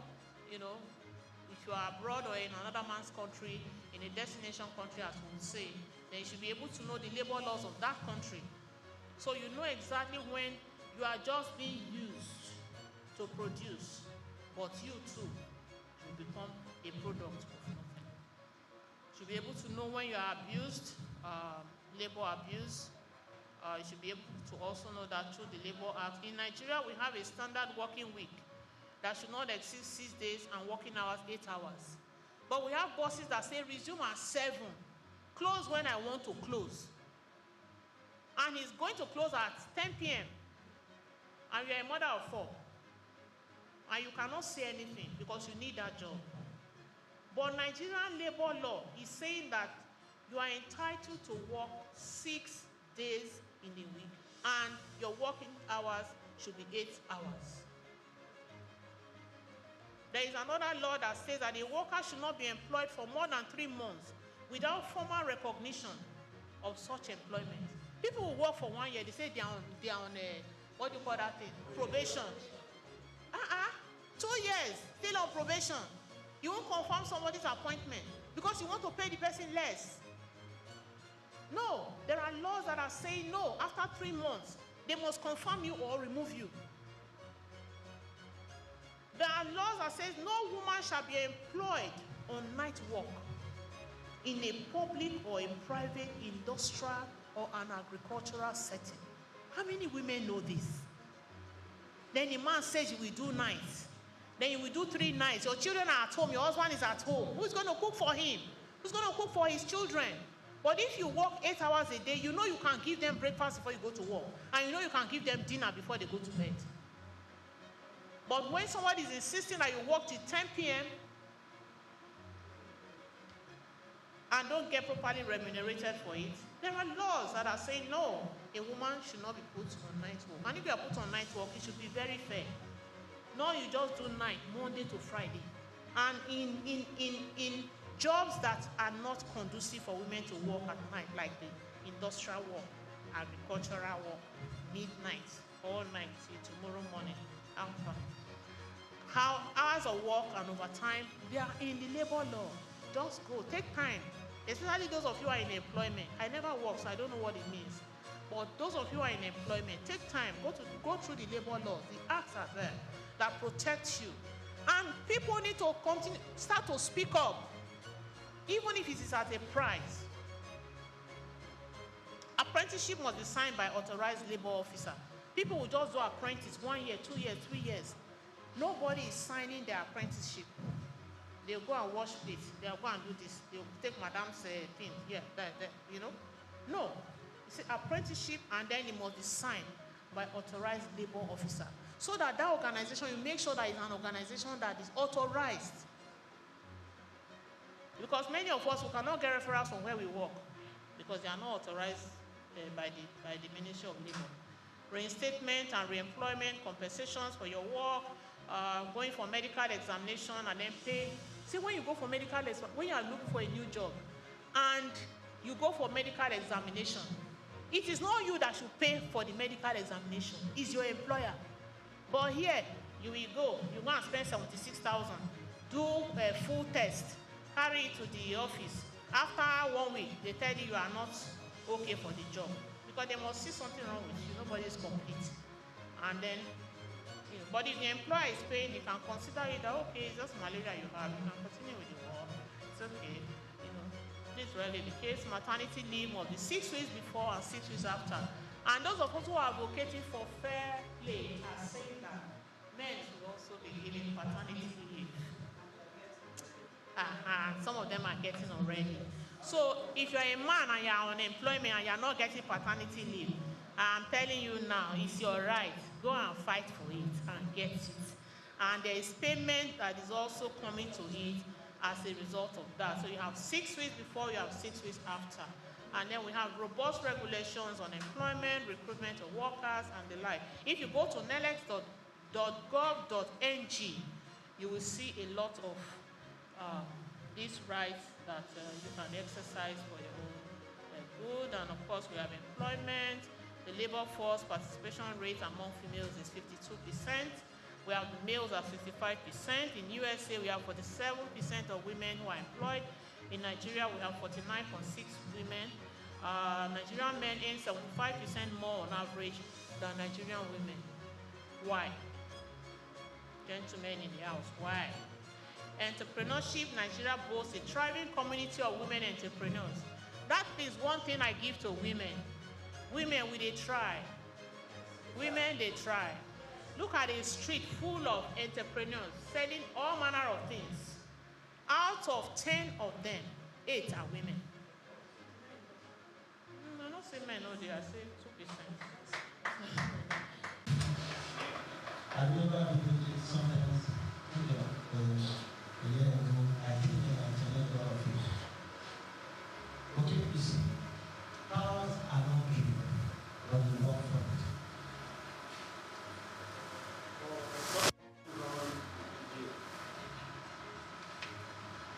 For some of you who are in Nigeria and all that, look at the research. You will find that the number of women in the society are more than men. And the number of people who also vote, okay, when you check the record,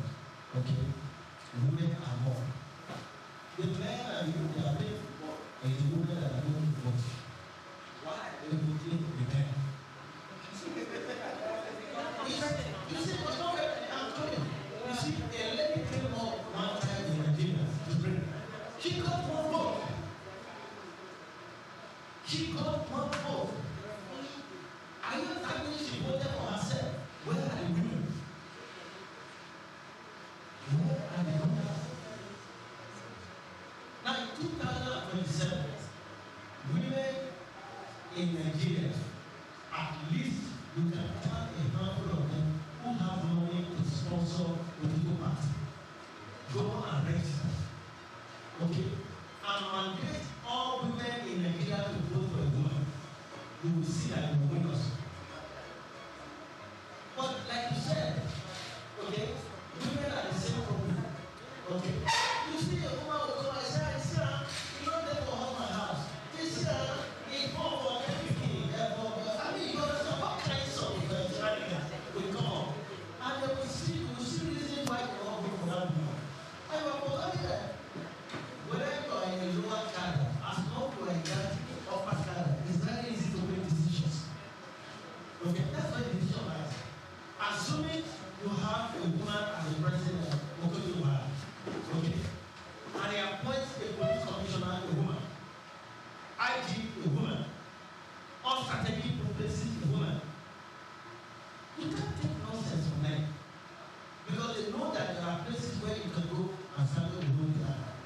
Look at what happened to the I hear you. You see, if I talk to you, it's only you and me that know that I talk to you. If you talk about it, it's not there. So the two of them knows what has transpired. But how many women spoke for her? Even before the decision was taken when she presented the panel, they have already sentenced her to 6 months suspension. You understand what I'm saying? But is that correct? I know that. But how many of us are speaking for her? How many women are speaking for her? The thing you hear is that she's too beautiful. She didn't follow like, she didn't do like this. Nobody to speak for her.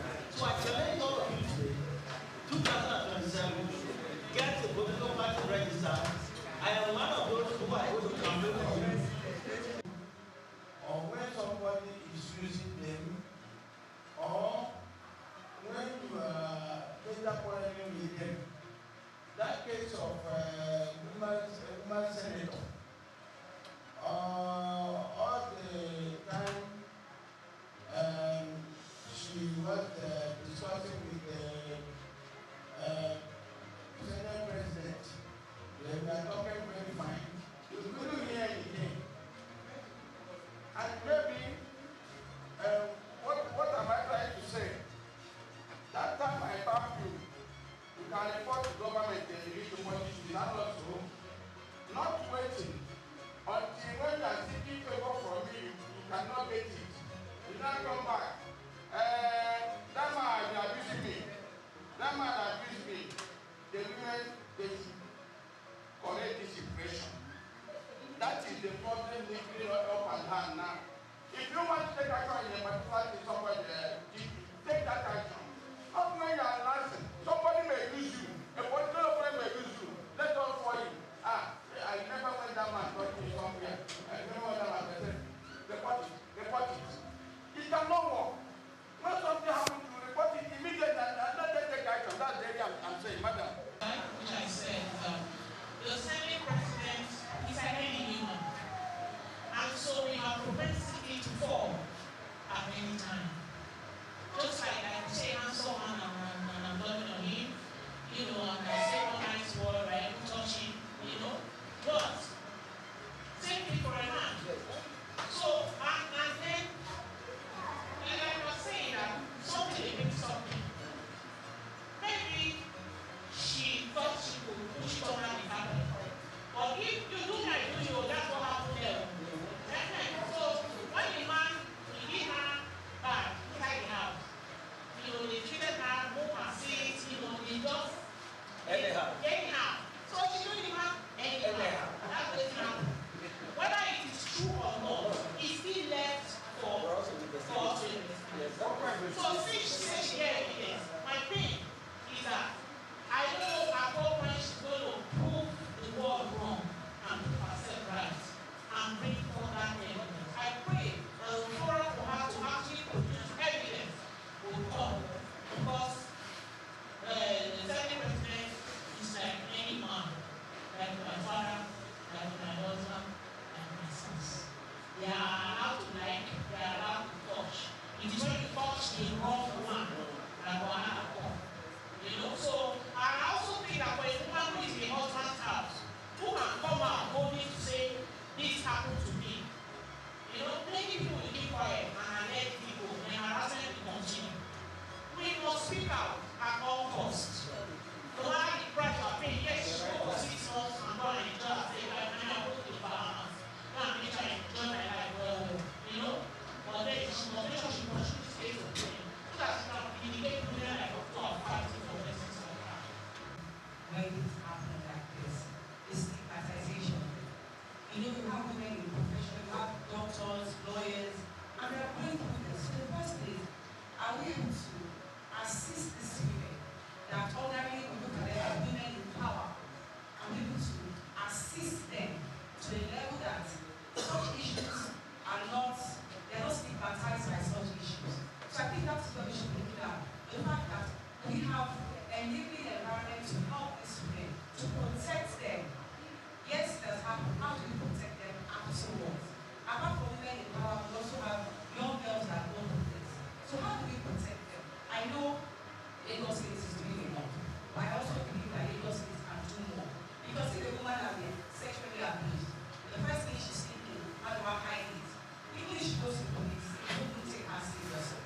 So the thing is, how do we protect them? So I think Lagos State is doing more, like doing so more, like I said. I think we can also do more to make sure that when a woman has gone to sexual abuse, there's a certain way we protect her. You just want to take body. I have a friend who wrote on his Facebook account about that issue. That imagine how many women in offices have been abused by Natasha.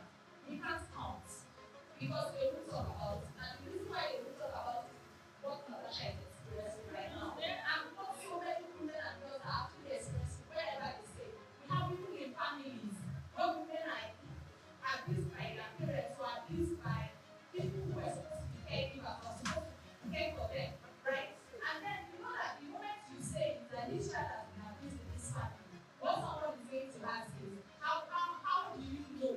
Prove it. Bring evidence. Let's be sure. Meanwhile, that person is already dealing with something really hard. Right now, thinking about let's protect this person from this abuse or the abuser, you're now kind of encouraging and enabling the abuser because the moment you ask the woman, are you sure it happened? The abuser is like, yes. You are encouraging the people that are doing it. Thank you.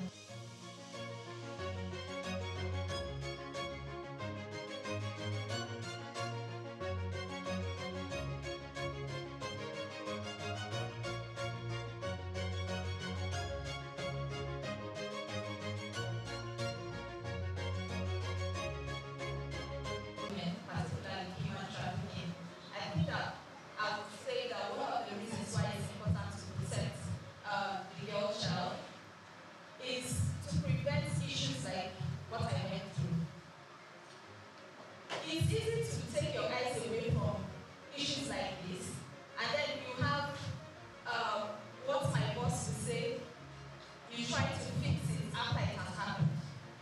When you protect girls, when you create platforms that actually protect and educate girls, you reduce their vulnerabilities and the tendency for them to go through what someone like me experienced, right? And that is what a day like this is for, to make sure that it doesn't happen, to make sure that you're actually encouraging people to stand for what is right and to ensure that people are not victimized or young girls are not victimized and that they are given a platform to grow and become better. So I am basically saying that this prevention is better than actually focusing on trying to fix it after it has happened. Thank you. I just wanted to add that when we talk about girl child, we are saying the word child is very important, but the girl child is the essence. Because if we look at the election process right now, we have more voters as women. The girl child should be encouraged to stand, to speak, to have a voice. We usually say the mothers are responsible for the upbringing of the child, but I'm saying here today that it's all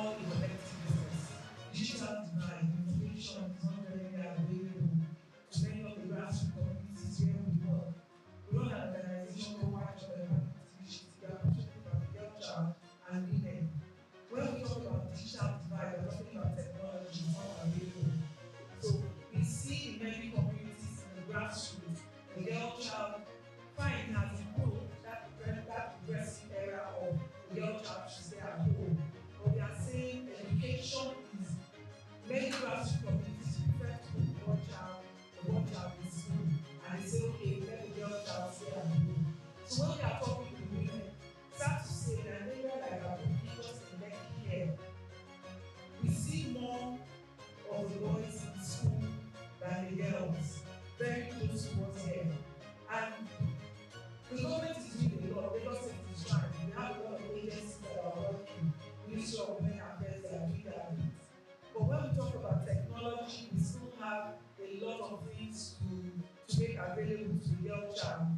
We have the World Literacy Foundation, for example, what they are doing for the girl child is they are able to come out and tell them this is the community where the girls are not being encouraged to go to school. They are ready to say, okay, let us set up some equipment, but this information is not available. How many NGOs, how many civil societies are aware that there's a group like that that is ready to do so much for the girl child? Thank you very much. The cost of the norms and the culture of our society, like in Africa, or down to the area of part of this country, outrightly does not favor the girl child. Just as the last thing I just mentioned, there are some things we believe in this country that is right, which is absolutely wrong. One, that priority be given to a male child over a girl child, without giving them equal opportunity, because either due to poverty or as a result of religious belief. And outrightly, you just conclude that the boy will do better, let the girl stay behind. And then we promote the boy child over the girl child, give them education, take care of them, and we don't believe that the girl will end up in man's house. That belief that girl cannot do better, that girl is limited, that girl has inefficiency, is very bad. And the religious belief as well, and cultural belief, I'm sad to say that some people believe that, look, a child girl is just for making money due to poverty. Let's analyze. When a man is so poor or is poor and he has 3 or 4 children, and maybe out of them 2 are boys, 2 are girls, he's looking up with a girl that very soon, at the age of 13, the age of 14, this one will bring me money. Let's say the culture whereby when you are coming for that girl, they are making 2 or 5 hours. He's looking at himself going to be a potential wealth man. If so, you'll be encouraged to what? To give the girl child out for marriage. And as a result of that, he finds back a lot of essential things, which you have had in life, opportunity to study, opportunity to get a lot of things, and end up descending poverty. And there's a lot of things I have to say, but maybe because of time, as the question progresses. That's another thing. When they are going through this process, they are told to stay at home and not go to school. So the father and baby will say, why am I going to spend so much on school? Especially when the poverty issue comes in. Why am I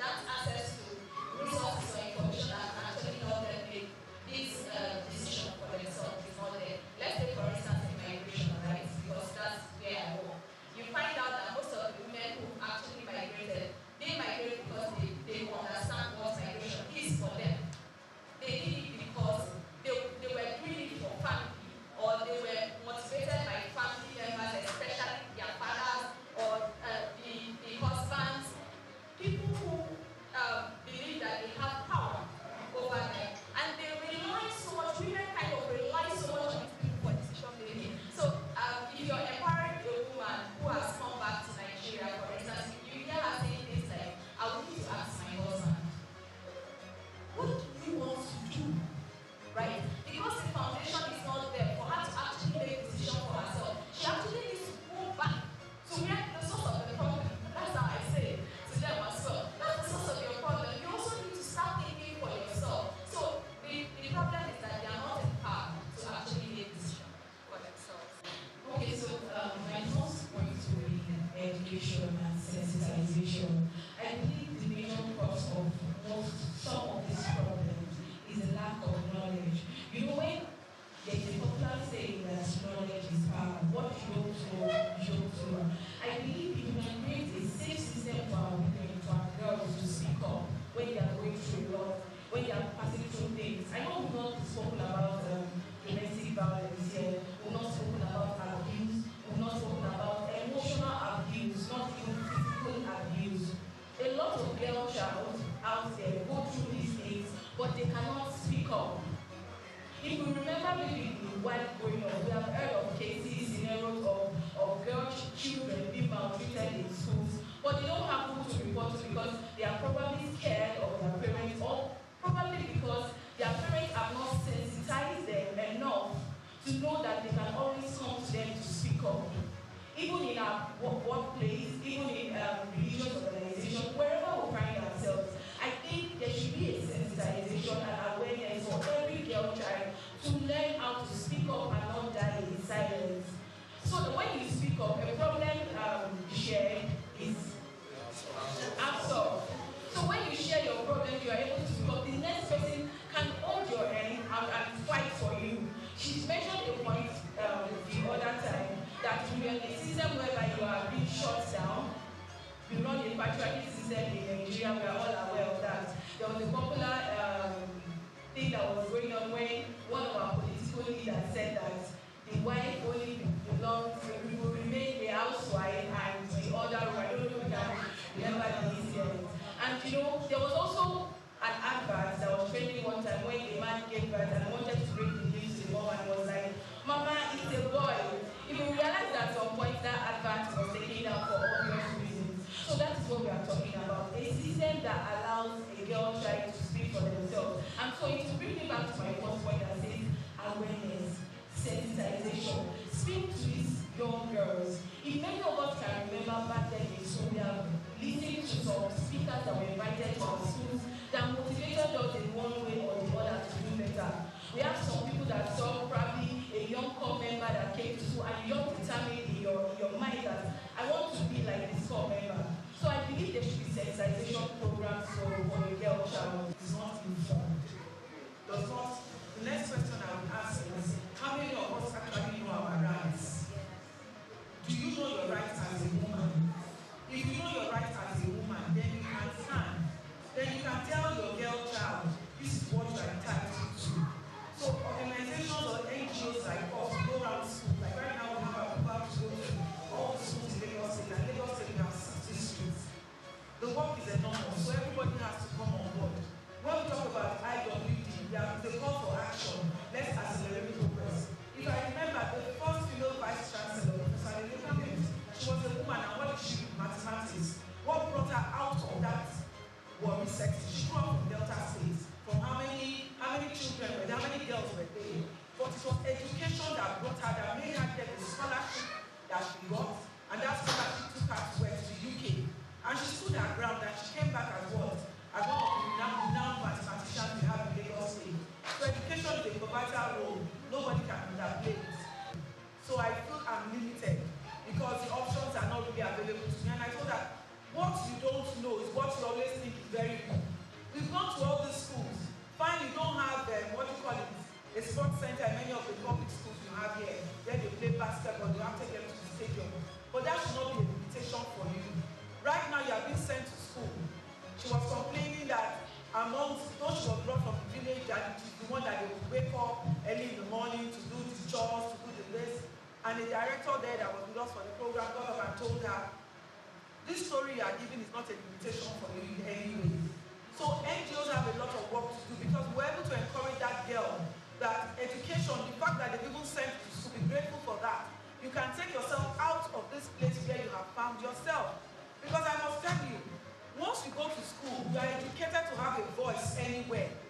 And that voice gives you the ability to. There was a program we had in one of the schools, and one of the children actually got up to say, why are people saying people are not going to school? Because why? The environment where that child has been brought up encourages going to school and has never heard of a situation where a girl child is not being allowed to go to school, or has never even, doesn't even understand what are you talking about, call to action. Everybody in my family is a doctor, is a lawyer, is a this, is a that. So I'm just saying, the environment you find yourself, make use of that environment and create impact. So we're able to tell the girl, the fact that you're not in a private school is not, and I have been to a number of schools, and I just couldn't tell the girl that this school you're in is even better than many of the private schools I've been in. Because the girls were so bold, they were so confident, they had voices, they could speak, and I was happy we were there because we were able to tell them, just know your rights. Know what, the UN has something they call Declaration of Human Rights. It's a small book. How many people have the time to actually read it and know their rights? And I always tell women, if you know the SDG goals, for example, right to life, right to water, I talk about water, I talk about climate, those are invariably our rights. They are calling for action on those SDG goals. They are saying we should have a voice with regards to these issues. So I'm encouraging mothers, wives, everybody here, take something back. No matter what, no matter the situation you find yourself, let the girl child have a voice. We are talking about rights, we are talking about equality. Many of the girls will tell me, we are not equal to Oga's children. I said, please, why are you looking at Oga's children that go on holiday every summer to London? I can tell you, the categorical example I always give them is Professor Lele Williams, Google our blessed memory now. She wasn't from an elite home, but at the end of the day, there's nobody that has not heard about Professor Grace Lele Williams. I think that the reason why we are still having young people you feel like I educated. For instance, I have finished my BSc before I got graduate. It's funny, right? And the thing is, the right kind of information that is related to those class of people. So the reason why women that have information are saying Natasha people should actually help investigate what has happened is because they understand it, right? Now, the ones who are doing a match against Natasha is because they don't understand it. So if you're going to take information to that kind of community, you have to make it relatable. Make them understand. You're taking sensitization and awareness to a school where you know that these children barely even have access to 3 square meal. Make it relatable. Teach them what they actually need to know about their rights. Right? That's what is actually going to help advance this information that we are passing. There are people who know the value of education, and there are some people who don't value education up to now. We are talking. Now, you must understand that education is unique, and access to unlock the great potential. You mentioned about television, the rest of them. We are talking about them today because they are educated. Now, there are people who don't believe there are families. Practically now, speaking from practical aspect, they will not care when their children get to school, whether they miss classes or not. Some are in some jobs at home, and they don't find it necessary that the child should get to school by 8 or by 8 or before 8 to at least to attend the first class, so that the child get to the school demoralized. Some of them are big, some of them are dead, and they can't even concentrate. So what we need to do most of the time, we come there, relate to them, talk to them, give this child the benefit of Jesus, so that she will be able to concentrate at school and learn.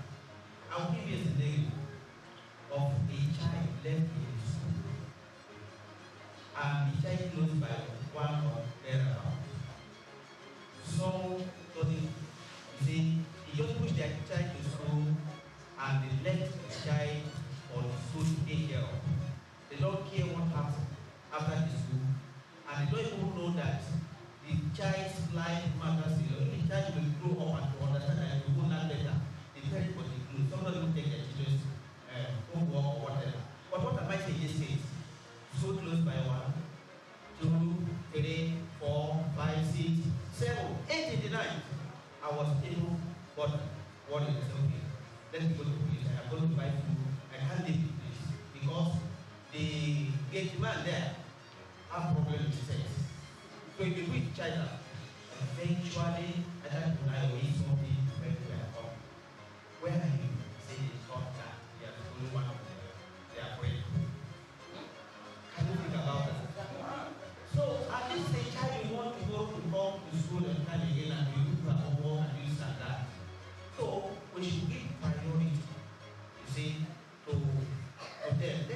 Let us have interest in what they are doing. That the best legacy you can give to a child is education.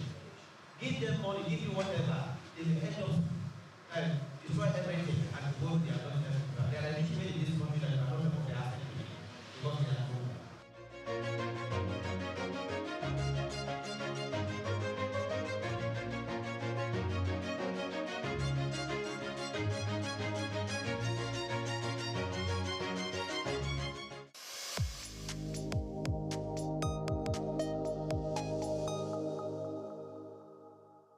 Known as the father of African literature, Chinua Achebe was born on the 16th of November 1930 in Ogidi, now Anambra State, eastern Nigeria. He was born to Isaiah Okafor Achebe, a teacher and an evangelist, and Janet Anenichi Ilegunam, a vegetable farmer. Achebe has reshaped the global understanding of African identity through the power of storytelling. Raised during the twilight of colonial rule, Achebe's education was steeped in both Igbo tradition and the Western values of post-colonial Christianity. As a student at the University of Ibadan, he became fiercely critical of how Africa was portrayed in Western literature. Achebe believed that Western literature often painted Africa as a dark and primitive continent, but he sought to tell the African people's lens. In 1958, Achebe's groundbreaking novel Things Fall Apart shattered colonial narratives through the tragic story of Okonkwo, an Igbo warrior. Achebe illuminated the complexities of African culture and the devastating effects of European colonization. Things Fall Apart became more than just a novel. It became a symbol of African resistance against the oppressive narratives of colonialism. Achebe was not just a writer. He was a passionate advocate for African self-determination, and his political activism made him a critical voice in the post-colonial era. Even after a life marked by personal and political struggles, including a car accident that left him partially paralyzed, Achebe continued to inspire. He taught at Bard College and later Brown University, where his influence reached new generations of writers and thinkers.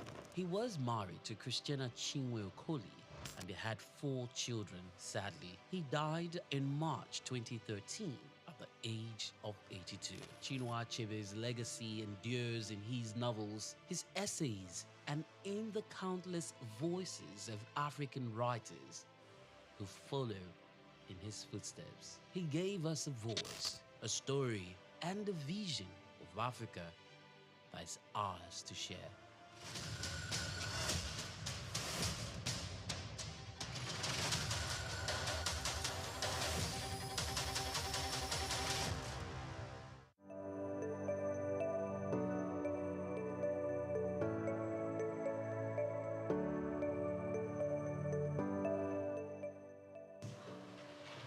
Directors, President, Nigerian Guild of Editors, distinguished editors, ladies and gentlemen, good morning. Mr. Chairman, as part of your engagement to engage with various stakeholders, you have met with various groups, and another critical group that you are meeting today are members of the Nigerian Guild of Editors. Of course, you had a meeting with NUG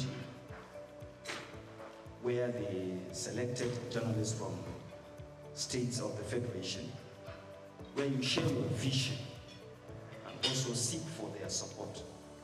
It's the same thing we are here to do. Editors, before you is the chairman of the ICPC. Before becoming the chairman of ICPC, he was the Commissioner of Justice in Jigawa State. And he has a vision that he intends to unveil, or he wants you to help him so that he achieve this vision. Dr. Musa Ali San is currently pursuing a vigorous restructuring of the ICPC that requires your support, your understanding. And that is why I came to Lagos purposely to meet with you and to seek for that support. Distinguished editors, I present you as one of you. I present you the chairman of ICPC and Dr. Musa Ali San. Mr. Chairman, you are welcome, sir.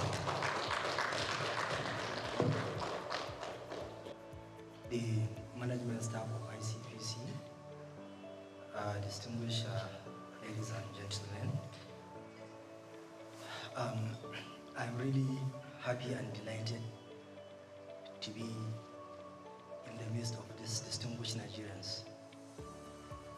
And I have to say that we at ICPC, we really cherishes and greatly values the partnership with you all, because we know that you are really great and valuable because of the role which our Grand Norm has given to the media. And there is no doubt that your dedication to exposing corruption and enhancing our efforts has been crucial in fostering a more transparent society. And our decision to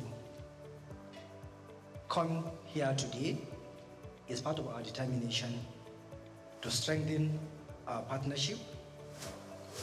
That's why this breakfast meeting is not merely an event, but a reaffirmation of our shared mission to combat corruption and uphold integrity in Nigeria.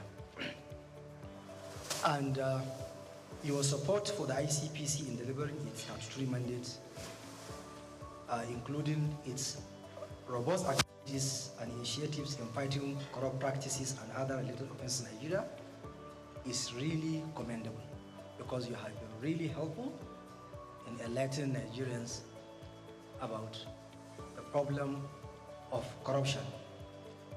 And I'm personally filled with gratitude that the media has continued to positively boost the ICPC's anti-corruption public communication efforts. Your investigative reports, analysis, and overall dedication to truth have helped in exposing corrupt practices, because there are a lot of stories that you published which help us in our investigation. And most of these stories, they have led us to discovering some massive challenges that is facing, or that are facing our public sector. And if I may recall, there is one whereby it has to do with our youth. A contract supposed to be executed for the benefit of our youth, but the humongous amount of money was diverted. And it was as a result of one of you we discovered the challenge. So I thank you for the contribution. as we salute your commitment to the crusade against corruption, ICPC under my leadership is really serious to ensure that sustenance and heightening of our collaboration with you. And the media is not merely an observer, you are a frontline partner in the fight. And over the years, ICPC has adopted a strategic communication approach in line with Section 36 of the 1999 Constitution as amended and Section 27, Sub 4 of the ICPC Act. And these laws ensure the protection of suspects' rights while remaining strict, diligent, and stand in our actions. And ICPC will remain resolute in propagating the rule of law and protecting human dignity. And also, ICPC under my leadership prioritizes the protection of whistleblowers and the integrity of investigations. And transparency is a cornerstone of our work, and we will continue to provide verified information through official channels, which include press releases, newsletters, and our digital platforms. May I quickly review some of our engagement last year? Last year, because I was the Attorney General, and I rallied my former colleagues, we had a meeting in Abuja whereby we look at the challenge of corruption at subnational. We reviewed the problems and also agree that we need to work together. As a former Attorney General, I know that they are critical because they are the chief law officers of the states.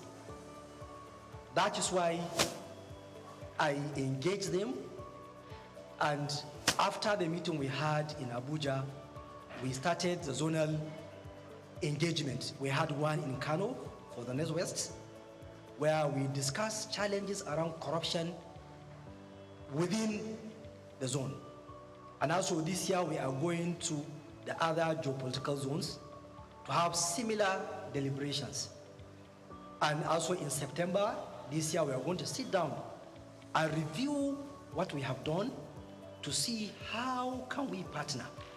Because I feel the attorneys general are critical. And as chief law officers, they need to work together with us, because by Section 15 of the Constitution, all of us are supposed to put hand on deck in order to fight corruption and also to see how can we tackle abuse of office. And also, I had engagement with Nigerian Institute of the NIPR, the Nigerian Union of Journalists, ICANN, Nigerian Bar Association, and various stakeholders on how can we partner in the fight against corruption. Because no single entity can fight corruption. We need to work together. So that is why I reach out to various stakeholders to ensure that we are on the same page. And last year, we were able to reach out fiscally 1,458,000 individuals through our 579 sensitization exercise conducted under our community engagement programs. And we issued about 188 press releases. And also the Commission experienced increased followership in our social media platforms. And also we introduced what we call ethics pods, a podcast, whereby we are sensitizing Nigerians around the issue of corruption. And also, there is no way we can succeed without having planning. Our strategic action plan 2024 to 2028 was unveiled last year, whereby we gathered stakeholders and discussed it, because that will be our focus on how we can work. And our strategic action plan is in line with the National Anti-Corruption Strategy, which has 5 pillars: corruption prevention, issue of enforcement and punishment, ethical reorientation, and also enlisting public support of Nigerians, so that, and also recovery of proceeds of crime and management. And this is the area whereby we have upscaled our activities to see that we trace, recover, and manage the process of crime, and also to remit it back to the Consolidated Revenue Fund, so that we won't allow those allegedly took away what did not belong to them to go away with it. Because if you allow them, once they accumulate the process of crime, no doubt they will use it and also to fight back. And also they will deprive Nigerians with what they are supposed to have in the issue of infrastructure. So that's why we focus seriously in that area of recovery of process of crime. And also ICPC, as you know, that it has laudable programs. And one of the key issues which I focus is that I ensure that I consolidate all what the previous chairman of ICPC have done, from late Justice Mustafa Akambi to Professor Wasoni.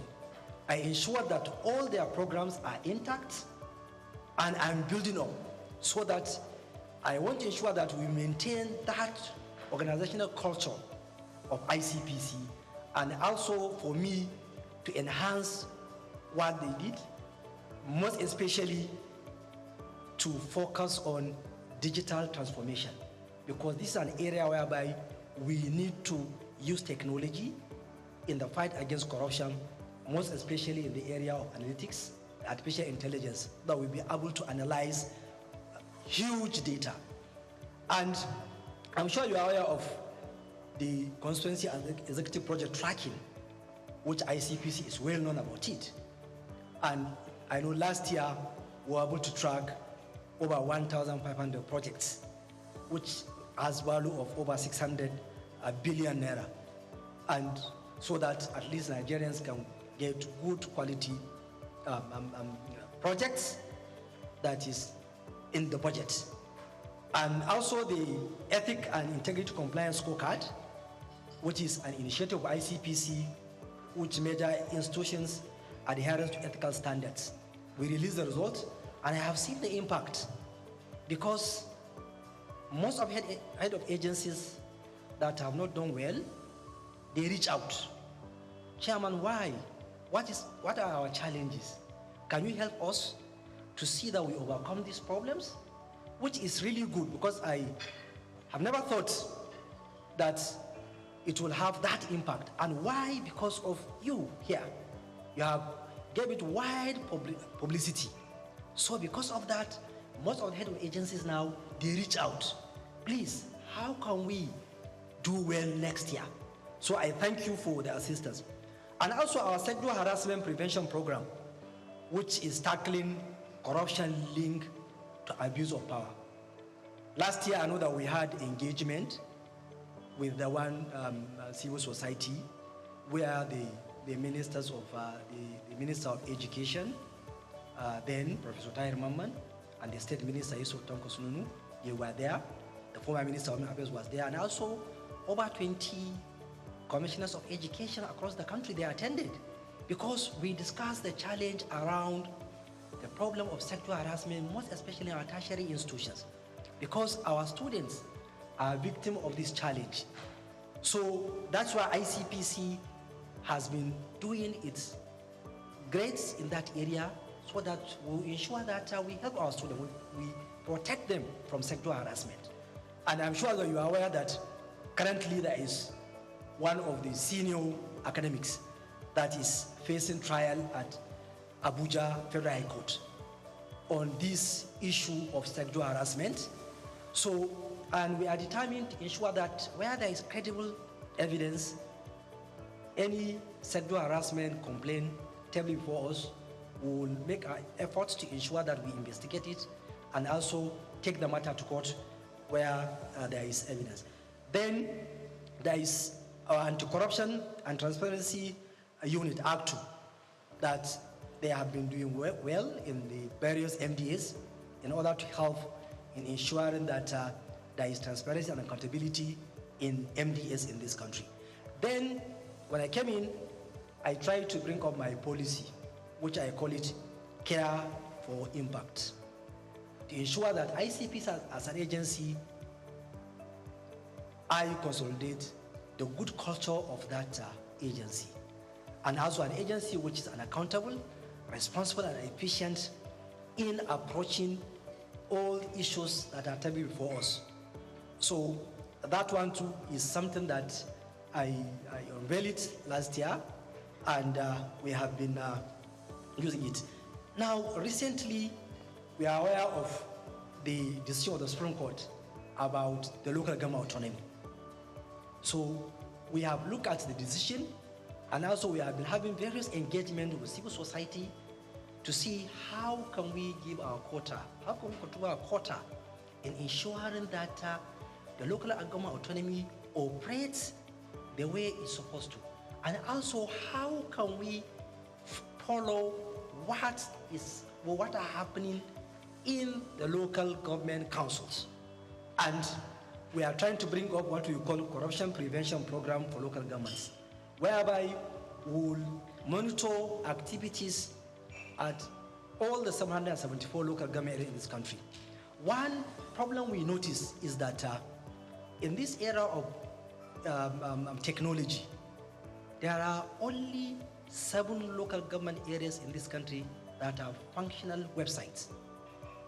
So we feel that is not right. So we will now try to see how can we use technology to force the local government council to make information available to Nigerians so that Nigerians can follow what they are doing. You, also the editors and other media stakeholders, can be able to follow what are they doing so that we will monitor if there are issues, questions can be asked. We too, we can follow because we don't have the enough manpower to go over all the 774 local government areas. But we feel technology can help us. And we know that practically, I don't think there are procurement processes in our local government councils. This is an area where we need to look at. And also, we will ensure that there are mechanisms around control of corruption, around the issue of finances of local government councils. So we will team up with the media, with the civil society to ensure that information are available. Nigerians know what is happening so that at least it will reduce the challenge of corruption at local government level. Last 2 weeks, we are in Gombe, myself and Ola, the chairman of the EFCC. And we discussed around the challenges at local government level. So, and we are determined to ensure that we focus there so that Nigerians at the local level can get the dividend of democracy. And even recently, we have been facing challenges around the issue of this local government autonomy because there is even one caretaker local government chairman whom we charged to court because after the decision of the Supreme Court, he continued to spend government money to award contracts despite the fact that the Supreme Court said, look, stop. And also we know how challenging this issue of local autonomy has been since 1999. But ICPs as an agency will ensure that by virtue of Section 287 of the Constitution, we have the power to ensure that the decision of the Supreme Court is implemented fully.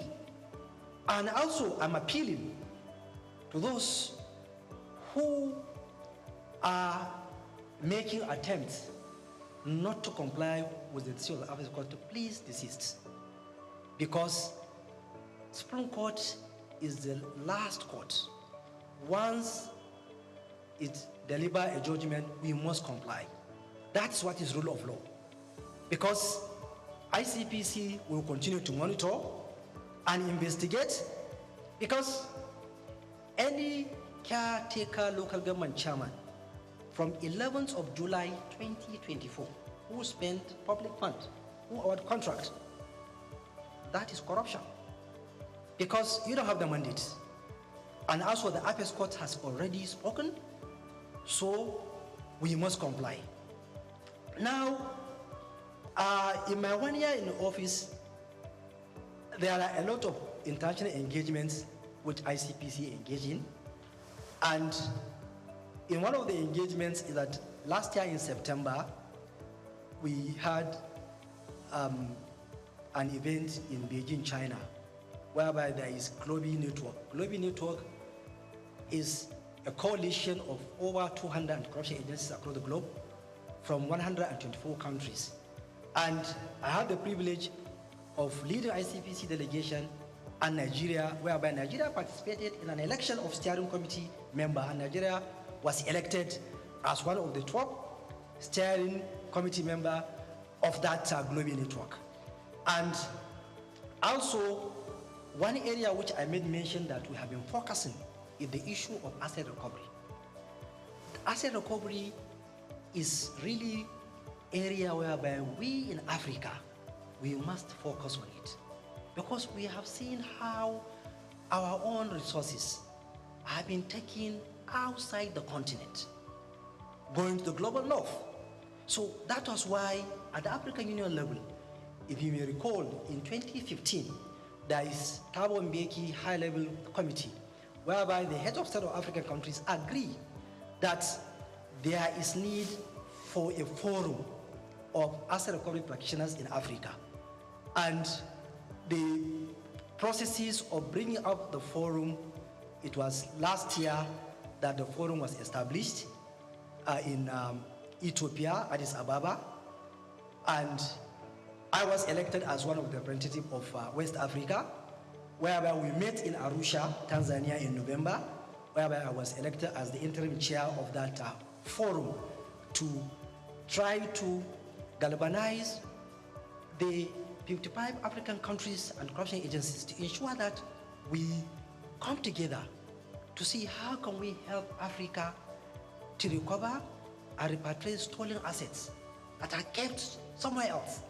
And we agree that, look, apart from slavery, which is our own human resources that was taken to other continents, there are a lot of stolen assets of Africa outside the shore of Africa. And we know what is happening. Whenever you want to trace and recover, the experts outside Africa will charge you huge amount of money to recover all professional fees, to recover those stolen assets. So that was why we say, no, we need to come together as Africans. Let us identify our experts within the continent. If we need somebody to trace, Nigeria doesn't have the expert. It can look for Ghana, Kenya, or any other African country. Do you have the expert? Yes. So that's why we are coming together to see that we trace, recover, and repatriate the stolen assets. Also, we'll keep on raising this issue of stolen assets at various fora, because the United Nations Convention Against Corruption has already backed the issue of stolen assets that we need to recover it. So this is an area whereby that I'm chairing now, and we are trying to see how we will make efforts to see that it has seen the light of the day. And distinguished editors, we know that corruption thrives where there is silence, or in silence. But your voices are the ones that can shatter that silence. Your role in shaping public perception and holding institutions accountable cannot be overstated. The more Nigerians see what you write, what your opinion about this issue of corruption, the better for us.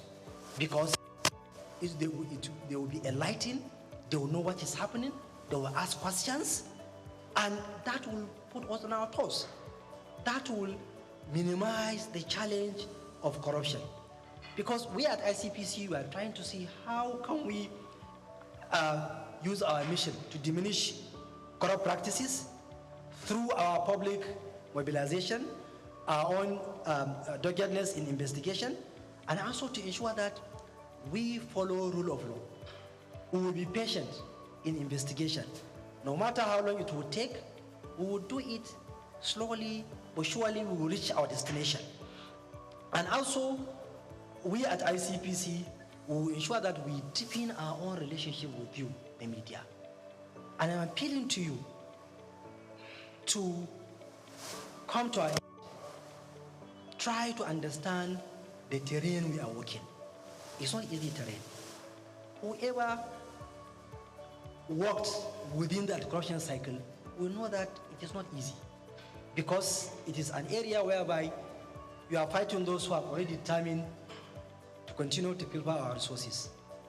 It's an area whereby those who engage in corrupt practices are really determined to peddle information that are not correct in order to try to bring controversies so that to divert the attention of the main issue.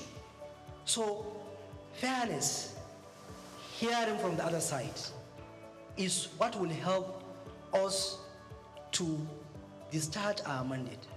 And ICPC, for the past 25 years, has consistently maintained ensuring that there is fairness and the fair hearing, and also we do not engage in anything that will bring damage to people because of allegation against them. We will continue to ensure that we will be fair. If you ask questions, we will answer. And like I said, we are appealing to you to reason with us because of the terrain we are operating, which I know I don't need to elaborate. So that is why there is no way we will not come close to you. There is no way, because we need you, because Nigerians need to know what is happening. That will project the good image of our country. That will make foreign direct investment to come into our country. That will make our youth to have job. We know what is happening in this country. We know that a lot of youth are roaming on the streets looking for job. And the youth are the future leaders of this country. So, and it is through you, by helping us to propagate our activities and also to bring issues that will project good image of this country. By doing that, we'll make Nigeria great, and also will tackle the challenge of our corruption. And conclusively, I want to emphasize that you mean a lot to us, and that we count on you as dependable partners in ensuring that Nigeria is corrupt-free, and also I'm sure that partnering with you will continue to help ICPC to move forward, and also ICPC will continue to record achievements, and we hope that the aspiration of Section 15 of the Constitution will be realized, where Nigeria will be a country free from corrupt practices and abuse of office. Thank you so much. Money and property last year, and I even know even this year too, we recovered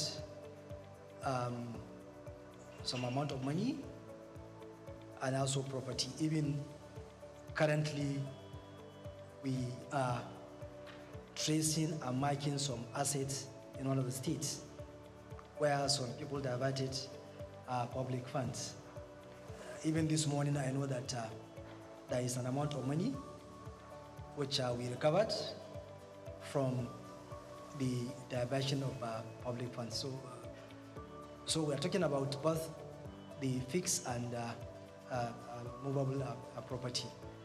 That's if you are talking within Nigeria. Even abroad, it is the same thing. Although during my time, ICPC did not recover any assets from taken outside the shores of Nigeria. But I know that we are collaborating with one of the African countries about money that was brought into Nigeria from that country. We are tracking and to trace the money so that we will see how the money can be taken back to where it was brought in here. So this is what I can say. And some of the issues you raise are part of the problem. Like I said somewhere else, and I kept on saying, I will say it here. My first contact with public office is when I was Attorney General. That was when I now realized that all what I was thinking, when I came into contact with the reality, then I now realize that we Nigerians are part of the problem. One of the issues you raised about societal pressure. I'm not saying that it's a justification for any public officer to engage in corruption. But if you, I'm sure you have had one or two discussions with those who are holding public office. The kind of stress and pressure that public officers are undergoing in this country is too much. Because the family, the friends, associates expect you to give them money. And this is one of the factors that is now pushing those in public office to go into that. And I noticed that any public officer who resists, you are considered as awkward, very difficult, and they will keep on pressurizing you that if only people that are strong that can stand that pressure. And also some people too, they are even daring, will tell you, I was a victim when I was Attorney General. And I want to say it here, maybe the person who did it will hear an issue which I say, look, AG, we want you to do this thing. I say, sir, it's not even in public office, it's not even a public officer. I say, sir, I can't do this thing because my conscience will not allow me to do it. After they put pressure from different angles, okay, you are a young man. How? I don't want to destroy your career. And I say, sir, my career is not in your hand. It's in the hand of God, my Creator. And I left. What followed, it wasn't pleasant. I had to battle for more than 1 year of series of blackmail, from one blackmail to another, just because somebody wants to get money, and he can only get that money through me. And I was put under intense pressure to succumb, which I did not. What followed was I was put under serious stress. Now, the second problem is there is this theory. Whenever the corruption, if you look at it, if the benefit is high, the risk is low, people will keep on to engage. If people know that if you engage in corruption, it is really highly risky, you will lose your reputation in public. People will never consider you as somebody who has reputation in the society. People will be careful. If you know that the punishment is going to be very harsh, people will be careful. But if the risk is very low, the benefit is high, so people will continue to engage. So that is why we need to look, how can we strengthen our laws to ensure that those who engage are punished seriously. And also, you, the media, you have the role to play in sensitizing Nigerians that those who are trying, please try to support them. And I want to tell you that there are good people in this country. Every part of this country, there is no part of this country that I did not come across people that detest corruption, people that are serious, people that help me. I met a lot of people that are trying to see how can we help this thing, how can we fight this corruption, Chairman. But the problem is that the support from the public,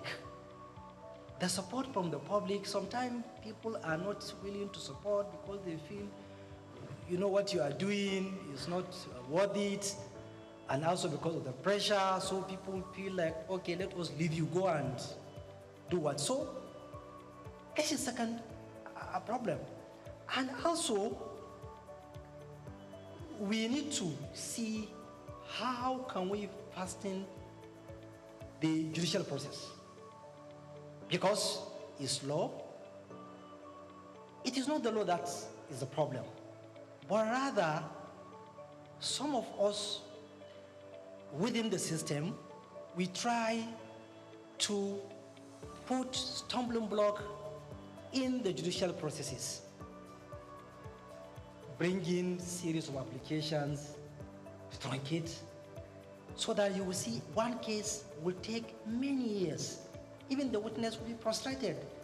You call a witness today, the matter is adjourned, and I'm not saying that it is the fault of the judges. No, it is all of us, the lawyers, and also other stakeholders, that we know if your client has an issue, as a lawyer, you know, because once you look at the facts and the proof of evidence, you'll be able to know that my client has an issue.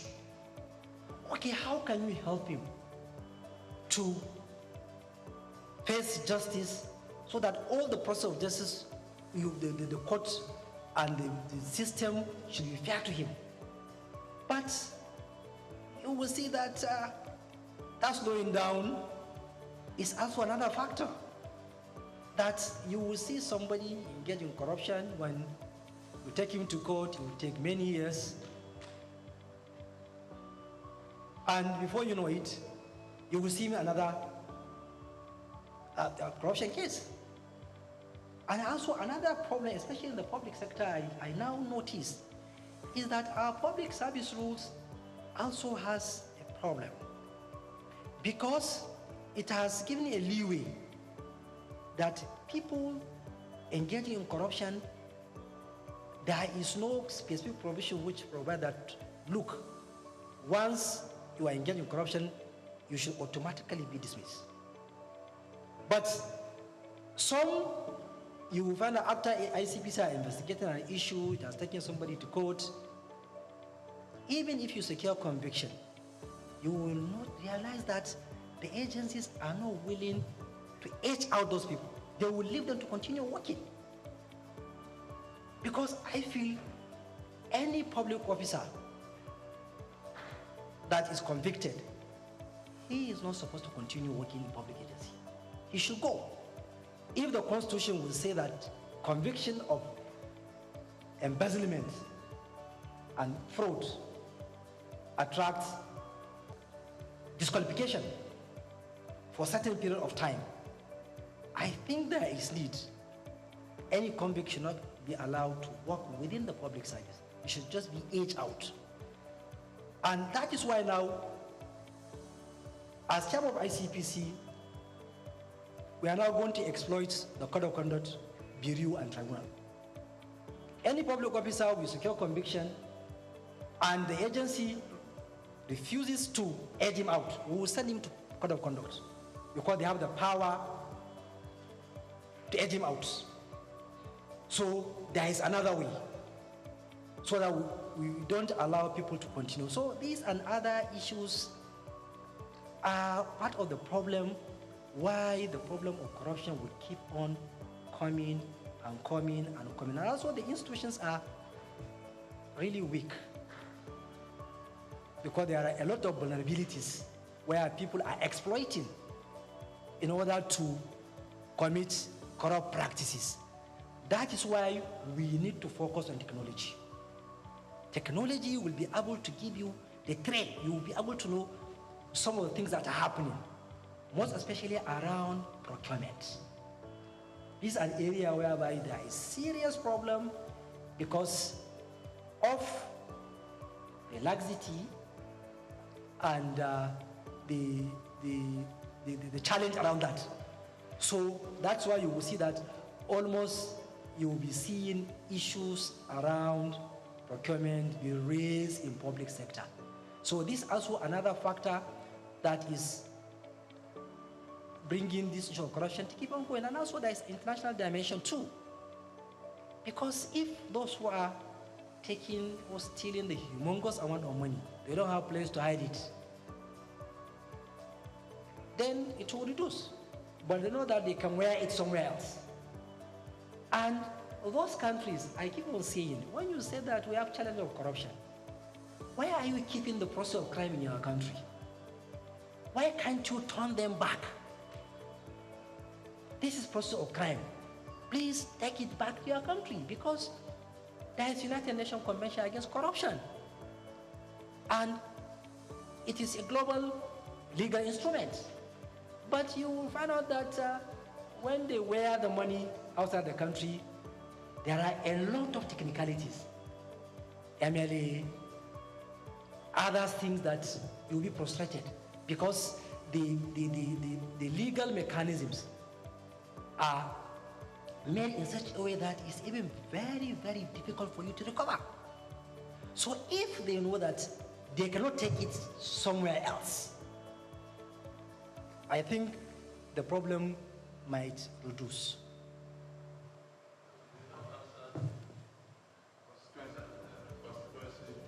Okay, the constituency project, like I said, we have been investigating the issue because it's a challenge that has been with us for a long period of time. And from what I notice of why the challenge keep on coming is one of the issues you made mention. Because there was a time when member of National Assembly told me, say, Chairman, I have concern. I say, what is your concern? He said, it's about this executive project tracking. You people are doing well, but I know why this issue will keep on coming. On that day, he was telling me the challenge he was facing.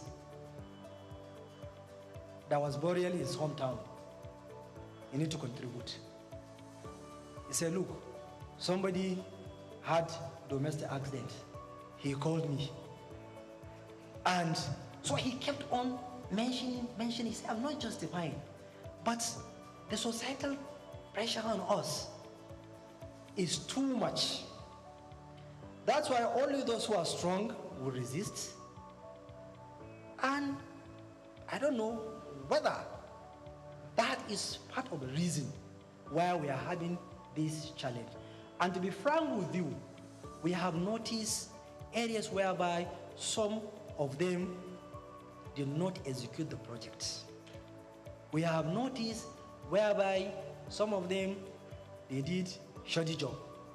We have noticed whereby some of you notice that, like I keep on saying, a well is supposed to be digged in one place and somebody will just take it to his home farmland. We will see whereby street lights, instead of to be installed on the streets, somebody will put in his house. So these are challenges that are keep coming. And I know that there is one of the newspapers last year, they made a front page story that ICPC has failed to tackle this challenge. And I know that we have been doing our best. And we did a lot because we have recovered a lot. And even currently, I know that there is somebody who is facing trial. A charge will file a charge against one of the former members of National Assembly. A former member is facing trial because of diversion. And also, we know that we have been going to ensure that if you do not execute the contract, you must go and do it. I know that there is a state whereby an ambulance was diverted. We ensure that it was taken to the hospital. I know where a lot of things, and that's why the strategy is good, in the sense that let us recover the proceeds of crime and put it into use. Because if you keep on filing charges and all these things, you will spend many years in court while the actual project will not be executed. And to be fair to them, if you confront them, you show them the proof. Honorable or distinguished, this is a project you're supposed to execute, you do not. Please direct the contractor to go back to site, or contractor go back to site. They go back. And recently, those who are being used, the contractors, I have been hard on them. If you allow money to be diverted through you, we are going to charge you now. You want to refund that money because you allow yourself to be used as conduit pipe. So we have been doing that and we have recovered a lot.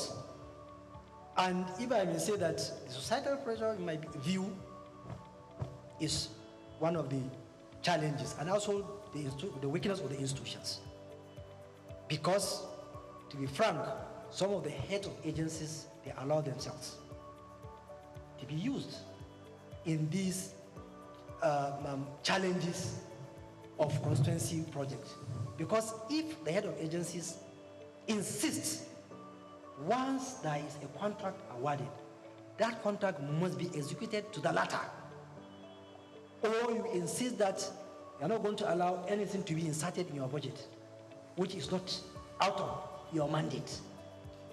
So if we will do that, then this thing will minimize. But if the head of agencies allow themselves to be used, then this thing will keep on happening. And ICPC, all the corruption agencies, we don't have the capacity to follow all the projects. That's why you, as the media, you can expose. The public too, they need to follow their project, on your project. If there's a project which is supposed to be done in your constituency or in your sector district that was not done, raise it. And I don't think there is any public officer that you confront him with evidence that this amount of money was appropriated for a particular project and you don't execute, please go back and execute. You will not say, no, I'm not going to do that. I hope I have answered. We are doing it in such a way that we don't disrupt the financial system.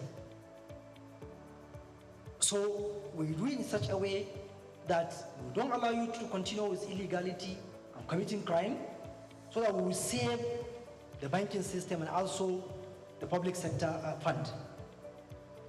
Then on issue of Dubai, like you made mention, in my speech I made mention of proceeds of crime. And I alluded to the fact that the international legal regimes, the various laws of countries are the problem. Because for me, I kept on saying in various fora of anti-corruption that look, if somebody steals our money and take it to your own country and you keep it, why are you telling me that we should come together and fight corruption? Why? Because you know, because your own, there is no your money in my country. So that's why you are saying we should join hands. Why I have traced and point out to you, this is the public funds taken to your own country. Why can't you give us our own? But because of the legal regimes, sometimes it's tedious, it takes a lot of time, and there are a lot of, it's not even law alone, there are politics, there are diplomacy, so it is something which is even outside the realm of anti-corruption agencies alone, because you need a lot of stakeholders. I know recently there are countries that I am the one who have been following that, look, let us sign an MOU with you, because we have noticed our funds are being taken to your own countries. And they agree. There are some 1 or 2 countries that I know that we are about to complete signing an MOU because of what we have noticed. Also here, as a media owner, here with my team, we have a radio station and also a television station. I want to commend your efforts. For you to meet with the media shows you are transparent. It shows you are accountable. I don't have any question to ask you because I'm part of the team. It is not cheap to fight corruption. It's very, very expensive. Fighting corruption is also very, very complex. It's not as easy as we used to say it. It is only the person that is wearing the shoe that will know where pitches is. So I commend your efforts and I pray for more grace, that God should color your efforts.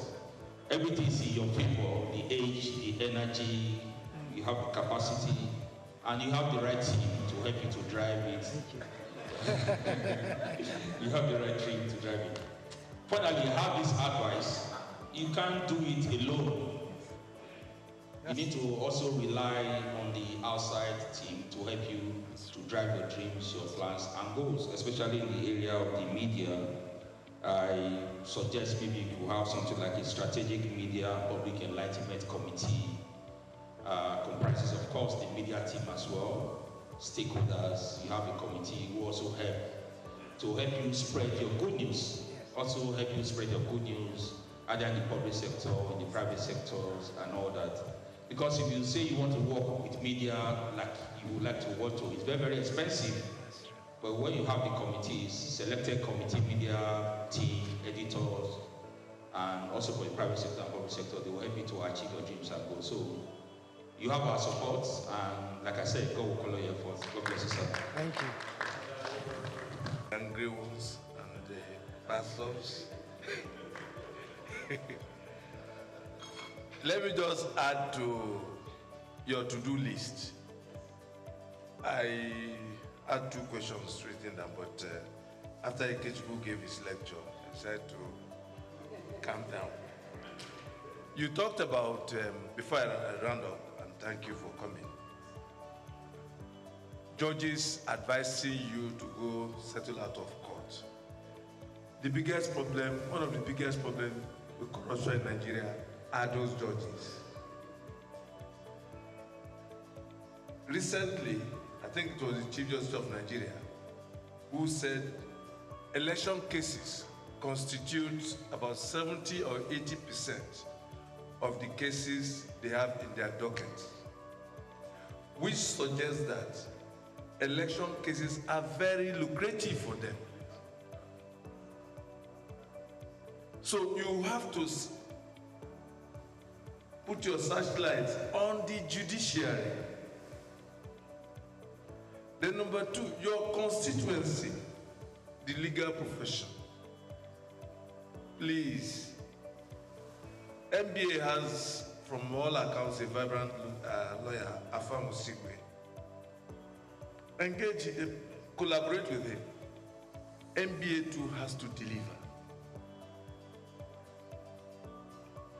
Plea bargaining takes place and judges advise you to go settle out of court. It's because the judges too are corrupt. The appointment and promotion mechanism on the bench is also corrupt.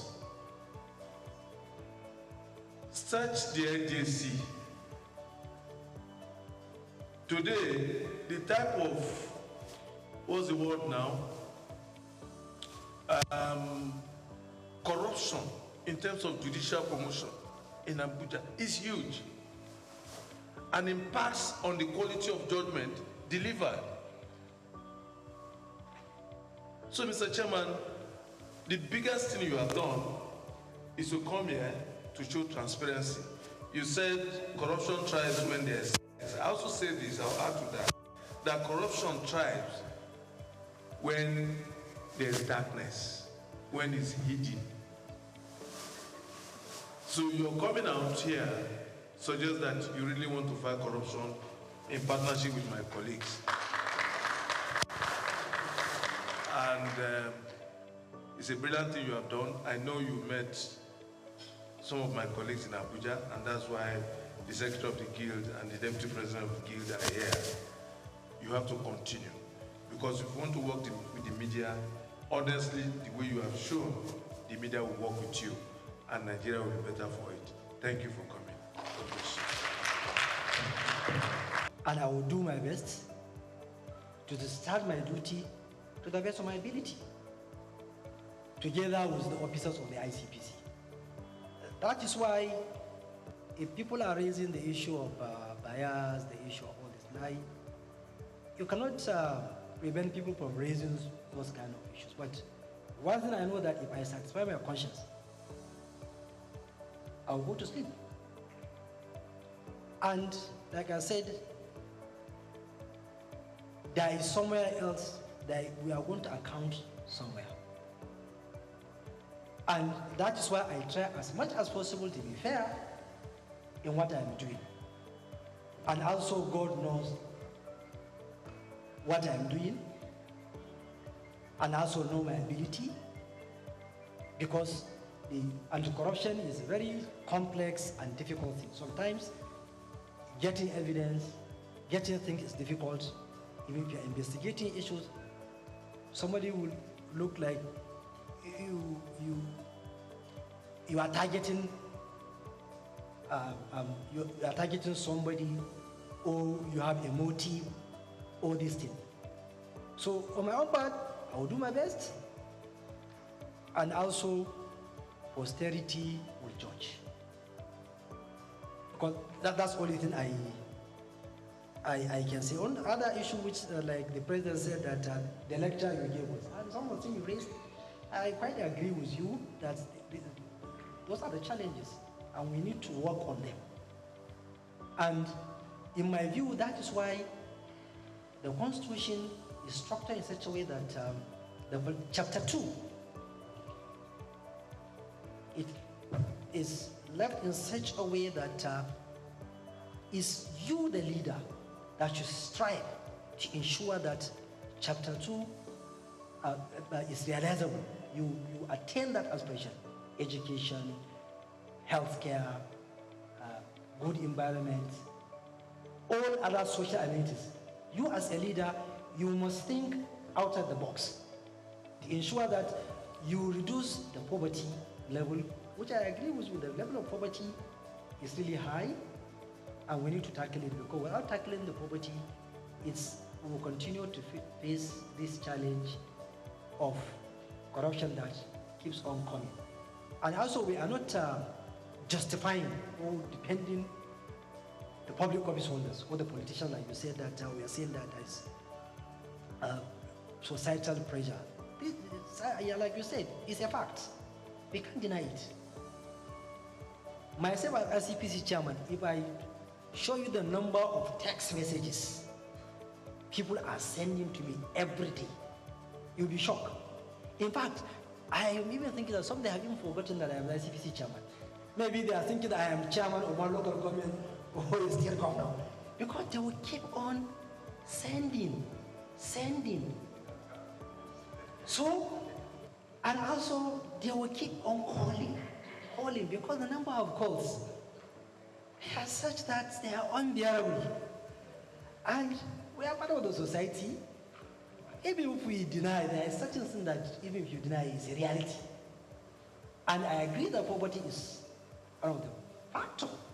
But also we have to keep on telling people that they need to consider public office holders. And also we, the public office holders, also, we need to live a simple life. Because some of us, the way we are living a very larger life, that's why people will keep on pressurizing you. But unfortunately, it is also us, the Nigerians, that are pushing people. Like that member I started the example, he told me that My pastor was telling me that, look at this man. He has finished house order, he has an old car. Up to now. So people are even looking at you, there are certain things that even if you exhibit as a public officer, people will look at you that is strange. So why?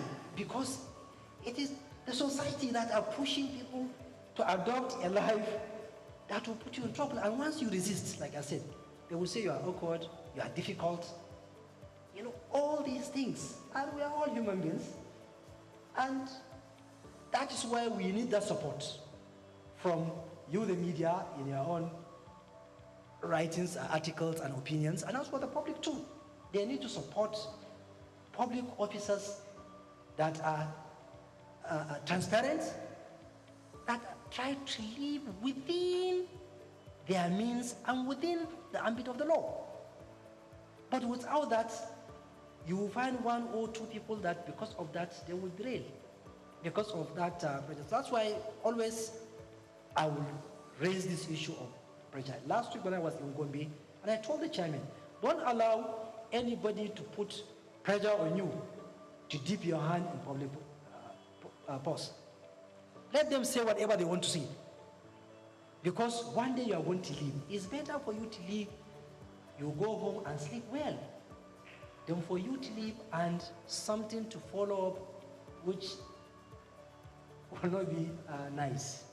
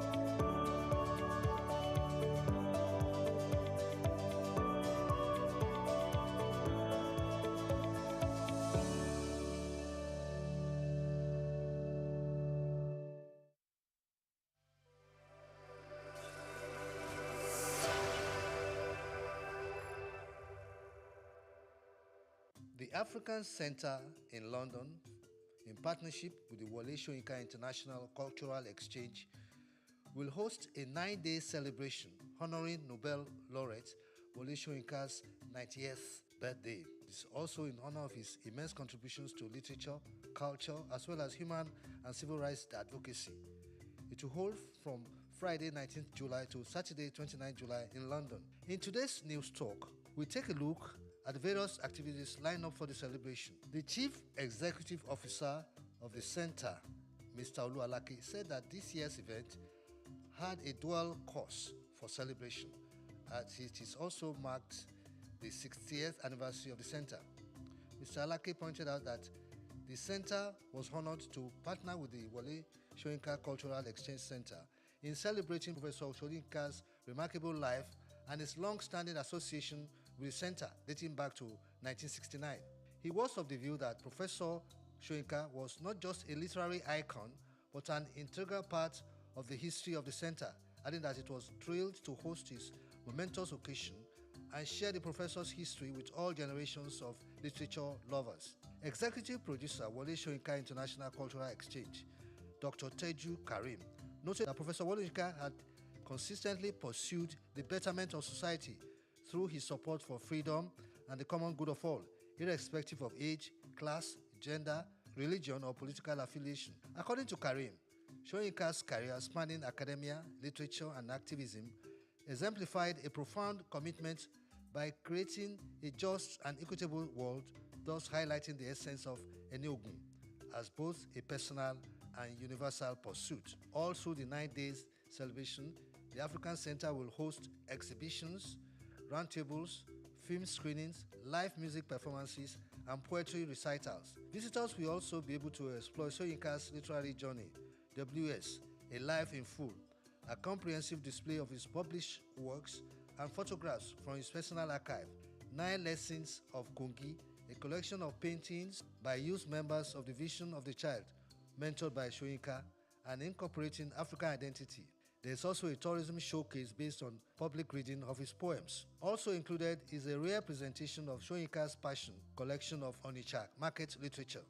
Another highlight of the program will be the London premiere of a new feature film inspired by Soyinka's seminal prison memoirs, The Man Died, to be accompanied by a question and answer session with the director, Awam Akpam, and the producer, Femi Odugbemi, and some members of the cast and crew. Also premiering in London is Ebori Meje Road, a documentary based on Soyinka's former residence on the University of Ibadan campus, from where he was arrested in 1967 and where he returned after his release in 1969.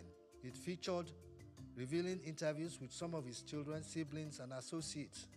The director, Kola Tubosun, will also engage with the public. Other activities will include daily screenings of films and documentaries related to or inspired by Soyinka's life and work, and Kongi's Night, a series of evening entertainment including live music performances and the Afro-Funk Collective. Juwon Ogungbe, Lekan Babalola, Ola Onabule, Aduke Kayefi, as well as jazz session with Bumi Thomas and music party with DJ Abbas will also feature in the program. There will also be talks, seminars, and workshops on navigating the new publishing industry, the impact of A1 on culture and identity, culture sponsorship and corporate social responsibility, and a symposium on the future is now, a decolonization intersection by partner institution Bournemouth University, while Utopia Theatre will host a virtual unveiling of Soyinka's portrait at the University of Sheffield. This is Bayo Olaoye.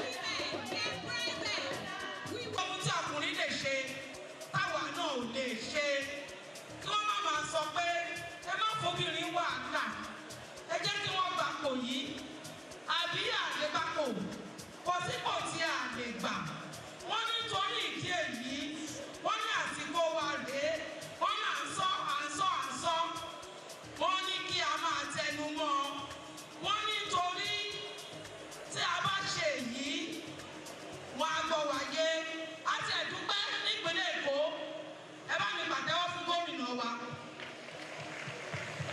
wọ́n ò fọ̀rọ̀ obìnrin ṣeré rárá o ṣe bó yé wa dáadáa táwa náà bá wò wọ́n ṣe ń yan èèyàn sípò àwọn obìnrin gan àgbẹ̀yìn rárá ọ̀rọ̀ wa dẹ̀ jọ wọ́n lógún dáadáa wọ́n fẹ́ràn wa wọ́n ò fọ̀rọ̀ obìnrin ṣeré àwọn náà mọ̀ wípé obìnrin èèyàn ńlá ni wá bẹ́ẹ̀ ni àbí bẹ́ẹ̀ kọ́ nítorí ìdí èyí òun ni wọ́n tọ́jú wa ní gbogbo ìgbà lójoojúmọ́ ọlọ́pàá òjọ̀pọ̀ ètò tí iléeṣẹ́ tó rí sí ọ̀rọ̀ obìnrin àti ìgbógun ti ìṣẹ́ ní ìpínlẹ̀ Èkó òun ni wọ́n ti ṣe kò ń ṣe iléeṣẹ́ yìí nìkan o wọ́n ṣe káàkiri ni nítorí náà ẹ jẹ́ ká pàtẹ́wọ́ lẹ́ẹ̀kan sí i fún ìjọba ìpínlẹ̀ Èkó ní Èkó tí wá yàtọ̀ o wọ́n ń tọ́jú wa wọ́n ń ṣètọ́jú wa lójoojúmọ́ kò sí ọdún kan tí iléeṣẹ́ pápá tí wọ́n pín ohun èlò fáwọn tí wọ́n kọ́ níṣẹ́ kò ń ṣe wípé wọ́n kọ́ wa níṣẹ́ máa lọ láì gba ohun èlò iṣẹ́ àwọn tá a ti jẹ àǹfààní àpọ̀lọ́jà àtìrẹ́rẹ́ lágbára Ọlọ́run ọ̀rọ̀ wa ọ̀rọ̀ àwọn obìnrin ibi náà ń fẹ́ kó dé á tún dé bẹ̀ á kọjá bẹ̀ pẹ̀lú ògbọ́n náà àtẹwọ́ tó gbogbo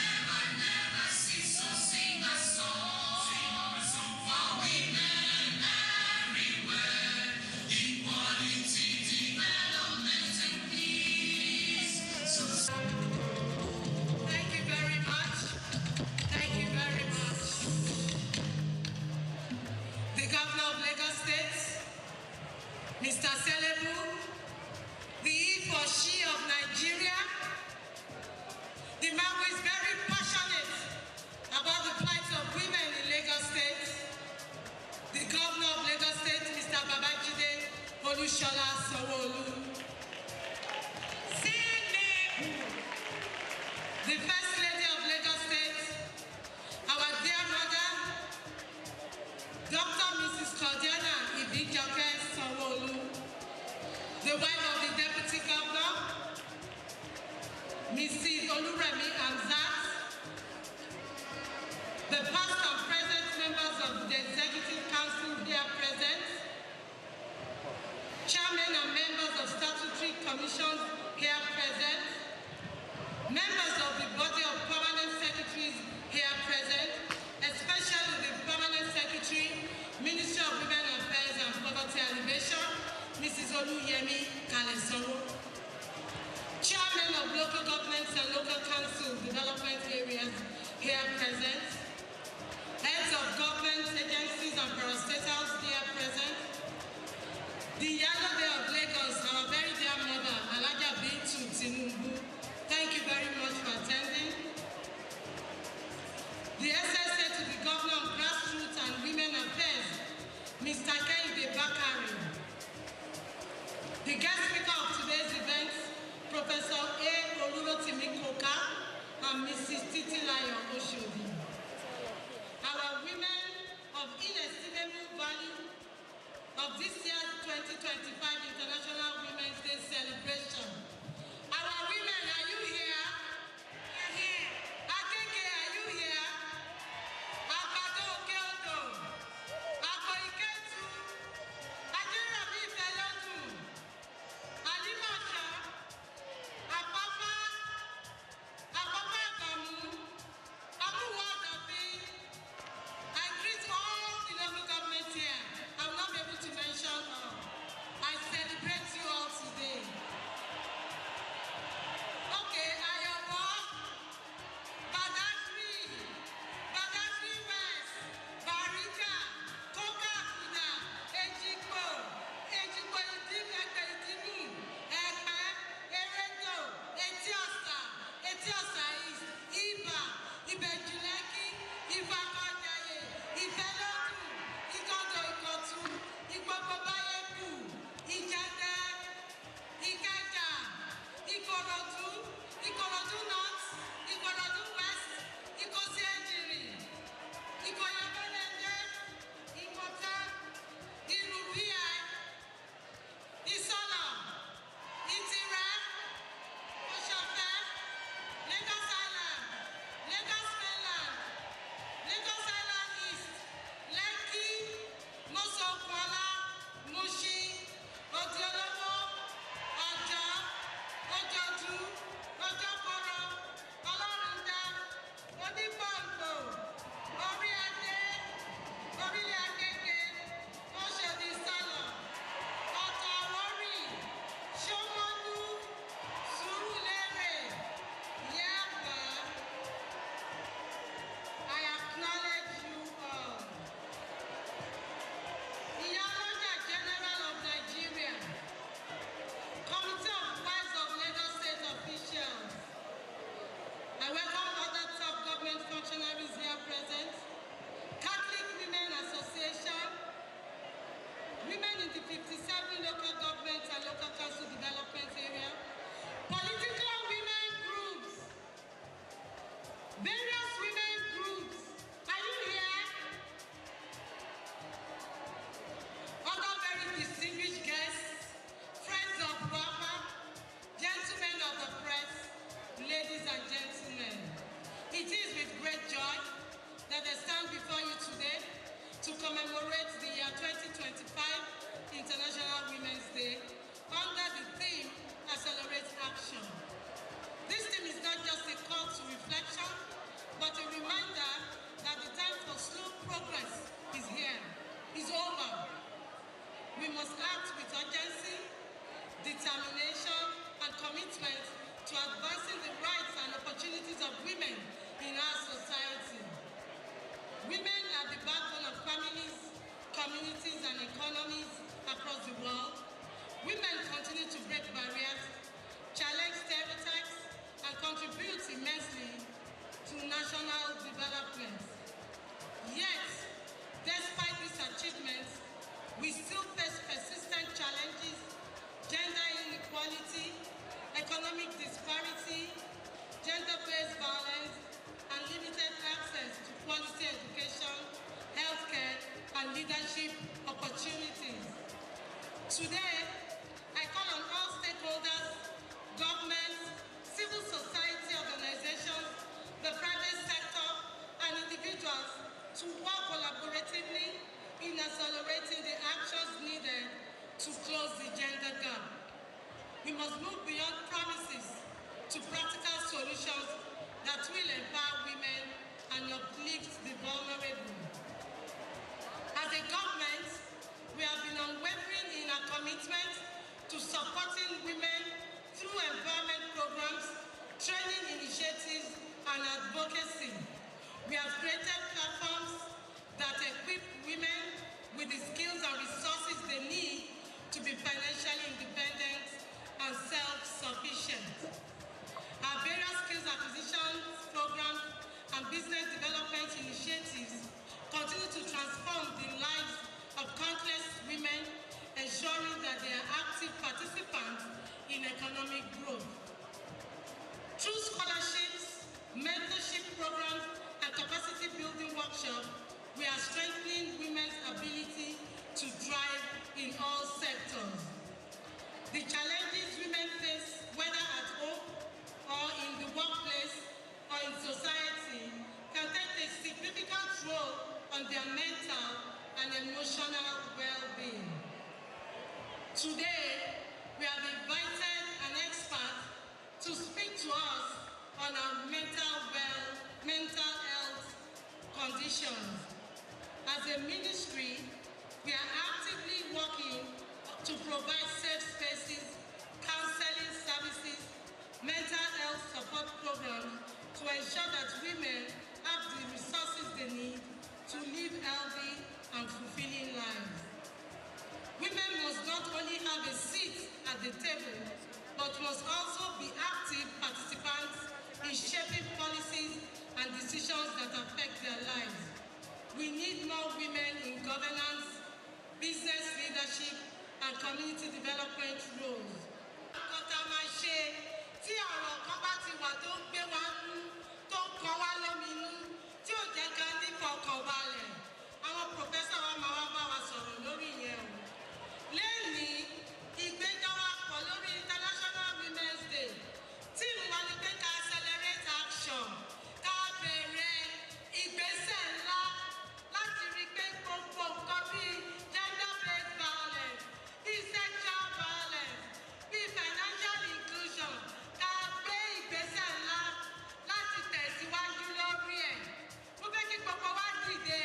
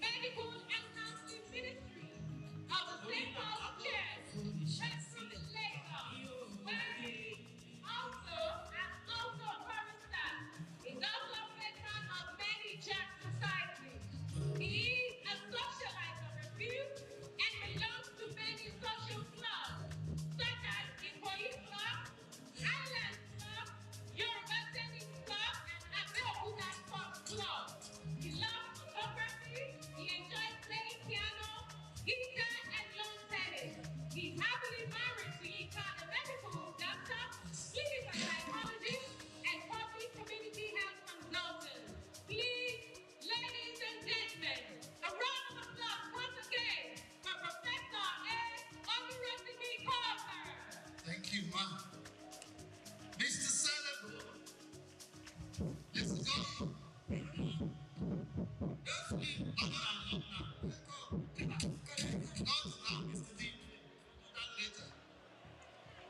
Senator, Mr. Babajide Olusola Sanwo-Olu, Her Excellency, the First Lady of Lagos State, Dr. Mrs. Claudia Ebidoke Sanwo-Olu, Her Excellency, Mrs. Oluremi Hamzat, the wife of the Deputy Governor of Lagos State, and the dignitaries here present, please permit me to stand on the existing protocol. I am a psychiatrist. In short, that means Dr. Arinola Oronimi. And if you want to accelerate action regarding empowerment, gender equality, fundamental rights of girls and women, addressing poverty, we must be balanced mentally. However, to be balanced mentally, all of us here must also be physically fit. That means we must carry out physical exercises 3 times a week for 1 hour to increase our heart beats to 100 beats per minute. So we must also enhance our social health, ability to make friendships anywhere you are. Then lastly, ability to enhance your mental health. Science has said that 1 in 5 women will develop mental illnesses such as anxiety, depression, panic attacks, and bipolar disorders. And what are the causes of this problem? Because women have many multiple social roles. They are mothers, they are wives, they are leaders in offices, they are spiritual leaders, and they have to fulfill so many social roles. Maternal depression is on the increase, and women don't know that they are depressed because the signs of depression are like that of malaria when it starts. Other causes of mental disorders, the death of a loved one, your husband, your child, divorce, separation, not being married, and you are married, don't have a child. And sometimes when you have a child and you don't have the support, it will also cause mental disorders. Employment, poverty, rape in women, women that live alone, single mothers, discrimination against them, stigma in the workplace. At home, difficult husband. Your husband don't want to cooperate with you. He doesn't want to hear you. So there's communication breakdown in the house. There's domestic violence. There's what we call also postpartum psychosis. 1 in 7 women that deliver children will have mental disorders. Ìyẹn ló ń pè ní àbísínwí in Yorùbá land. Also, when you are getting to 55, 60, women also experience menopause. And menopause can also manifest as symptoms of depression. So when you are having issues, you start to think. As you are thinking, some chemicals are being pumped from your brain to all parts of your body. Dopamine, serotonin, adrenaline, and cortisol. And they start to affect your organs, your heart, your liver, your kidneys, and then you start to have symptoms. Initially, they come as symptoms of malaria, hotness of the body, weakness, headache, backache. Then the BP will go up, and we start to have hypertension. Some people develop diabetes. But the most important thing is that when depression sets in, most people do not recognize the signs of depression. Sign of being sad all the time, irritability, short temper, not be able to sleep, loss of weight. And if you don't get to see a psychiatrist, then you start to hear strange voices. You think some people are after your life, then it gets to guilt feelings, worthless feelings, and hopeless feelings, and that's when people attempt to commit suicide. If we don't recognize symptoms of mental illnesses, the consequences are enormous. Domestic accidents, violence in the house, tension in the house between the husband and children, verbal abuse, social isolation. I've seen women that said they don't want to go out again, so they have social withdrawal. It can bring about prolonged suffering, separation, unemployment, early death. So if we don't want to have mental problems, I'll teach you just 5 ways. These 5 ways, you don't even need to have money to have them. They are wonderfully selected and they are very good psychological problems. Number one, if somebody is stressing you anywhere, at work, at home, your mother-in-law, your father-in-law is stressing you and is making you want to have mental disorder, write a letter to that person. Dear sir, dear man, you know you are the most terrible person in this world. I feel like slapping you. So write 5, 10 pages, sign it, but please go and hide that letter when nobody will see it. 3 days later, go back to that letter and be amazed about the venom you poured in that letter. Number 2, abuse the person stressing you. Not to his face, so put a pillow on a chair. Write the name of the person stressing you. Mr. Jones or Mrs. Brown. Then abuse that pillow the way you would love to abuse that person to his front. So when you see that person following day, you will not have racing habits or palpitations. Number 3, between husband and wives. Very effective. When somebody wants to be difficult, either the husband or the wife, just walk away. Walk away, go for a long walk for 30, 40 minutes and come back to the house smiling. Number 4, dress your best every day. When you think you are feeling sad, that is when you need to dress your best to work. Because the comments will lift your mood. You are beautiful today. You are charming. You are pretty. Wow. And those kind of comments will make you to be happy. Number 5, which is when you are feeling low and feeling sad, that is when you need to use this therapy. It's called the dancing therapy. So I'd like the DJ to put Koloba for us. And I'd like everybody in this hall to stand up and dance 3 minutes to the Koloba. Please let us dance.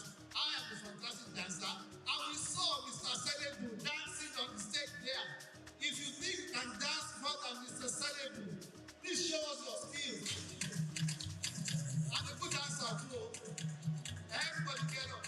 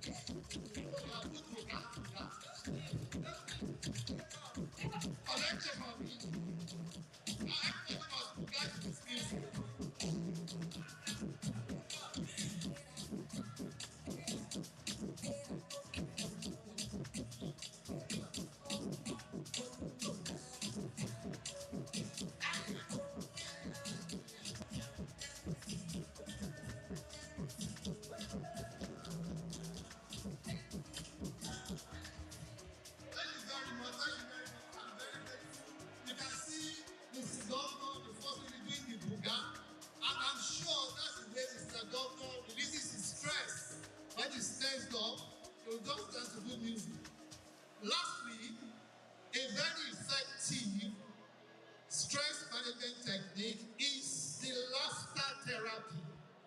Laughter therapy, because of Lagos State stress, people have forgotten how to laugh. So we carry out laughter therapy for our patients at the Lagos State University Hospital. And if you don't know how to laugh, you will try to solve your problem.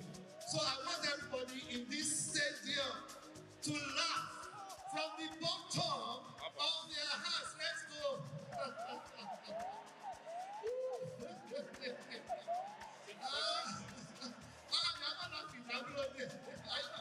Happy to be here. Wow. So if somebody's annoyed you, you can also laugh alleviate stress. So if you know these 5 stress management techniques, you'll be able to handle your stress. Now, one thing to sọ ní Yorùbá pé gbogbo wàhálà tó wà lẹ́kọ̀ọ́ yìí, ó jẹ́ káwọn obìnrin máa ní àrùn ọlọ́pọlọ, èyí tá à ń pè ní depression, ìrẹ̀wẹ̀sì ọkàn. Táwọn obìnrin bá dé depression, wọn kì í mọ̀, wọ́n kò rò bóyá èèyàn ló ṣe wọ́n ni. Báwo ni ẹ lọ ṣe máa mọ̀ báwọn depression? Wọ́n á máa ronú, wọ́n á máa kanra, wọ́n á máa bẹ́rù bọ̀dìjà, wọ́n ò ní lè sùn, wọ́n á lose appetite fún àbí kọ́ máa jẹun jù, ọ̀kọ́ máa sùn jù. Táwọn bá jẹ́ mọ̀ báwọn ní gbogbo àwọn kí yìí ó máa jẹ́ kéèyàn ní malaria ni. Wọ́n á lọ bá dókítà wọn, dókítà ní malaria lẹ́ni o. Wọ́n á fọ ológun malaria. 3 months later, the same problem. Tó bá yá, wọ́n bẹ̀rẹ̀ sí máa gbóhùn. Ohun tó ń pọ̀ máa gan, ó yá lọ gbé ìyàn létí, lọ jump sínú ibì kan, bọ́ra ẹ sí ohun. Náà tó bá tún ní treatment, á wá di pé ohun yẹn sọ fún wọn pé kúkú lọ end it up. So, and people don't know that it's because of depression, wahala ayé, stresses of life ló cause it. Unfortunately, ibi tó máa ń gbé àwọn problem yìí lọ ní church àbí mosque. Nítorí pé kò sẹ́ni tó fẹ́ gbé wàhálà ìlọ sí yàrá àbá òsì. Wọ́n ní ṣé mo ti wá ya wèrè ni? No, you don't have to go to the hospital. Psychiatric facility ó wà ní Lutz, ó wà ní Lassus, ó wà ní Military Hospital, ó wà ní some places. So when you have this problem, collaborate with us. Go to your general hospital, let them give you treatment. Àwọn tó bá lè treat dáadáa, wọ́n á refer àwọn wá sọ́dọ̀ wa ní Lagos State University Hospital, táwọn psychiatrist wà. So àrùn ọpọlọ ò ní ìpè èèyàn ti ya wèrè o. Bọ̀dé ìbádẹ́ fẹ́ ní mental problem. Àwọn nǹkan márùn-ún yẹn tó ní kẹ́ ṣe o. Write a letter, abuse, walk away, dress your best, and laugh away your problem. So to round up, 20 ways you can prevent mental illnesses. Number 1, love yourself, adore yourself, cherish yourself as a woman of substance. Don't be envious of other people's achievements. Learn to relax, set goals, sleep for 8 hours, ask for help, share your problems with your nurse, with your social worker, with your pastor, with your imam. Improve your social relationship. Be prepared for sudden change, like how changes in Nigeria. Recognize who are stressing you and deal with them. Learn something new. Take responsibility for what's happening to you. Don't blame anybody. Blame yourself. Dance, laugh away your stress. Do anything that is possible to make you happy. So to conclude, we've been able to talk about mental challenges of women, how to recognize them, how to prevent them, how to collaborate with psychiatrists in Lagos State. And once you do them, we are much more empowered to accelerate action regarding women's rights, regarding empowerment, gender equality, addressing poverty, and financing gender equality. Mr. Governor, sir, the First Lady of Lagos, ladies and gentlemen, thank you very much for your attention. Thank you very much. Special advisor on climate change and circular economy, accomplished professional who has made a successful transition from a career in marketing and communication to becoming an organizational management executive, social reformer, and youth advocate. We make welcome Mrs. Titilayo Oshodi.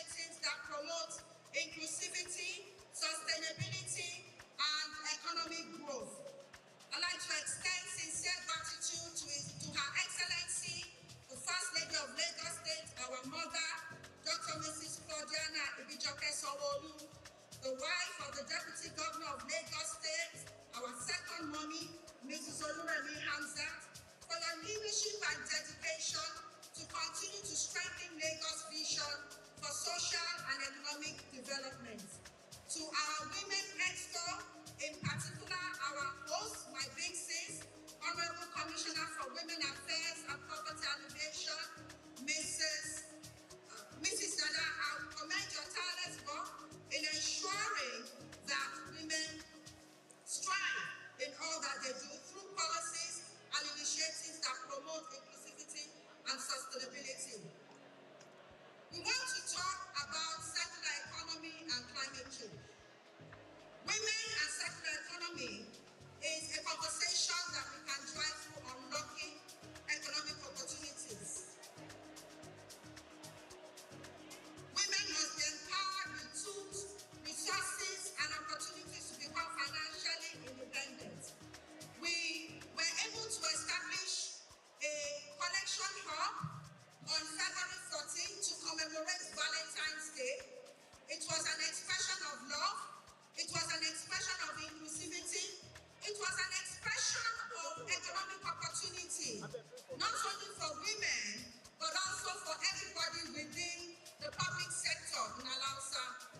The reason why we are mentioning this today is because we want to start to drive the essence of the culture within the public sector. You know that we all have that culture of savings. There's a job, there's cooperative, there's a susu.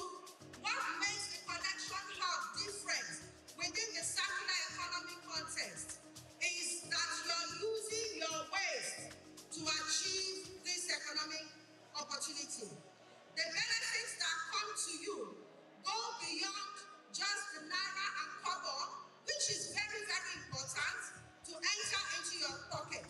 But you also get a chance to start to cultivate the habit of saving. Now, if you are able to gather your waste from home, those plastic bags, those clothes, those cartons, the cans, even the things that you use as remnants, begin to know from now on that everything has a value on it. Under the leadership of our Mr. Senegal, under the leadership of Mr. Circular Economy, there are businesses.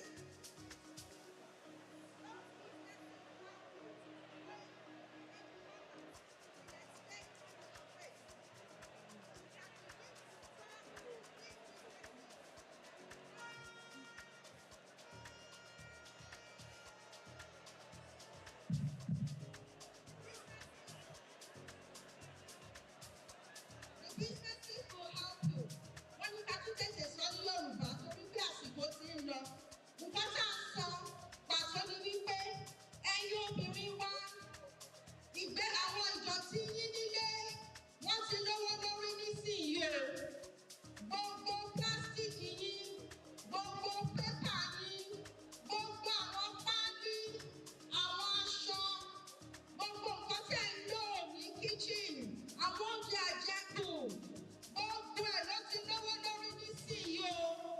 Ẹ má kó wọn dànù mọ́ o. Ṣé mọ̀ pé nọ́mbà náà ti ń sọ nípa àwọn máa palẹ̀ ibi tí wọ́n ń kó ìdọ̀tí sí? A ní láti máa gbé wọn lọ síbẹ̀ mọ́. Ní pẹ̀lú àwọn ọ̀gá wa, wọ́n ti bẹ̀rẹ̀ sí ní ṣe àwọn business tí wọ́n máa fún ní lówó, wọ́n máa fún yín ní káríkà. The mother of the day, International Women's Day 2025. We welcome her, full of compassion and empathy. She's a beacon of hope for those in need. She's working tirelessly to support initiatives that address unique challenges faced by women and girls. You talk about education.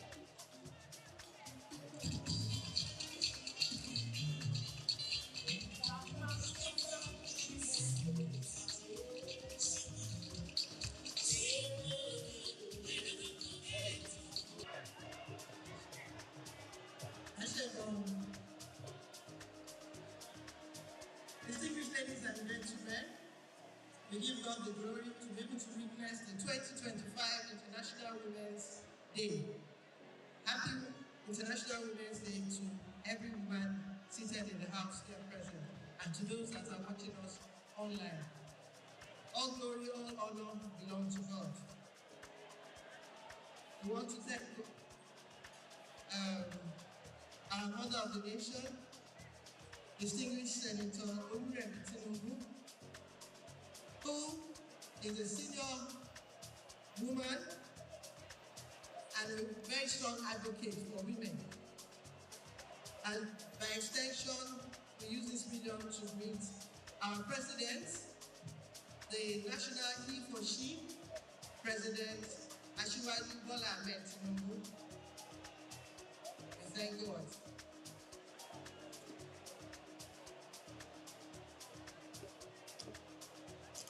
Our He for She in Lagos, Mr. Governor Babajide Olushola Aduragbemi Sanwo-Olu, thank you for always being there. And I also know that you do not do it alone. You have our brother, the Deputy Governor of Lagos State, Dr. Kadri Obafemi Hamzat. My sister, I greet you and acknowledge you. And for all our distinguished guests in the hall, in the stadium, I greet you. I want to stand on this well-established protocol by the MC and people that have talked before me. The year 2025 International Women's Day. The theme, Accelerate Action. Lédè Yorùbá, yára ṣàṣà fún ìdàgbàsókè àwọn obìnrin. Lédè Hausa, Aikato, Aiki. Lédè Igbo, Ike, Ngwagwa. To show you that all over the world, all over Nigeria, today is a significant day that we remember all our women. Not only celebrating them, but greeting them for their resilience, their dog-headedness, the hard work that they put to ensure that women's voice are recognized. This year's theme, Accelerate Action, is a powerful call to move beyond discussions and take concrete steps towards gender equality, economic empowerment, and social inclusion for women. Women have always been at the forefront of change, yet despite our resilience, progress towards gender parity has been slow. Today, we reaffirm our commitment not only to advocating for women's rights, but also to ensure meaningful and impactful action. In Lagos State, we have remained steadfast in implementing policies and initiatives that uplift and empower women.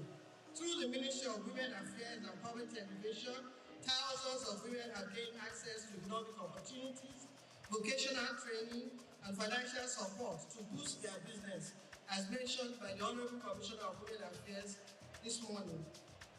Beyond these commendations, the Office of First Lady has also supported these initiatives, extending the empowerment program to the wider public.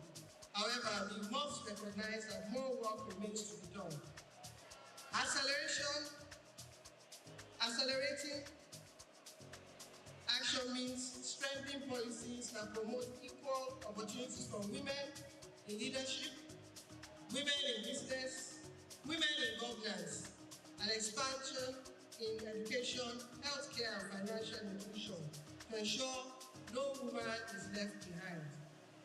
It means ending gender-based violence by reinforcing laws, increasing awareness, and ensuring victims receive the necessary support, while also encouraging women to take charge of their future by embracing innovation, digital skills, entrepreneurship in this evolving world. The Lagos State government, under the leadership of your dynamic governor, remains committed to improving the lives of women through empowerment programs, skill acquisition centers, intervention initiatives. We continue to foster an environment where every woman can thrive and contribute meaningfully to the society. As part of our commitment to eliminating gender-based violence, the Domestic and Sexual Violence Agency has intensified efforts to promote, support, and rehabilitate survivors through legal aids, shelter services, and advocacy campaigns. Ẹ̀yin obìnrin, ó ṣe pàtàkì kẹ́ gbọ́ àwọn ọ̀rọ̀ tí à ń sọ yìí. Kẹ́ lè mọ ibi tí òfin ti ṣiṣẹ́ dé lára àwọn iṣẹ́ obìnrin. Kò sí wípé wọ́n fipá lò pẹ̀lú obìnrin mọ́. Kò sí pé ní yunifásitì àwọn ọmọ yẹn obìnrin, àwọn lẹ́kítọ̀rà àwọn máa dà wọ́n láàmú. Òfin ti wà fún gbogbo yẹn. Ẹni tó bá ṣe ẹ̀wọ̀n gbére ló lọ. Bẹ́ẹ̀ ìyá ẹ̀yin òbí tẹ́ ẹ bá mọ̀ ẹ ti mọ̀ ọ́ sí yín o. Wọ́n tún ti dá agency sílẹ̀, wo ni mo sọ lẹ́ẹ̀kan yẹn, Domestic and Sexual Violence Agency. Ó wà lẹ́kọ̀ọ́. Tó bá jẹ́ pé nǹkan kan ṣẹlẹ̀, bóyá ọkọ àti ìyàwó jà àbí wọ́n fipá lò pẹ̀lú obìnrin. DSVA,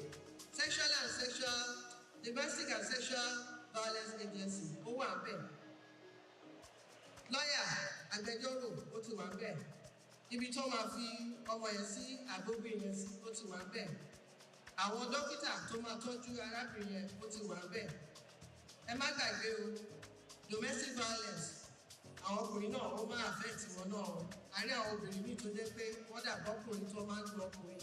Àwọn ọkùnrin náà lè mú ẹjọ́ yẹn lọ sí DSVA, wọ́n lọ fẹjọ́ sùn. Kó má jẹ́ pé òdìkejì ló máa já sí.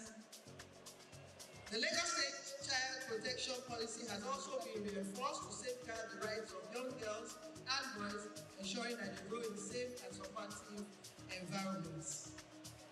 Ètò wà fún àwọn ọmọdé náà. Àfẹ́ káwọn ọmọdé wọ́n máa kiri nígbà tó yẹ kó wà ní iléèwé. Àfẹ́ káwọn ọmọdé wọ́n máa ṣe àwọn iṣẹ́ kó pa owó púpọ̀ fún àwọn òbí wọn nígbà tó yẹ kó kàwé. Àwọn ní ọjọ́ ọ̀la wa, afẹ́kọ́ ṣoríire báwa náà, afẹ́kọ́ ga jù wá lọ. Ní iṣẹ́ ibi tí ìyàwó gómìnà wà, the office of the First Lady, we have the initiative of the Boy Child, which focuses on young men, mentoring our boys, avoiding the gap between the men and the women, ensuring that the vulnerable boys out there go to school and become responsible men so that they can support the women out there. Also in the office of the First Lady, we are strong advocates on stop tuberculosis, immunization, especially for all our children from age 0 to age 5. We are very strong on e-birth registration to ensure that all the newborn children are born and registered properly so that they can plan for their future, ensure that we have enough schools, enough teachers that will be provided for these children. Ó ṣe pàtàkì kí ẹ̀bùn pa àwọn iṣẹ́ tá a tún ṣe lórí ṣe àyẹ̀wò lórí ikọ́. Ẹlòmíì lè máa kúkọ́ lẹ́gbẹ̀ẹ́ yín fún ọ̀sẹ̀ méjì ọ̀sẹ̀ mẹ́ta ẹni kó lọ sí ilé ìyẹ̀wò. Wọ́n fi sọ pé bóyá ó ní ikọ́ fèrè àdúgbò ni. Abẹ́rẹ́ àjẹsára náà, a máa sọ̀rọ̀ lórí ẹ̀ púpọ̀ pé ẹjọ́ ẹ̀yin ìyá, ẹ̀yin girama, ẹ bá sọ fún àwọn ọmọ yín, wọ́n gba abẹ́rẹ́ àjẹsára kan gbà pé nígbà tó yẹ kó gbà. E-registration, ayé àtijọ́, ẹ bá ti bímọ, ẹlòmíì pàápàá wọn fẹ́ lọ rẹ́gísítà ọmọ wọn.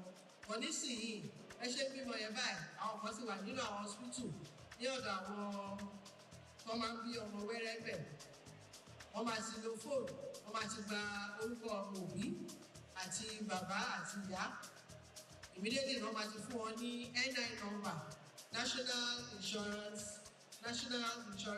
Identity Number, so that wọ́n bá ṣe ń dàgbà sí àwọn ìjọba wọn mọ àwọn nǹkan tó yẹ kó ṣe. At this junction, I wish to sincerely appreciate the key stakeholders who have played significant roles in advancing the cause of women in Lagos State, starting from young governor Mr. Babajide Olushola Sanwo-Olu, who, despite being a father and a husband, deemed it necessary to provide visionary leadership and unwavering support for women-focused initiatives, significantly propelling our progress in Lagos State. I also appreciate the Deputy Governor, Dr. Obafemi Hamza, and his wife, Mrs. Oluremi Hamza, for also supporting the growth and welfare of women in Lagos. We deeply appreciate your contributions. The Honorable Commissioner for Women Affairs and Poverty Alleviation, Mrs. Bolaji Dada, the Permanent Secretary of the Ministry of Women Affairs and Poverty Alleviation, Mrs. Oludemi Kalisongo, for your joint, relentless effort in championing women's causes, expanding empowerment programs, and driving impactful policies that have transformed countless lives. Again, we want to remember our mother, the wife of the President, distinguished Senator Oluremi Tinubu, on her program Renewed Hope Initiative, which encompasses and ensuring that better families are being recognized. Her pillars based on agriculture, on women empowerment, financial inclusion, social inclusion, very important, and environment. Over the months coming, you will be noticing and be hearing a lot about more on encouraging every woman to plant something in their homes to reduce the poverty level. You will also be hearing a lot about financial support, elder support, and you will also be hearing a lot on environment, ensuring that your environment is clean. When your environment is clean, you have a healthy nation. When you have a healthy nation, that is when you can plan different policies. That is when you can now start striving to attain some leadership positions. Last but not the least is every woman should encourage every other woman out there. Please don't laugh at a woman that is trying to strive to be better. Please support every woman out there. Thank you and God bless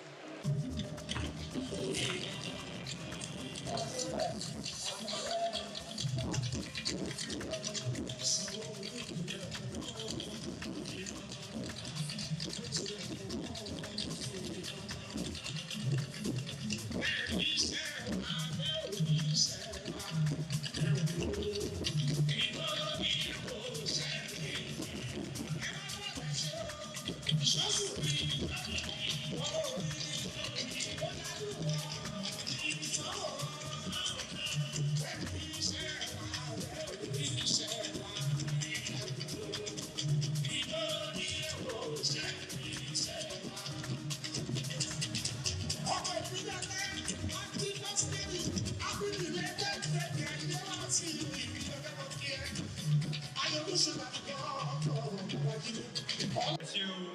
Thank you very much. Thank you very, very much.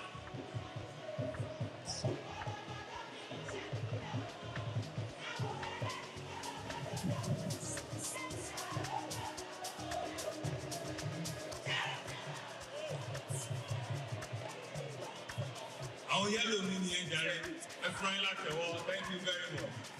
Thank you very, very much. Thank you. Thank you. Thank you. Ẹ jọ mo fẹ́ ṣe kí kọ́kọ́. Ẹ sọ fún ẹ tó wà lẹ́gbẹ̀ẹ́ yín, you look beautiful. Ẹ tó wà lẹ́gbẹ̀ẹ́ yín, bọ́sì fẹ́ ẹgbẹ́ kejì. You look beautiful. Tí o ti ẹ̀ lẹ́wà tó tó yìí.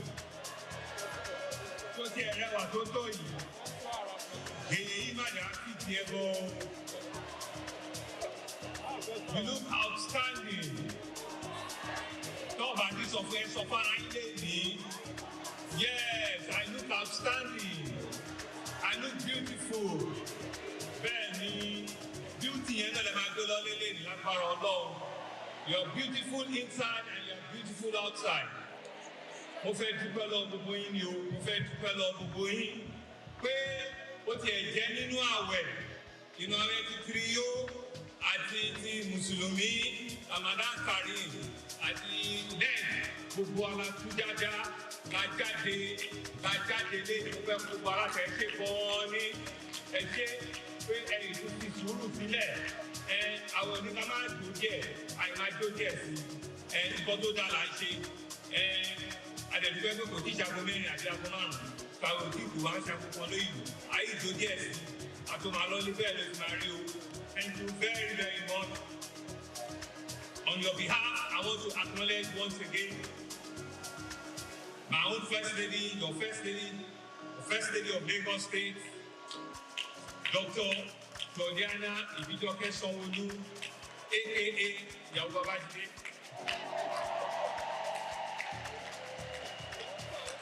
Wife of the Deputy Governor, Dr. Kadri Obafemi Hamzat, Mrs. Olúrẹ̀mí Hamzat, herself, thank you. Members of my female and male cabinet that are here, are they not lovely? And she's lovely, and they lovely. Aha, àwọn láàrin cabinet tó ń ṣe gbogbo ẹ̀yẹ àdúpẹ́ fọlọ́run. Thank you very much.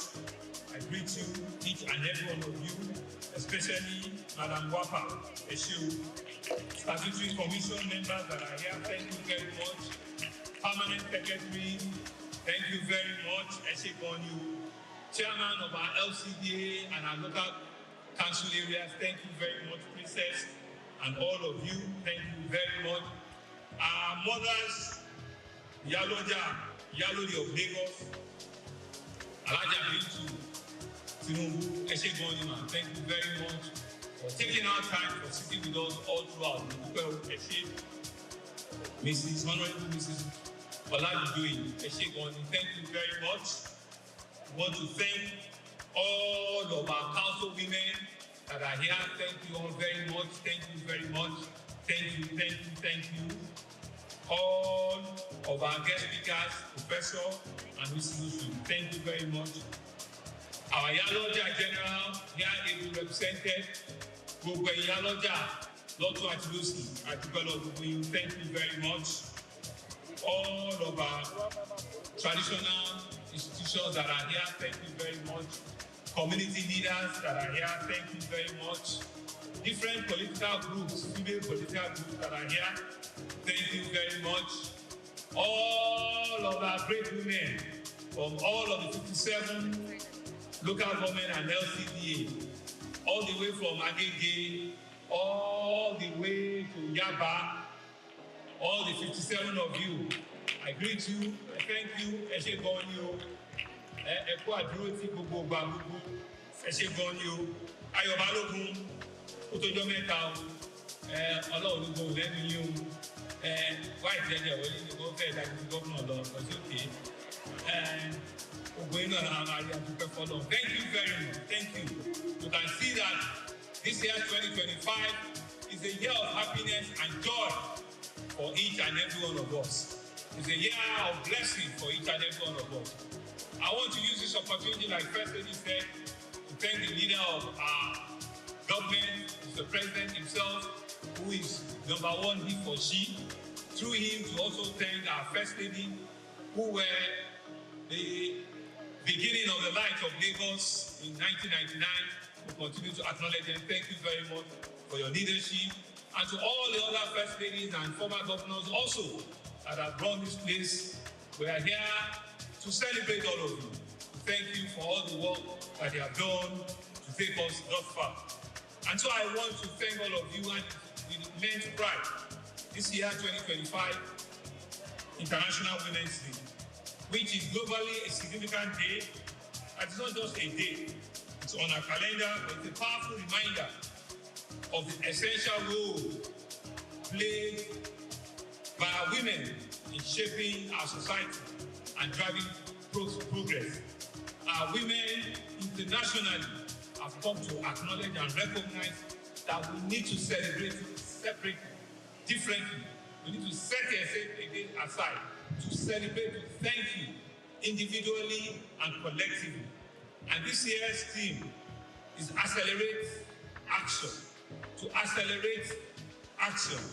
It serves as a clarion call to move beyond the rhetoric and for you to take bold and decisive steps towards achieving gender equality and empowering women.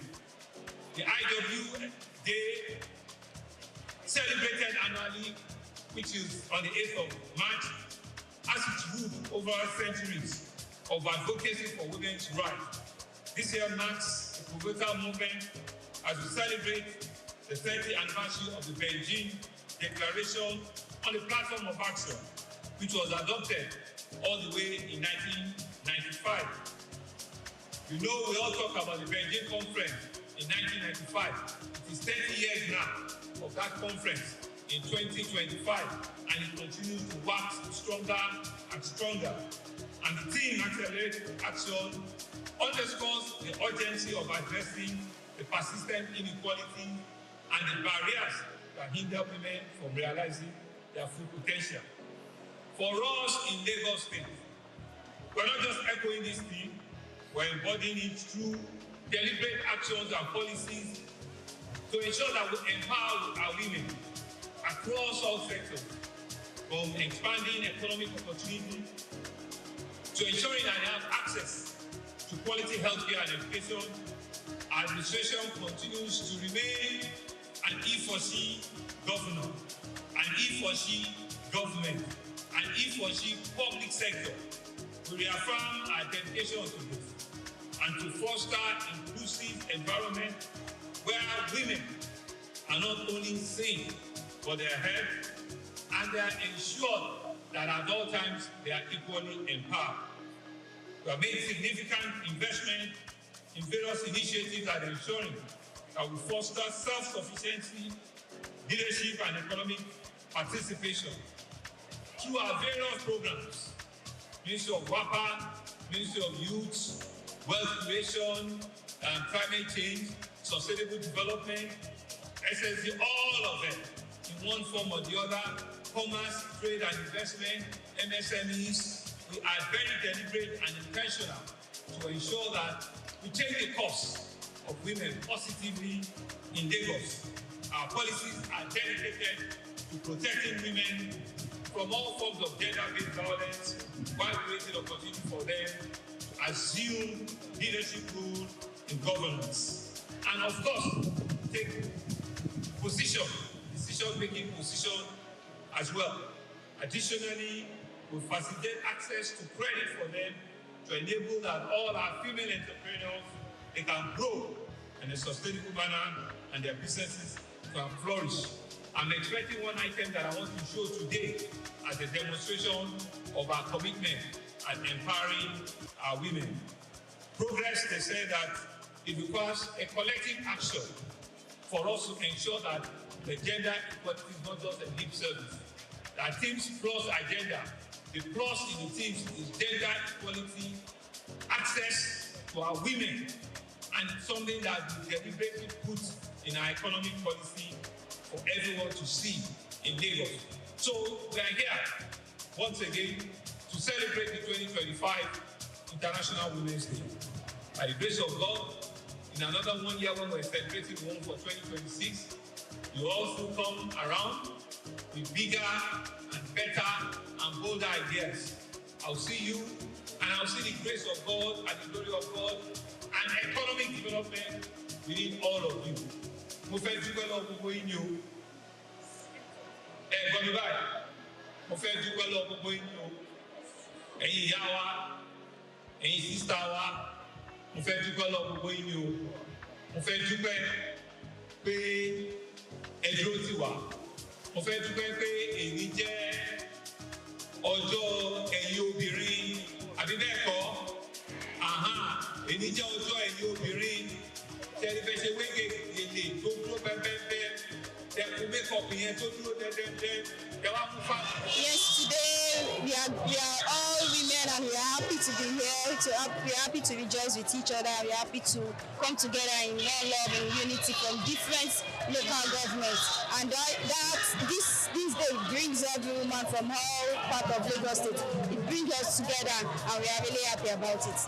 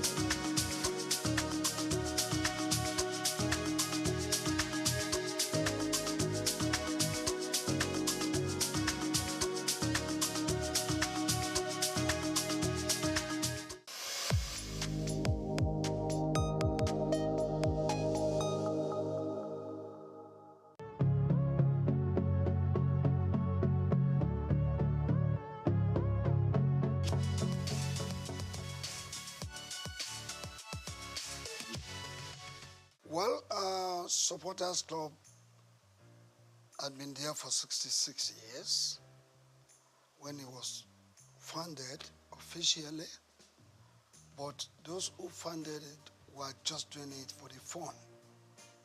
We just come to the field, drum, sing and go.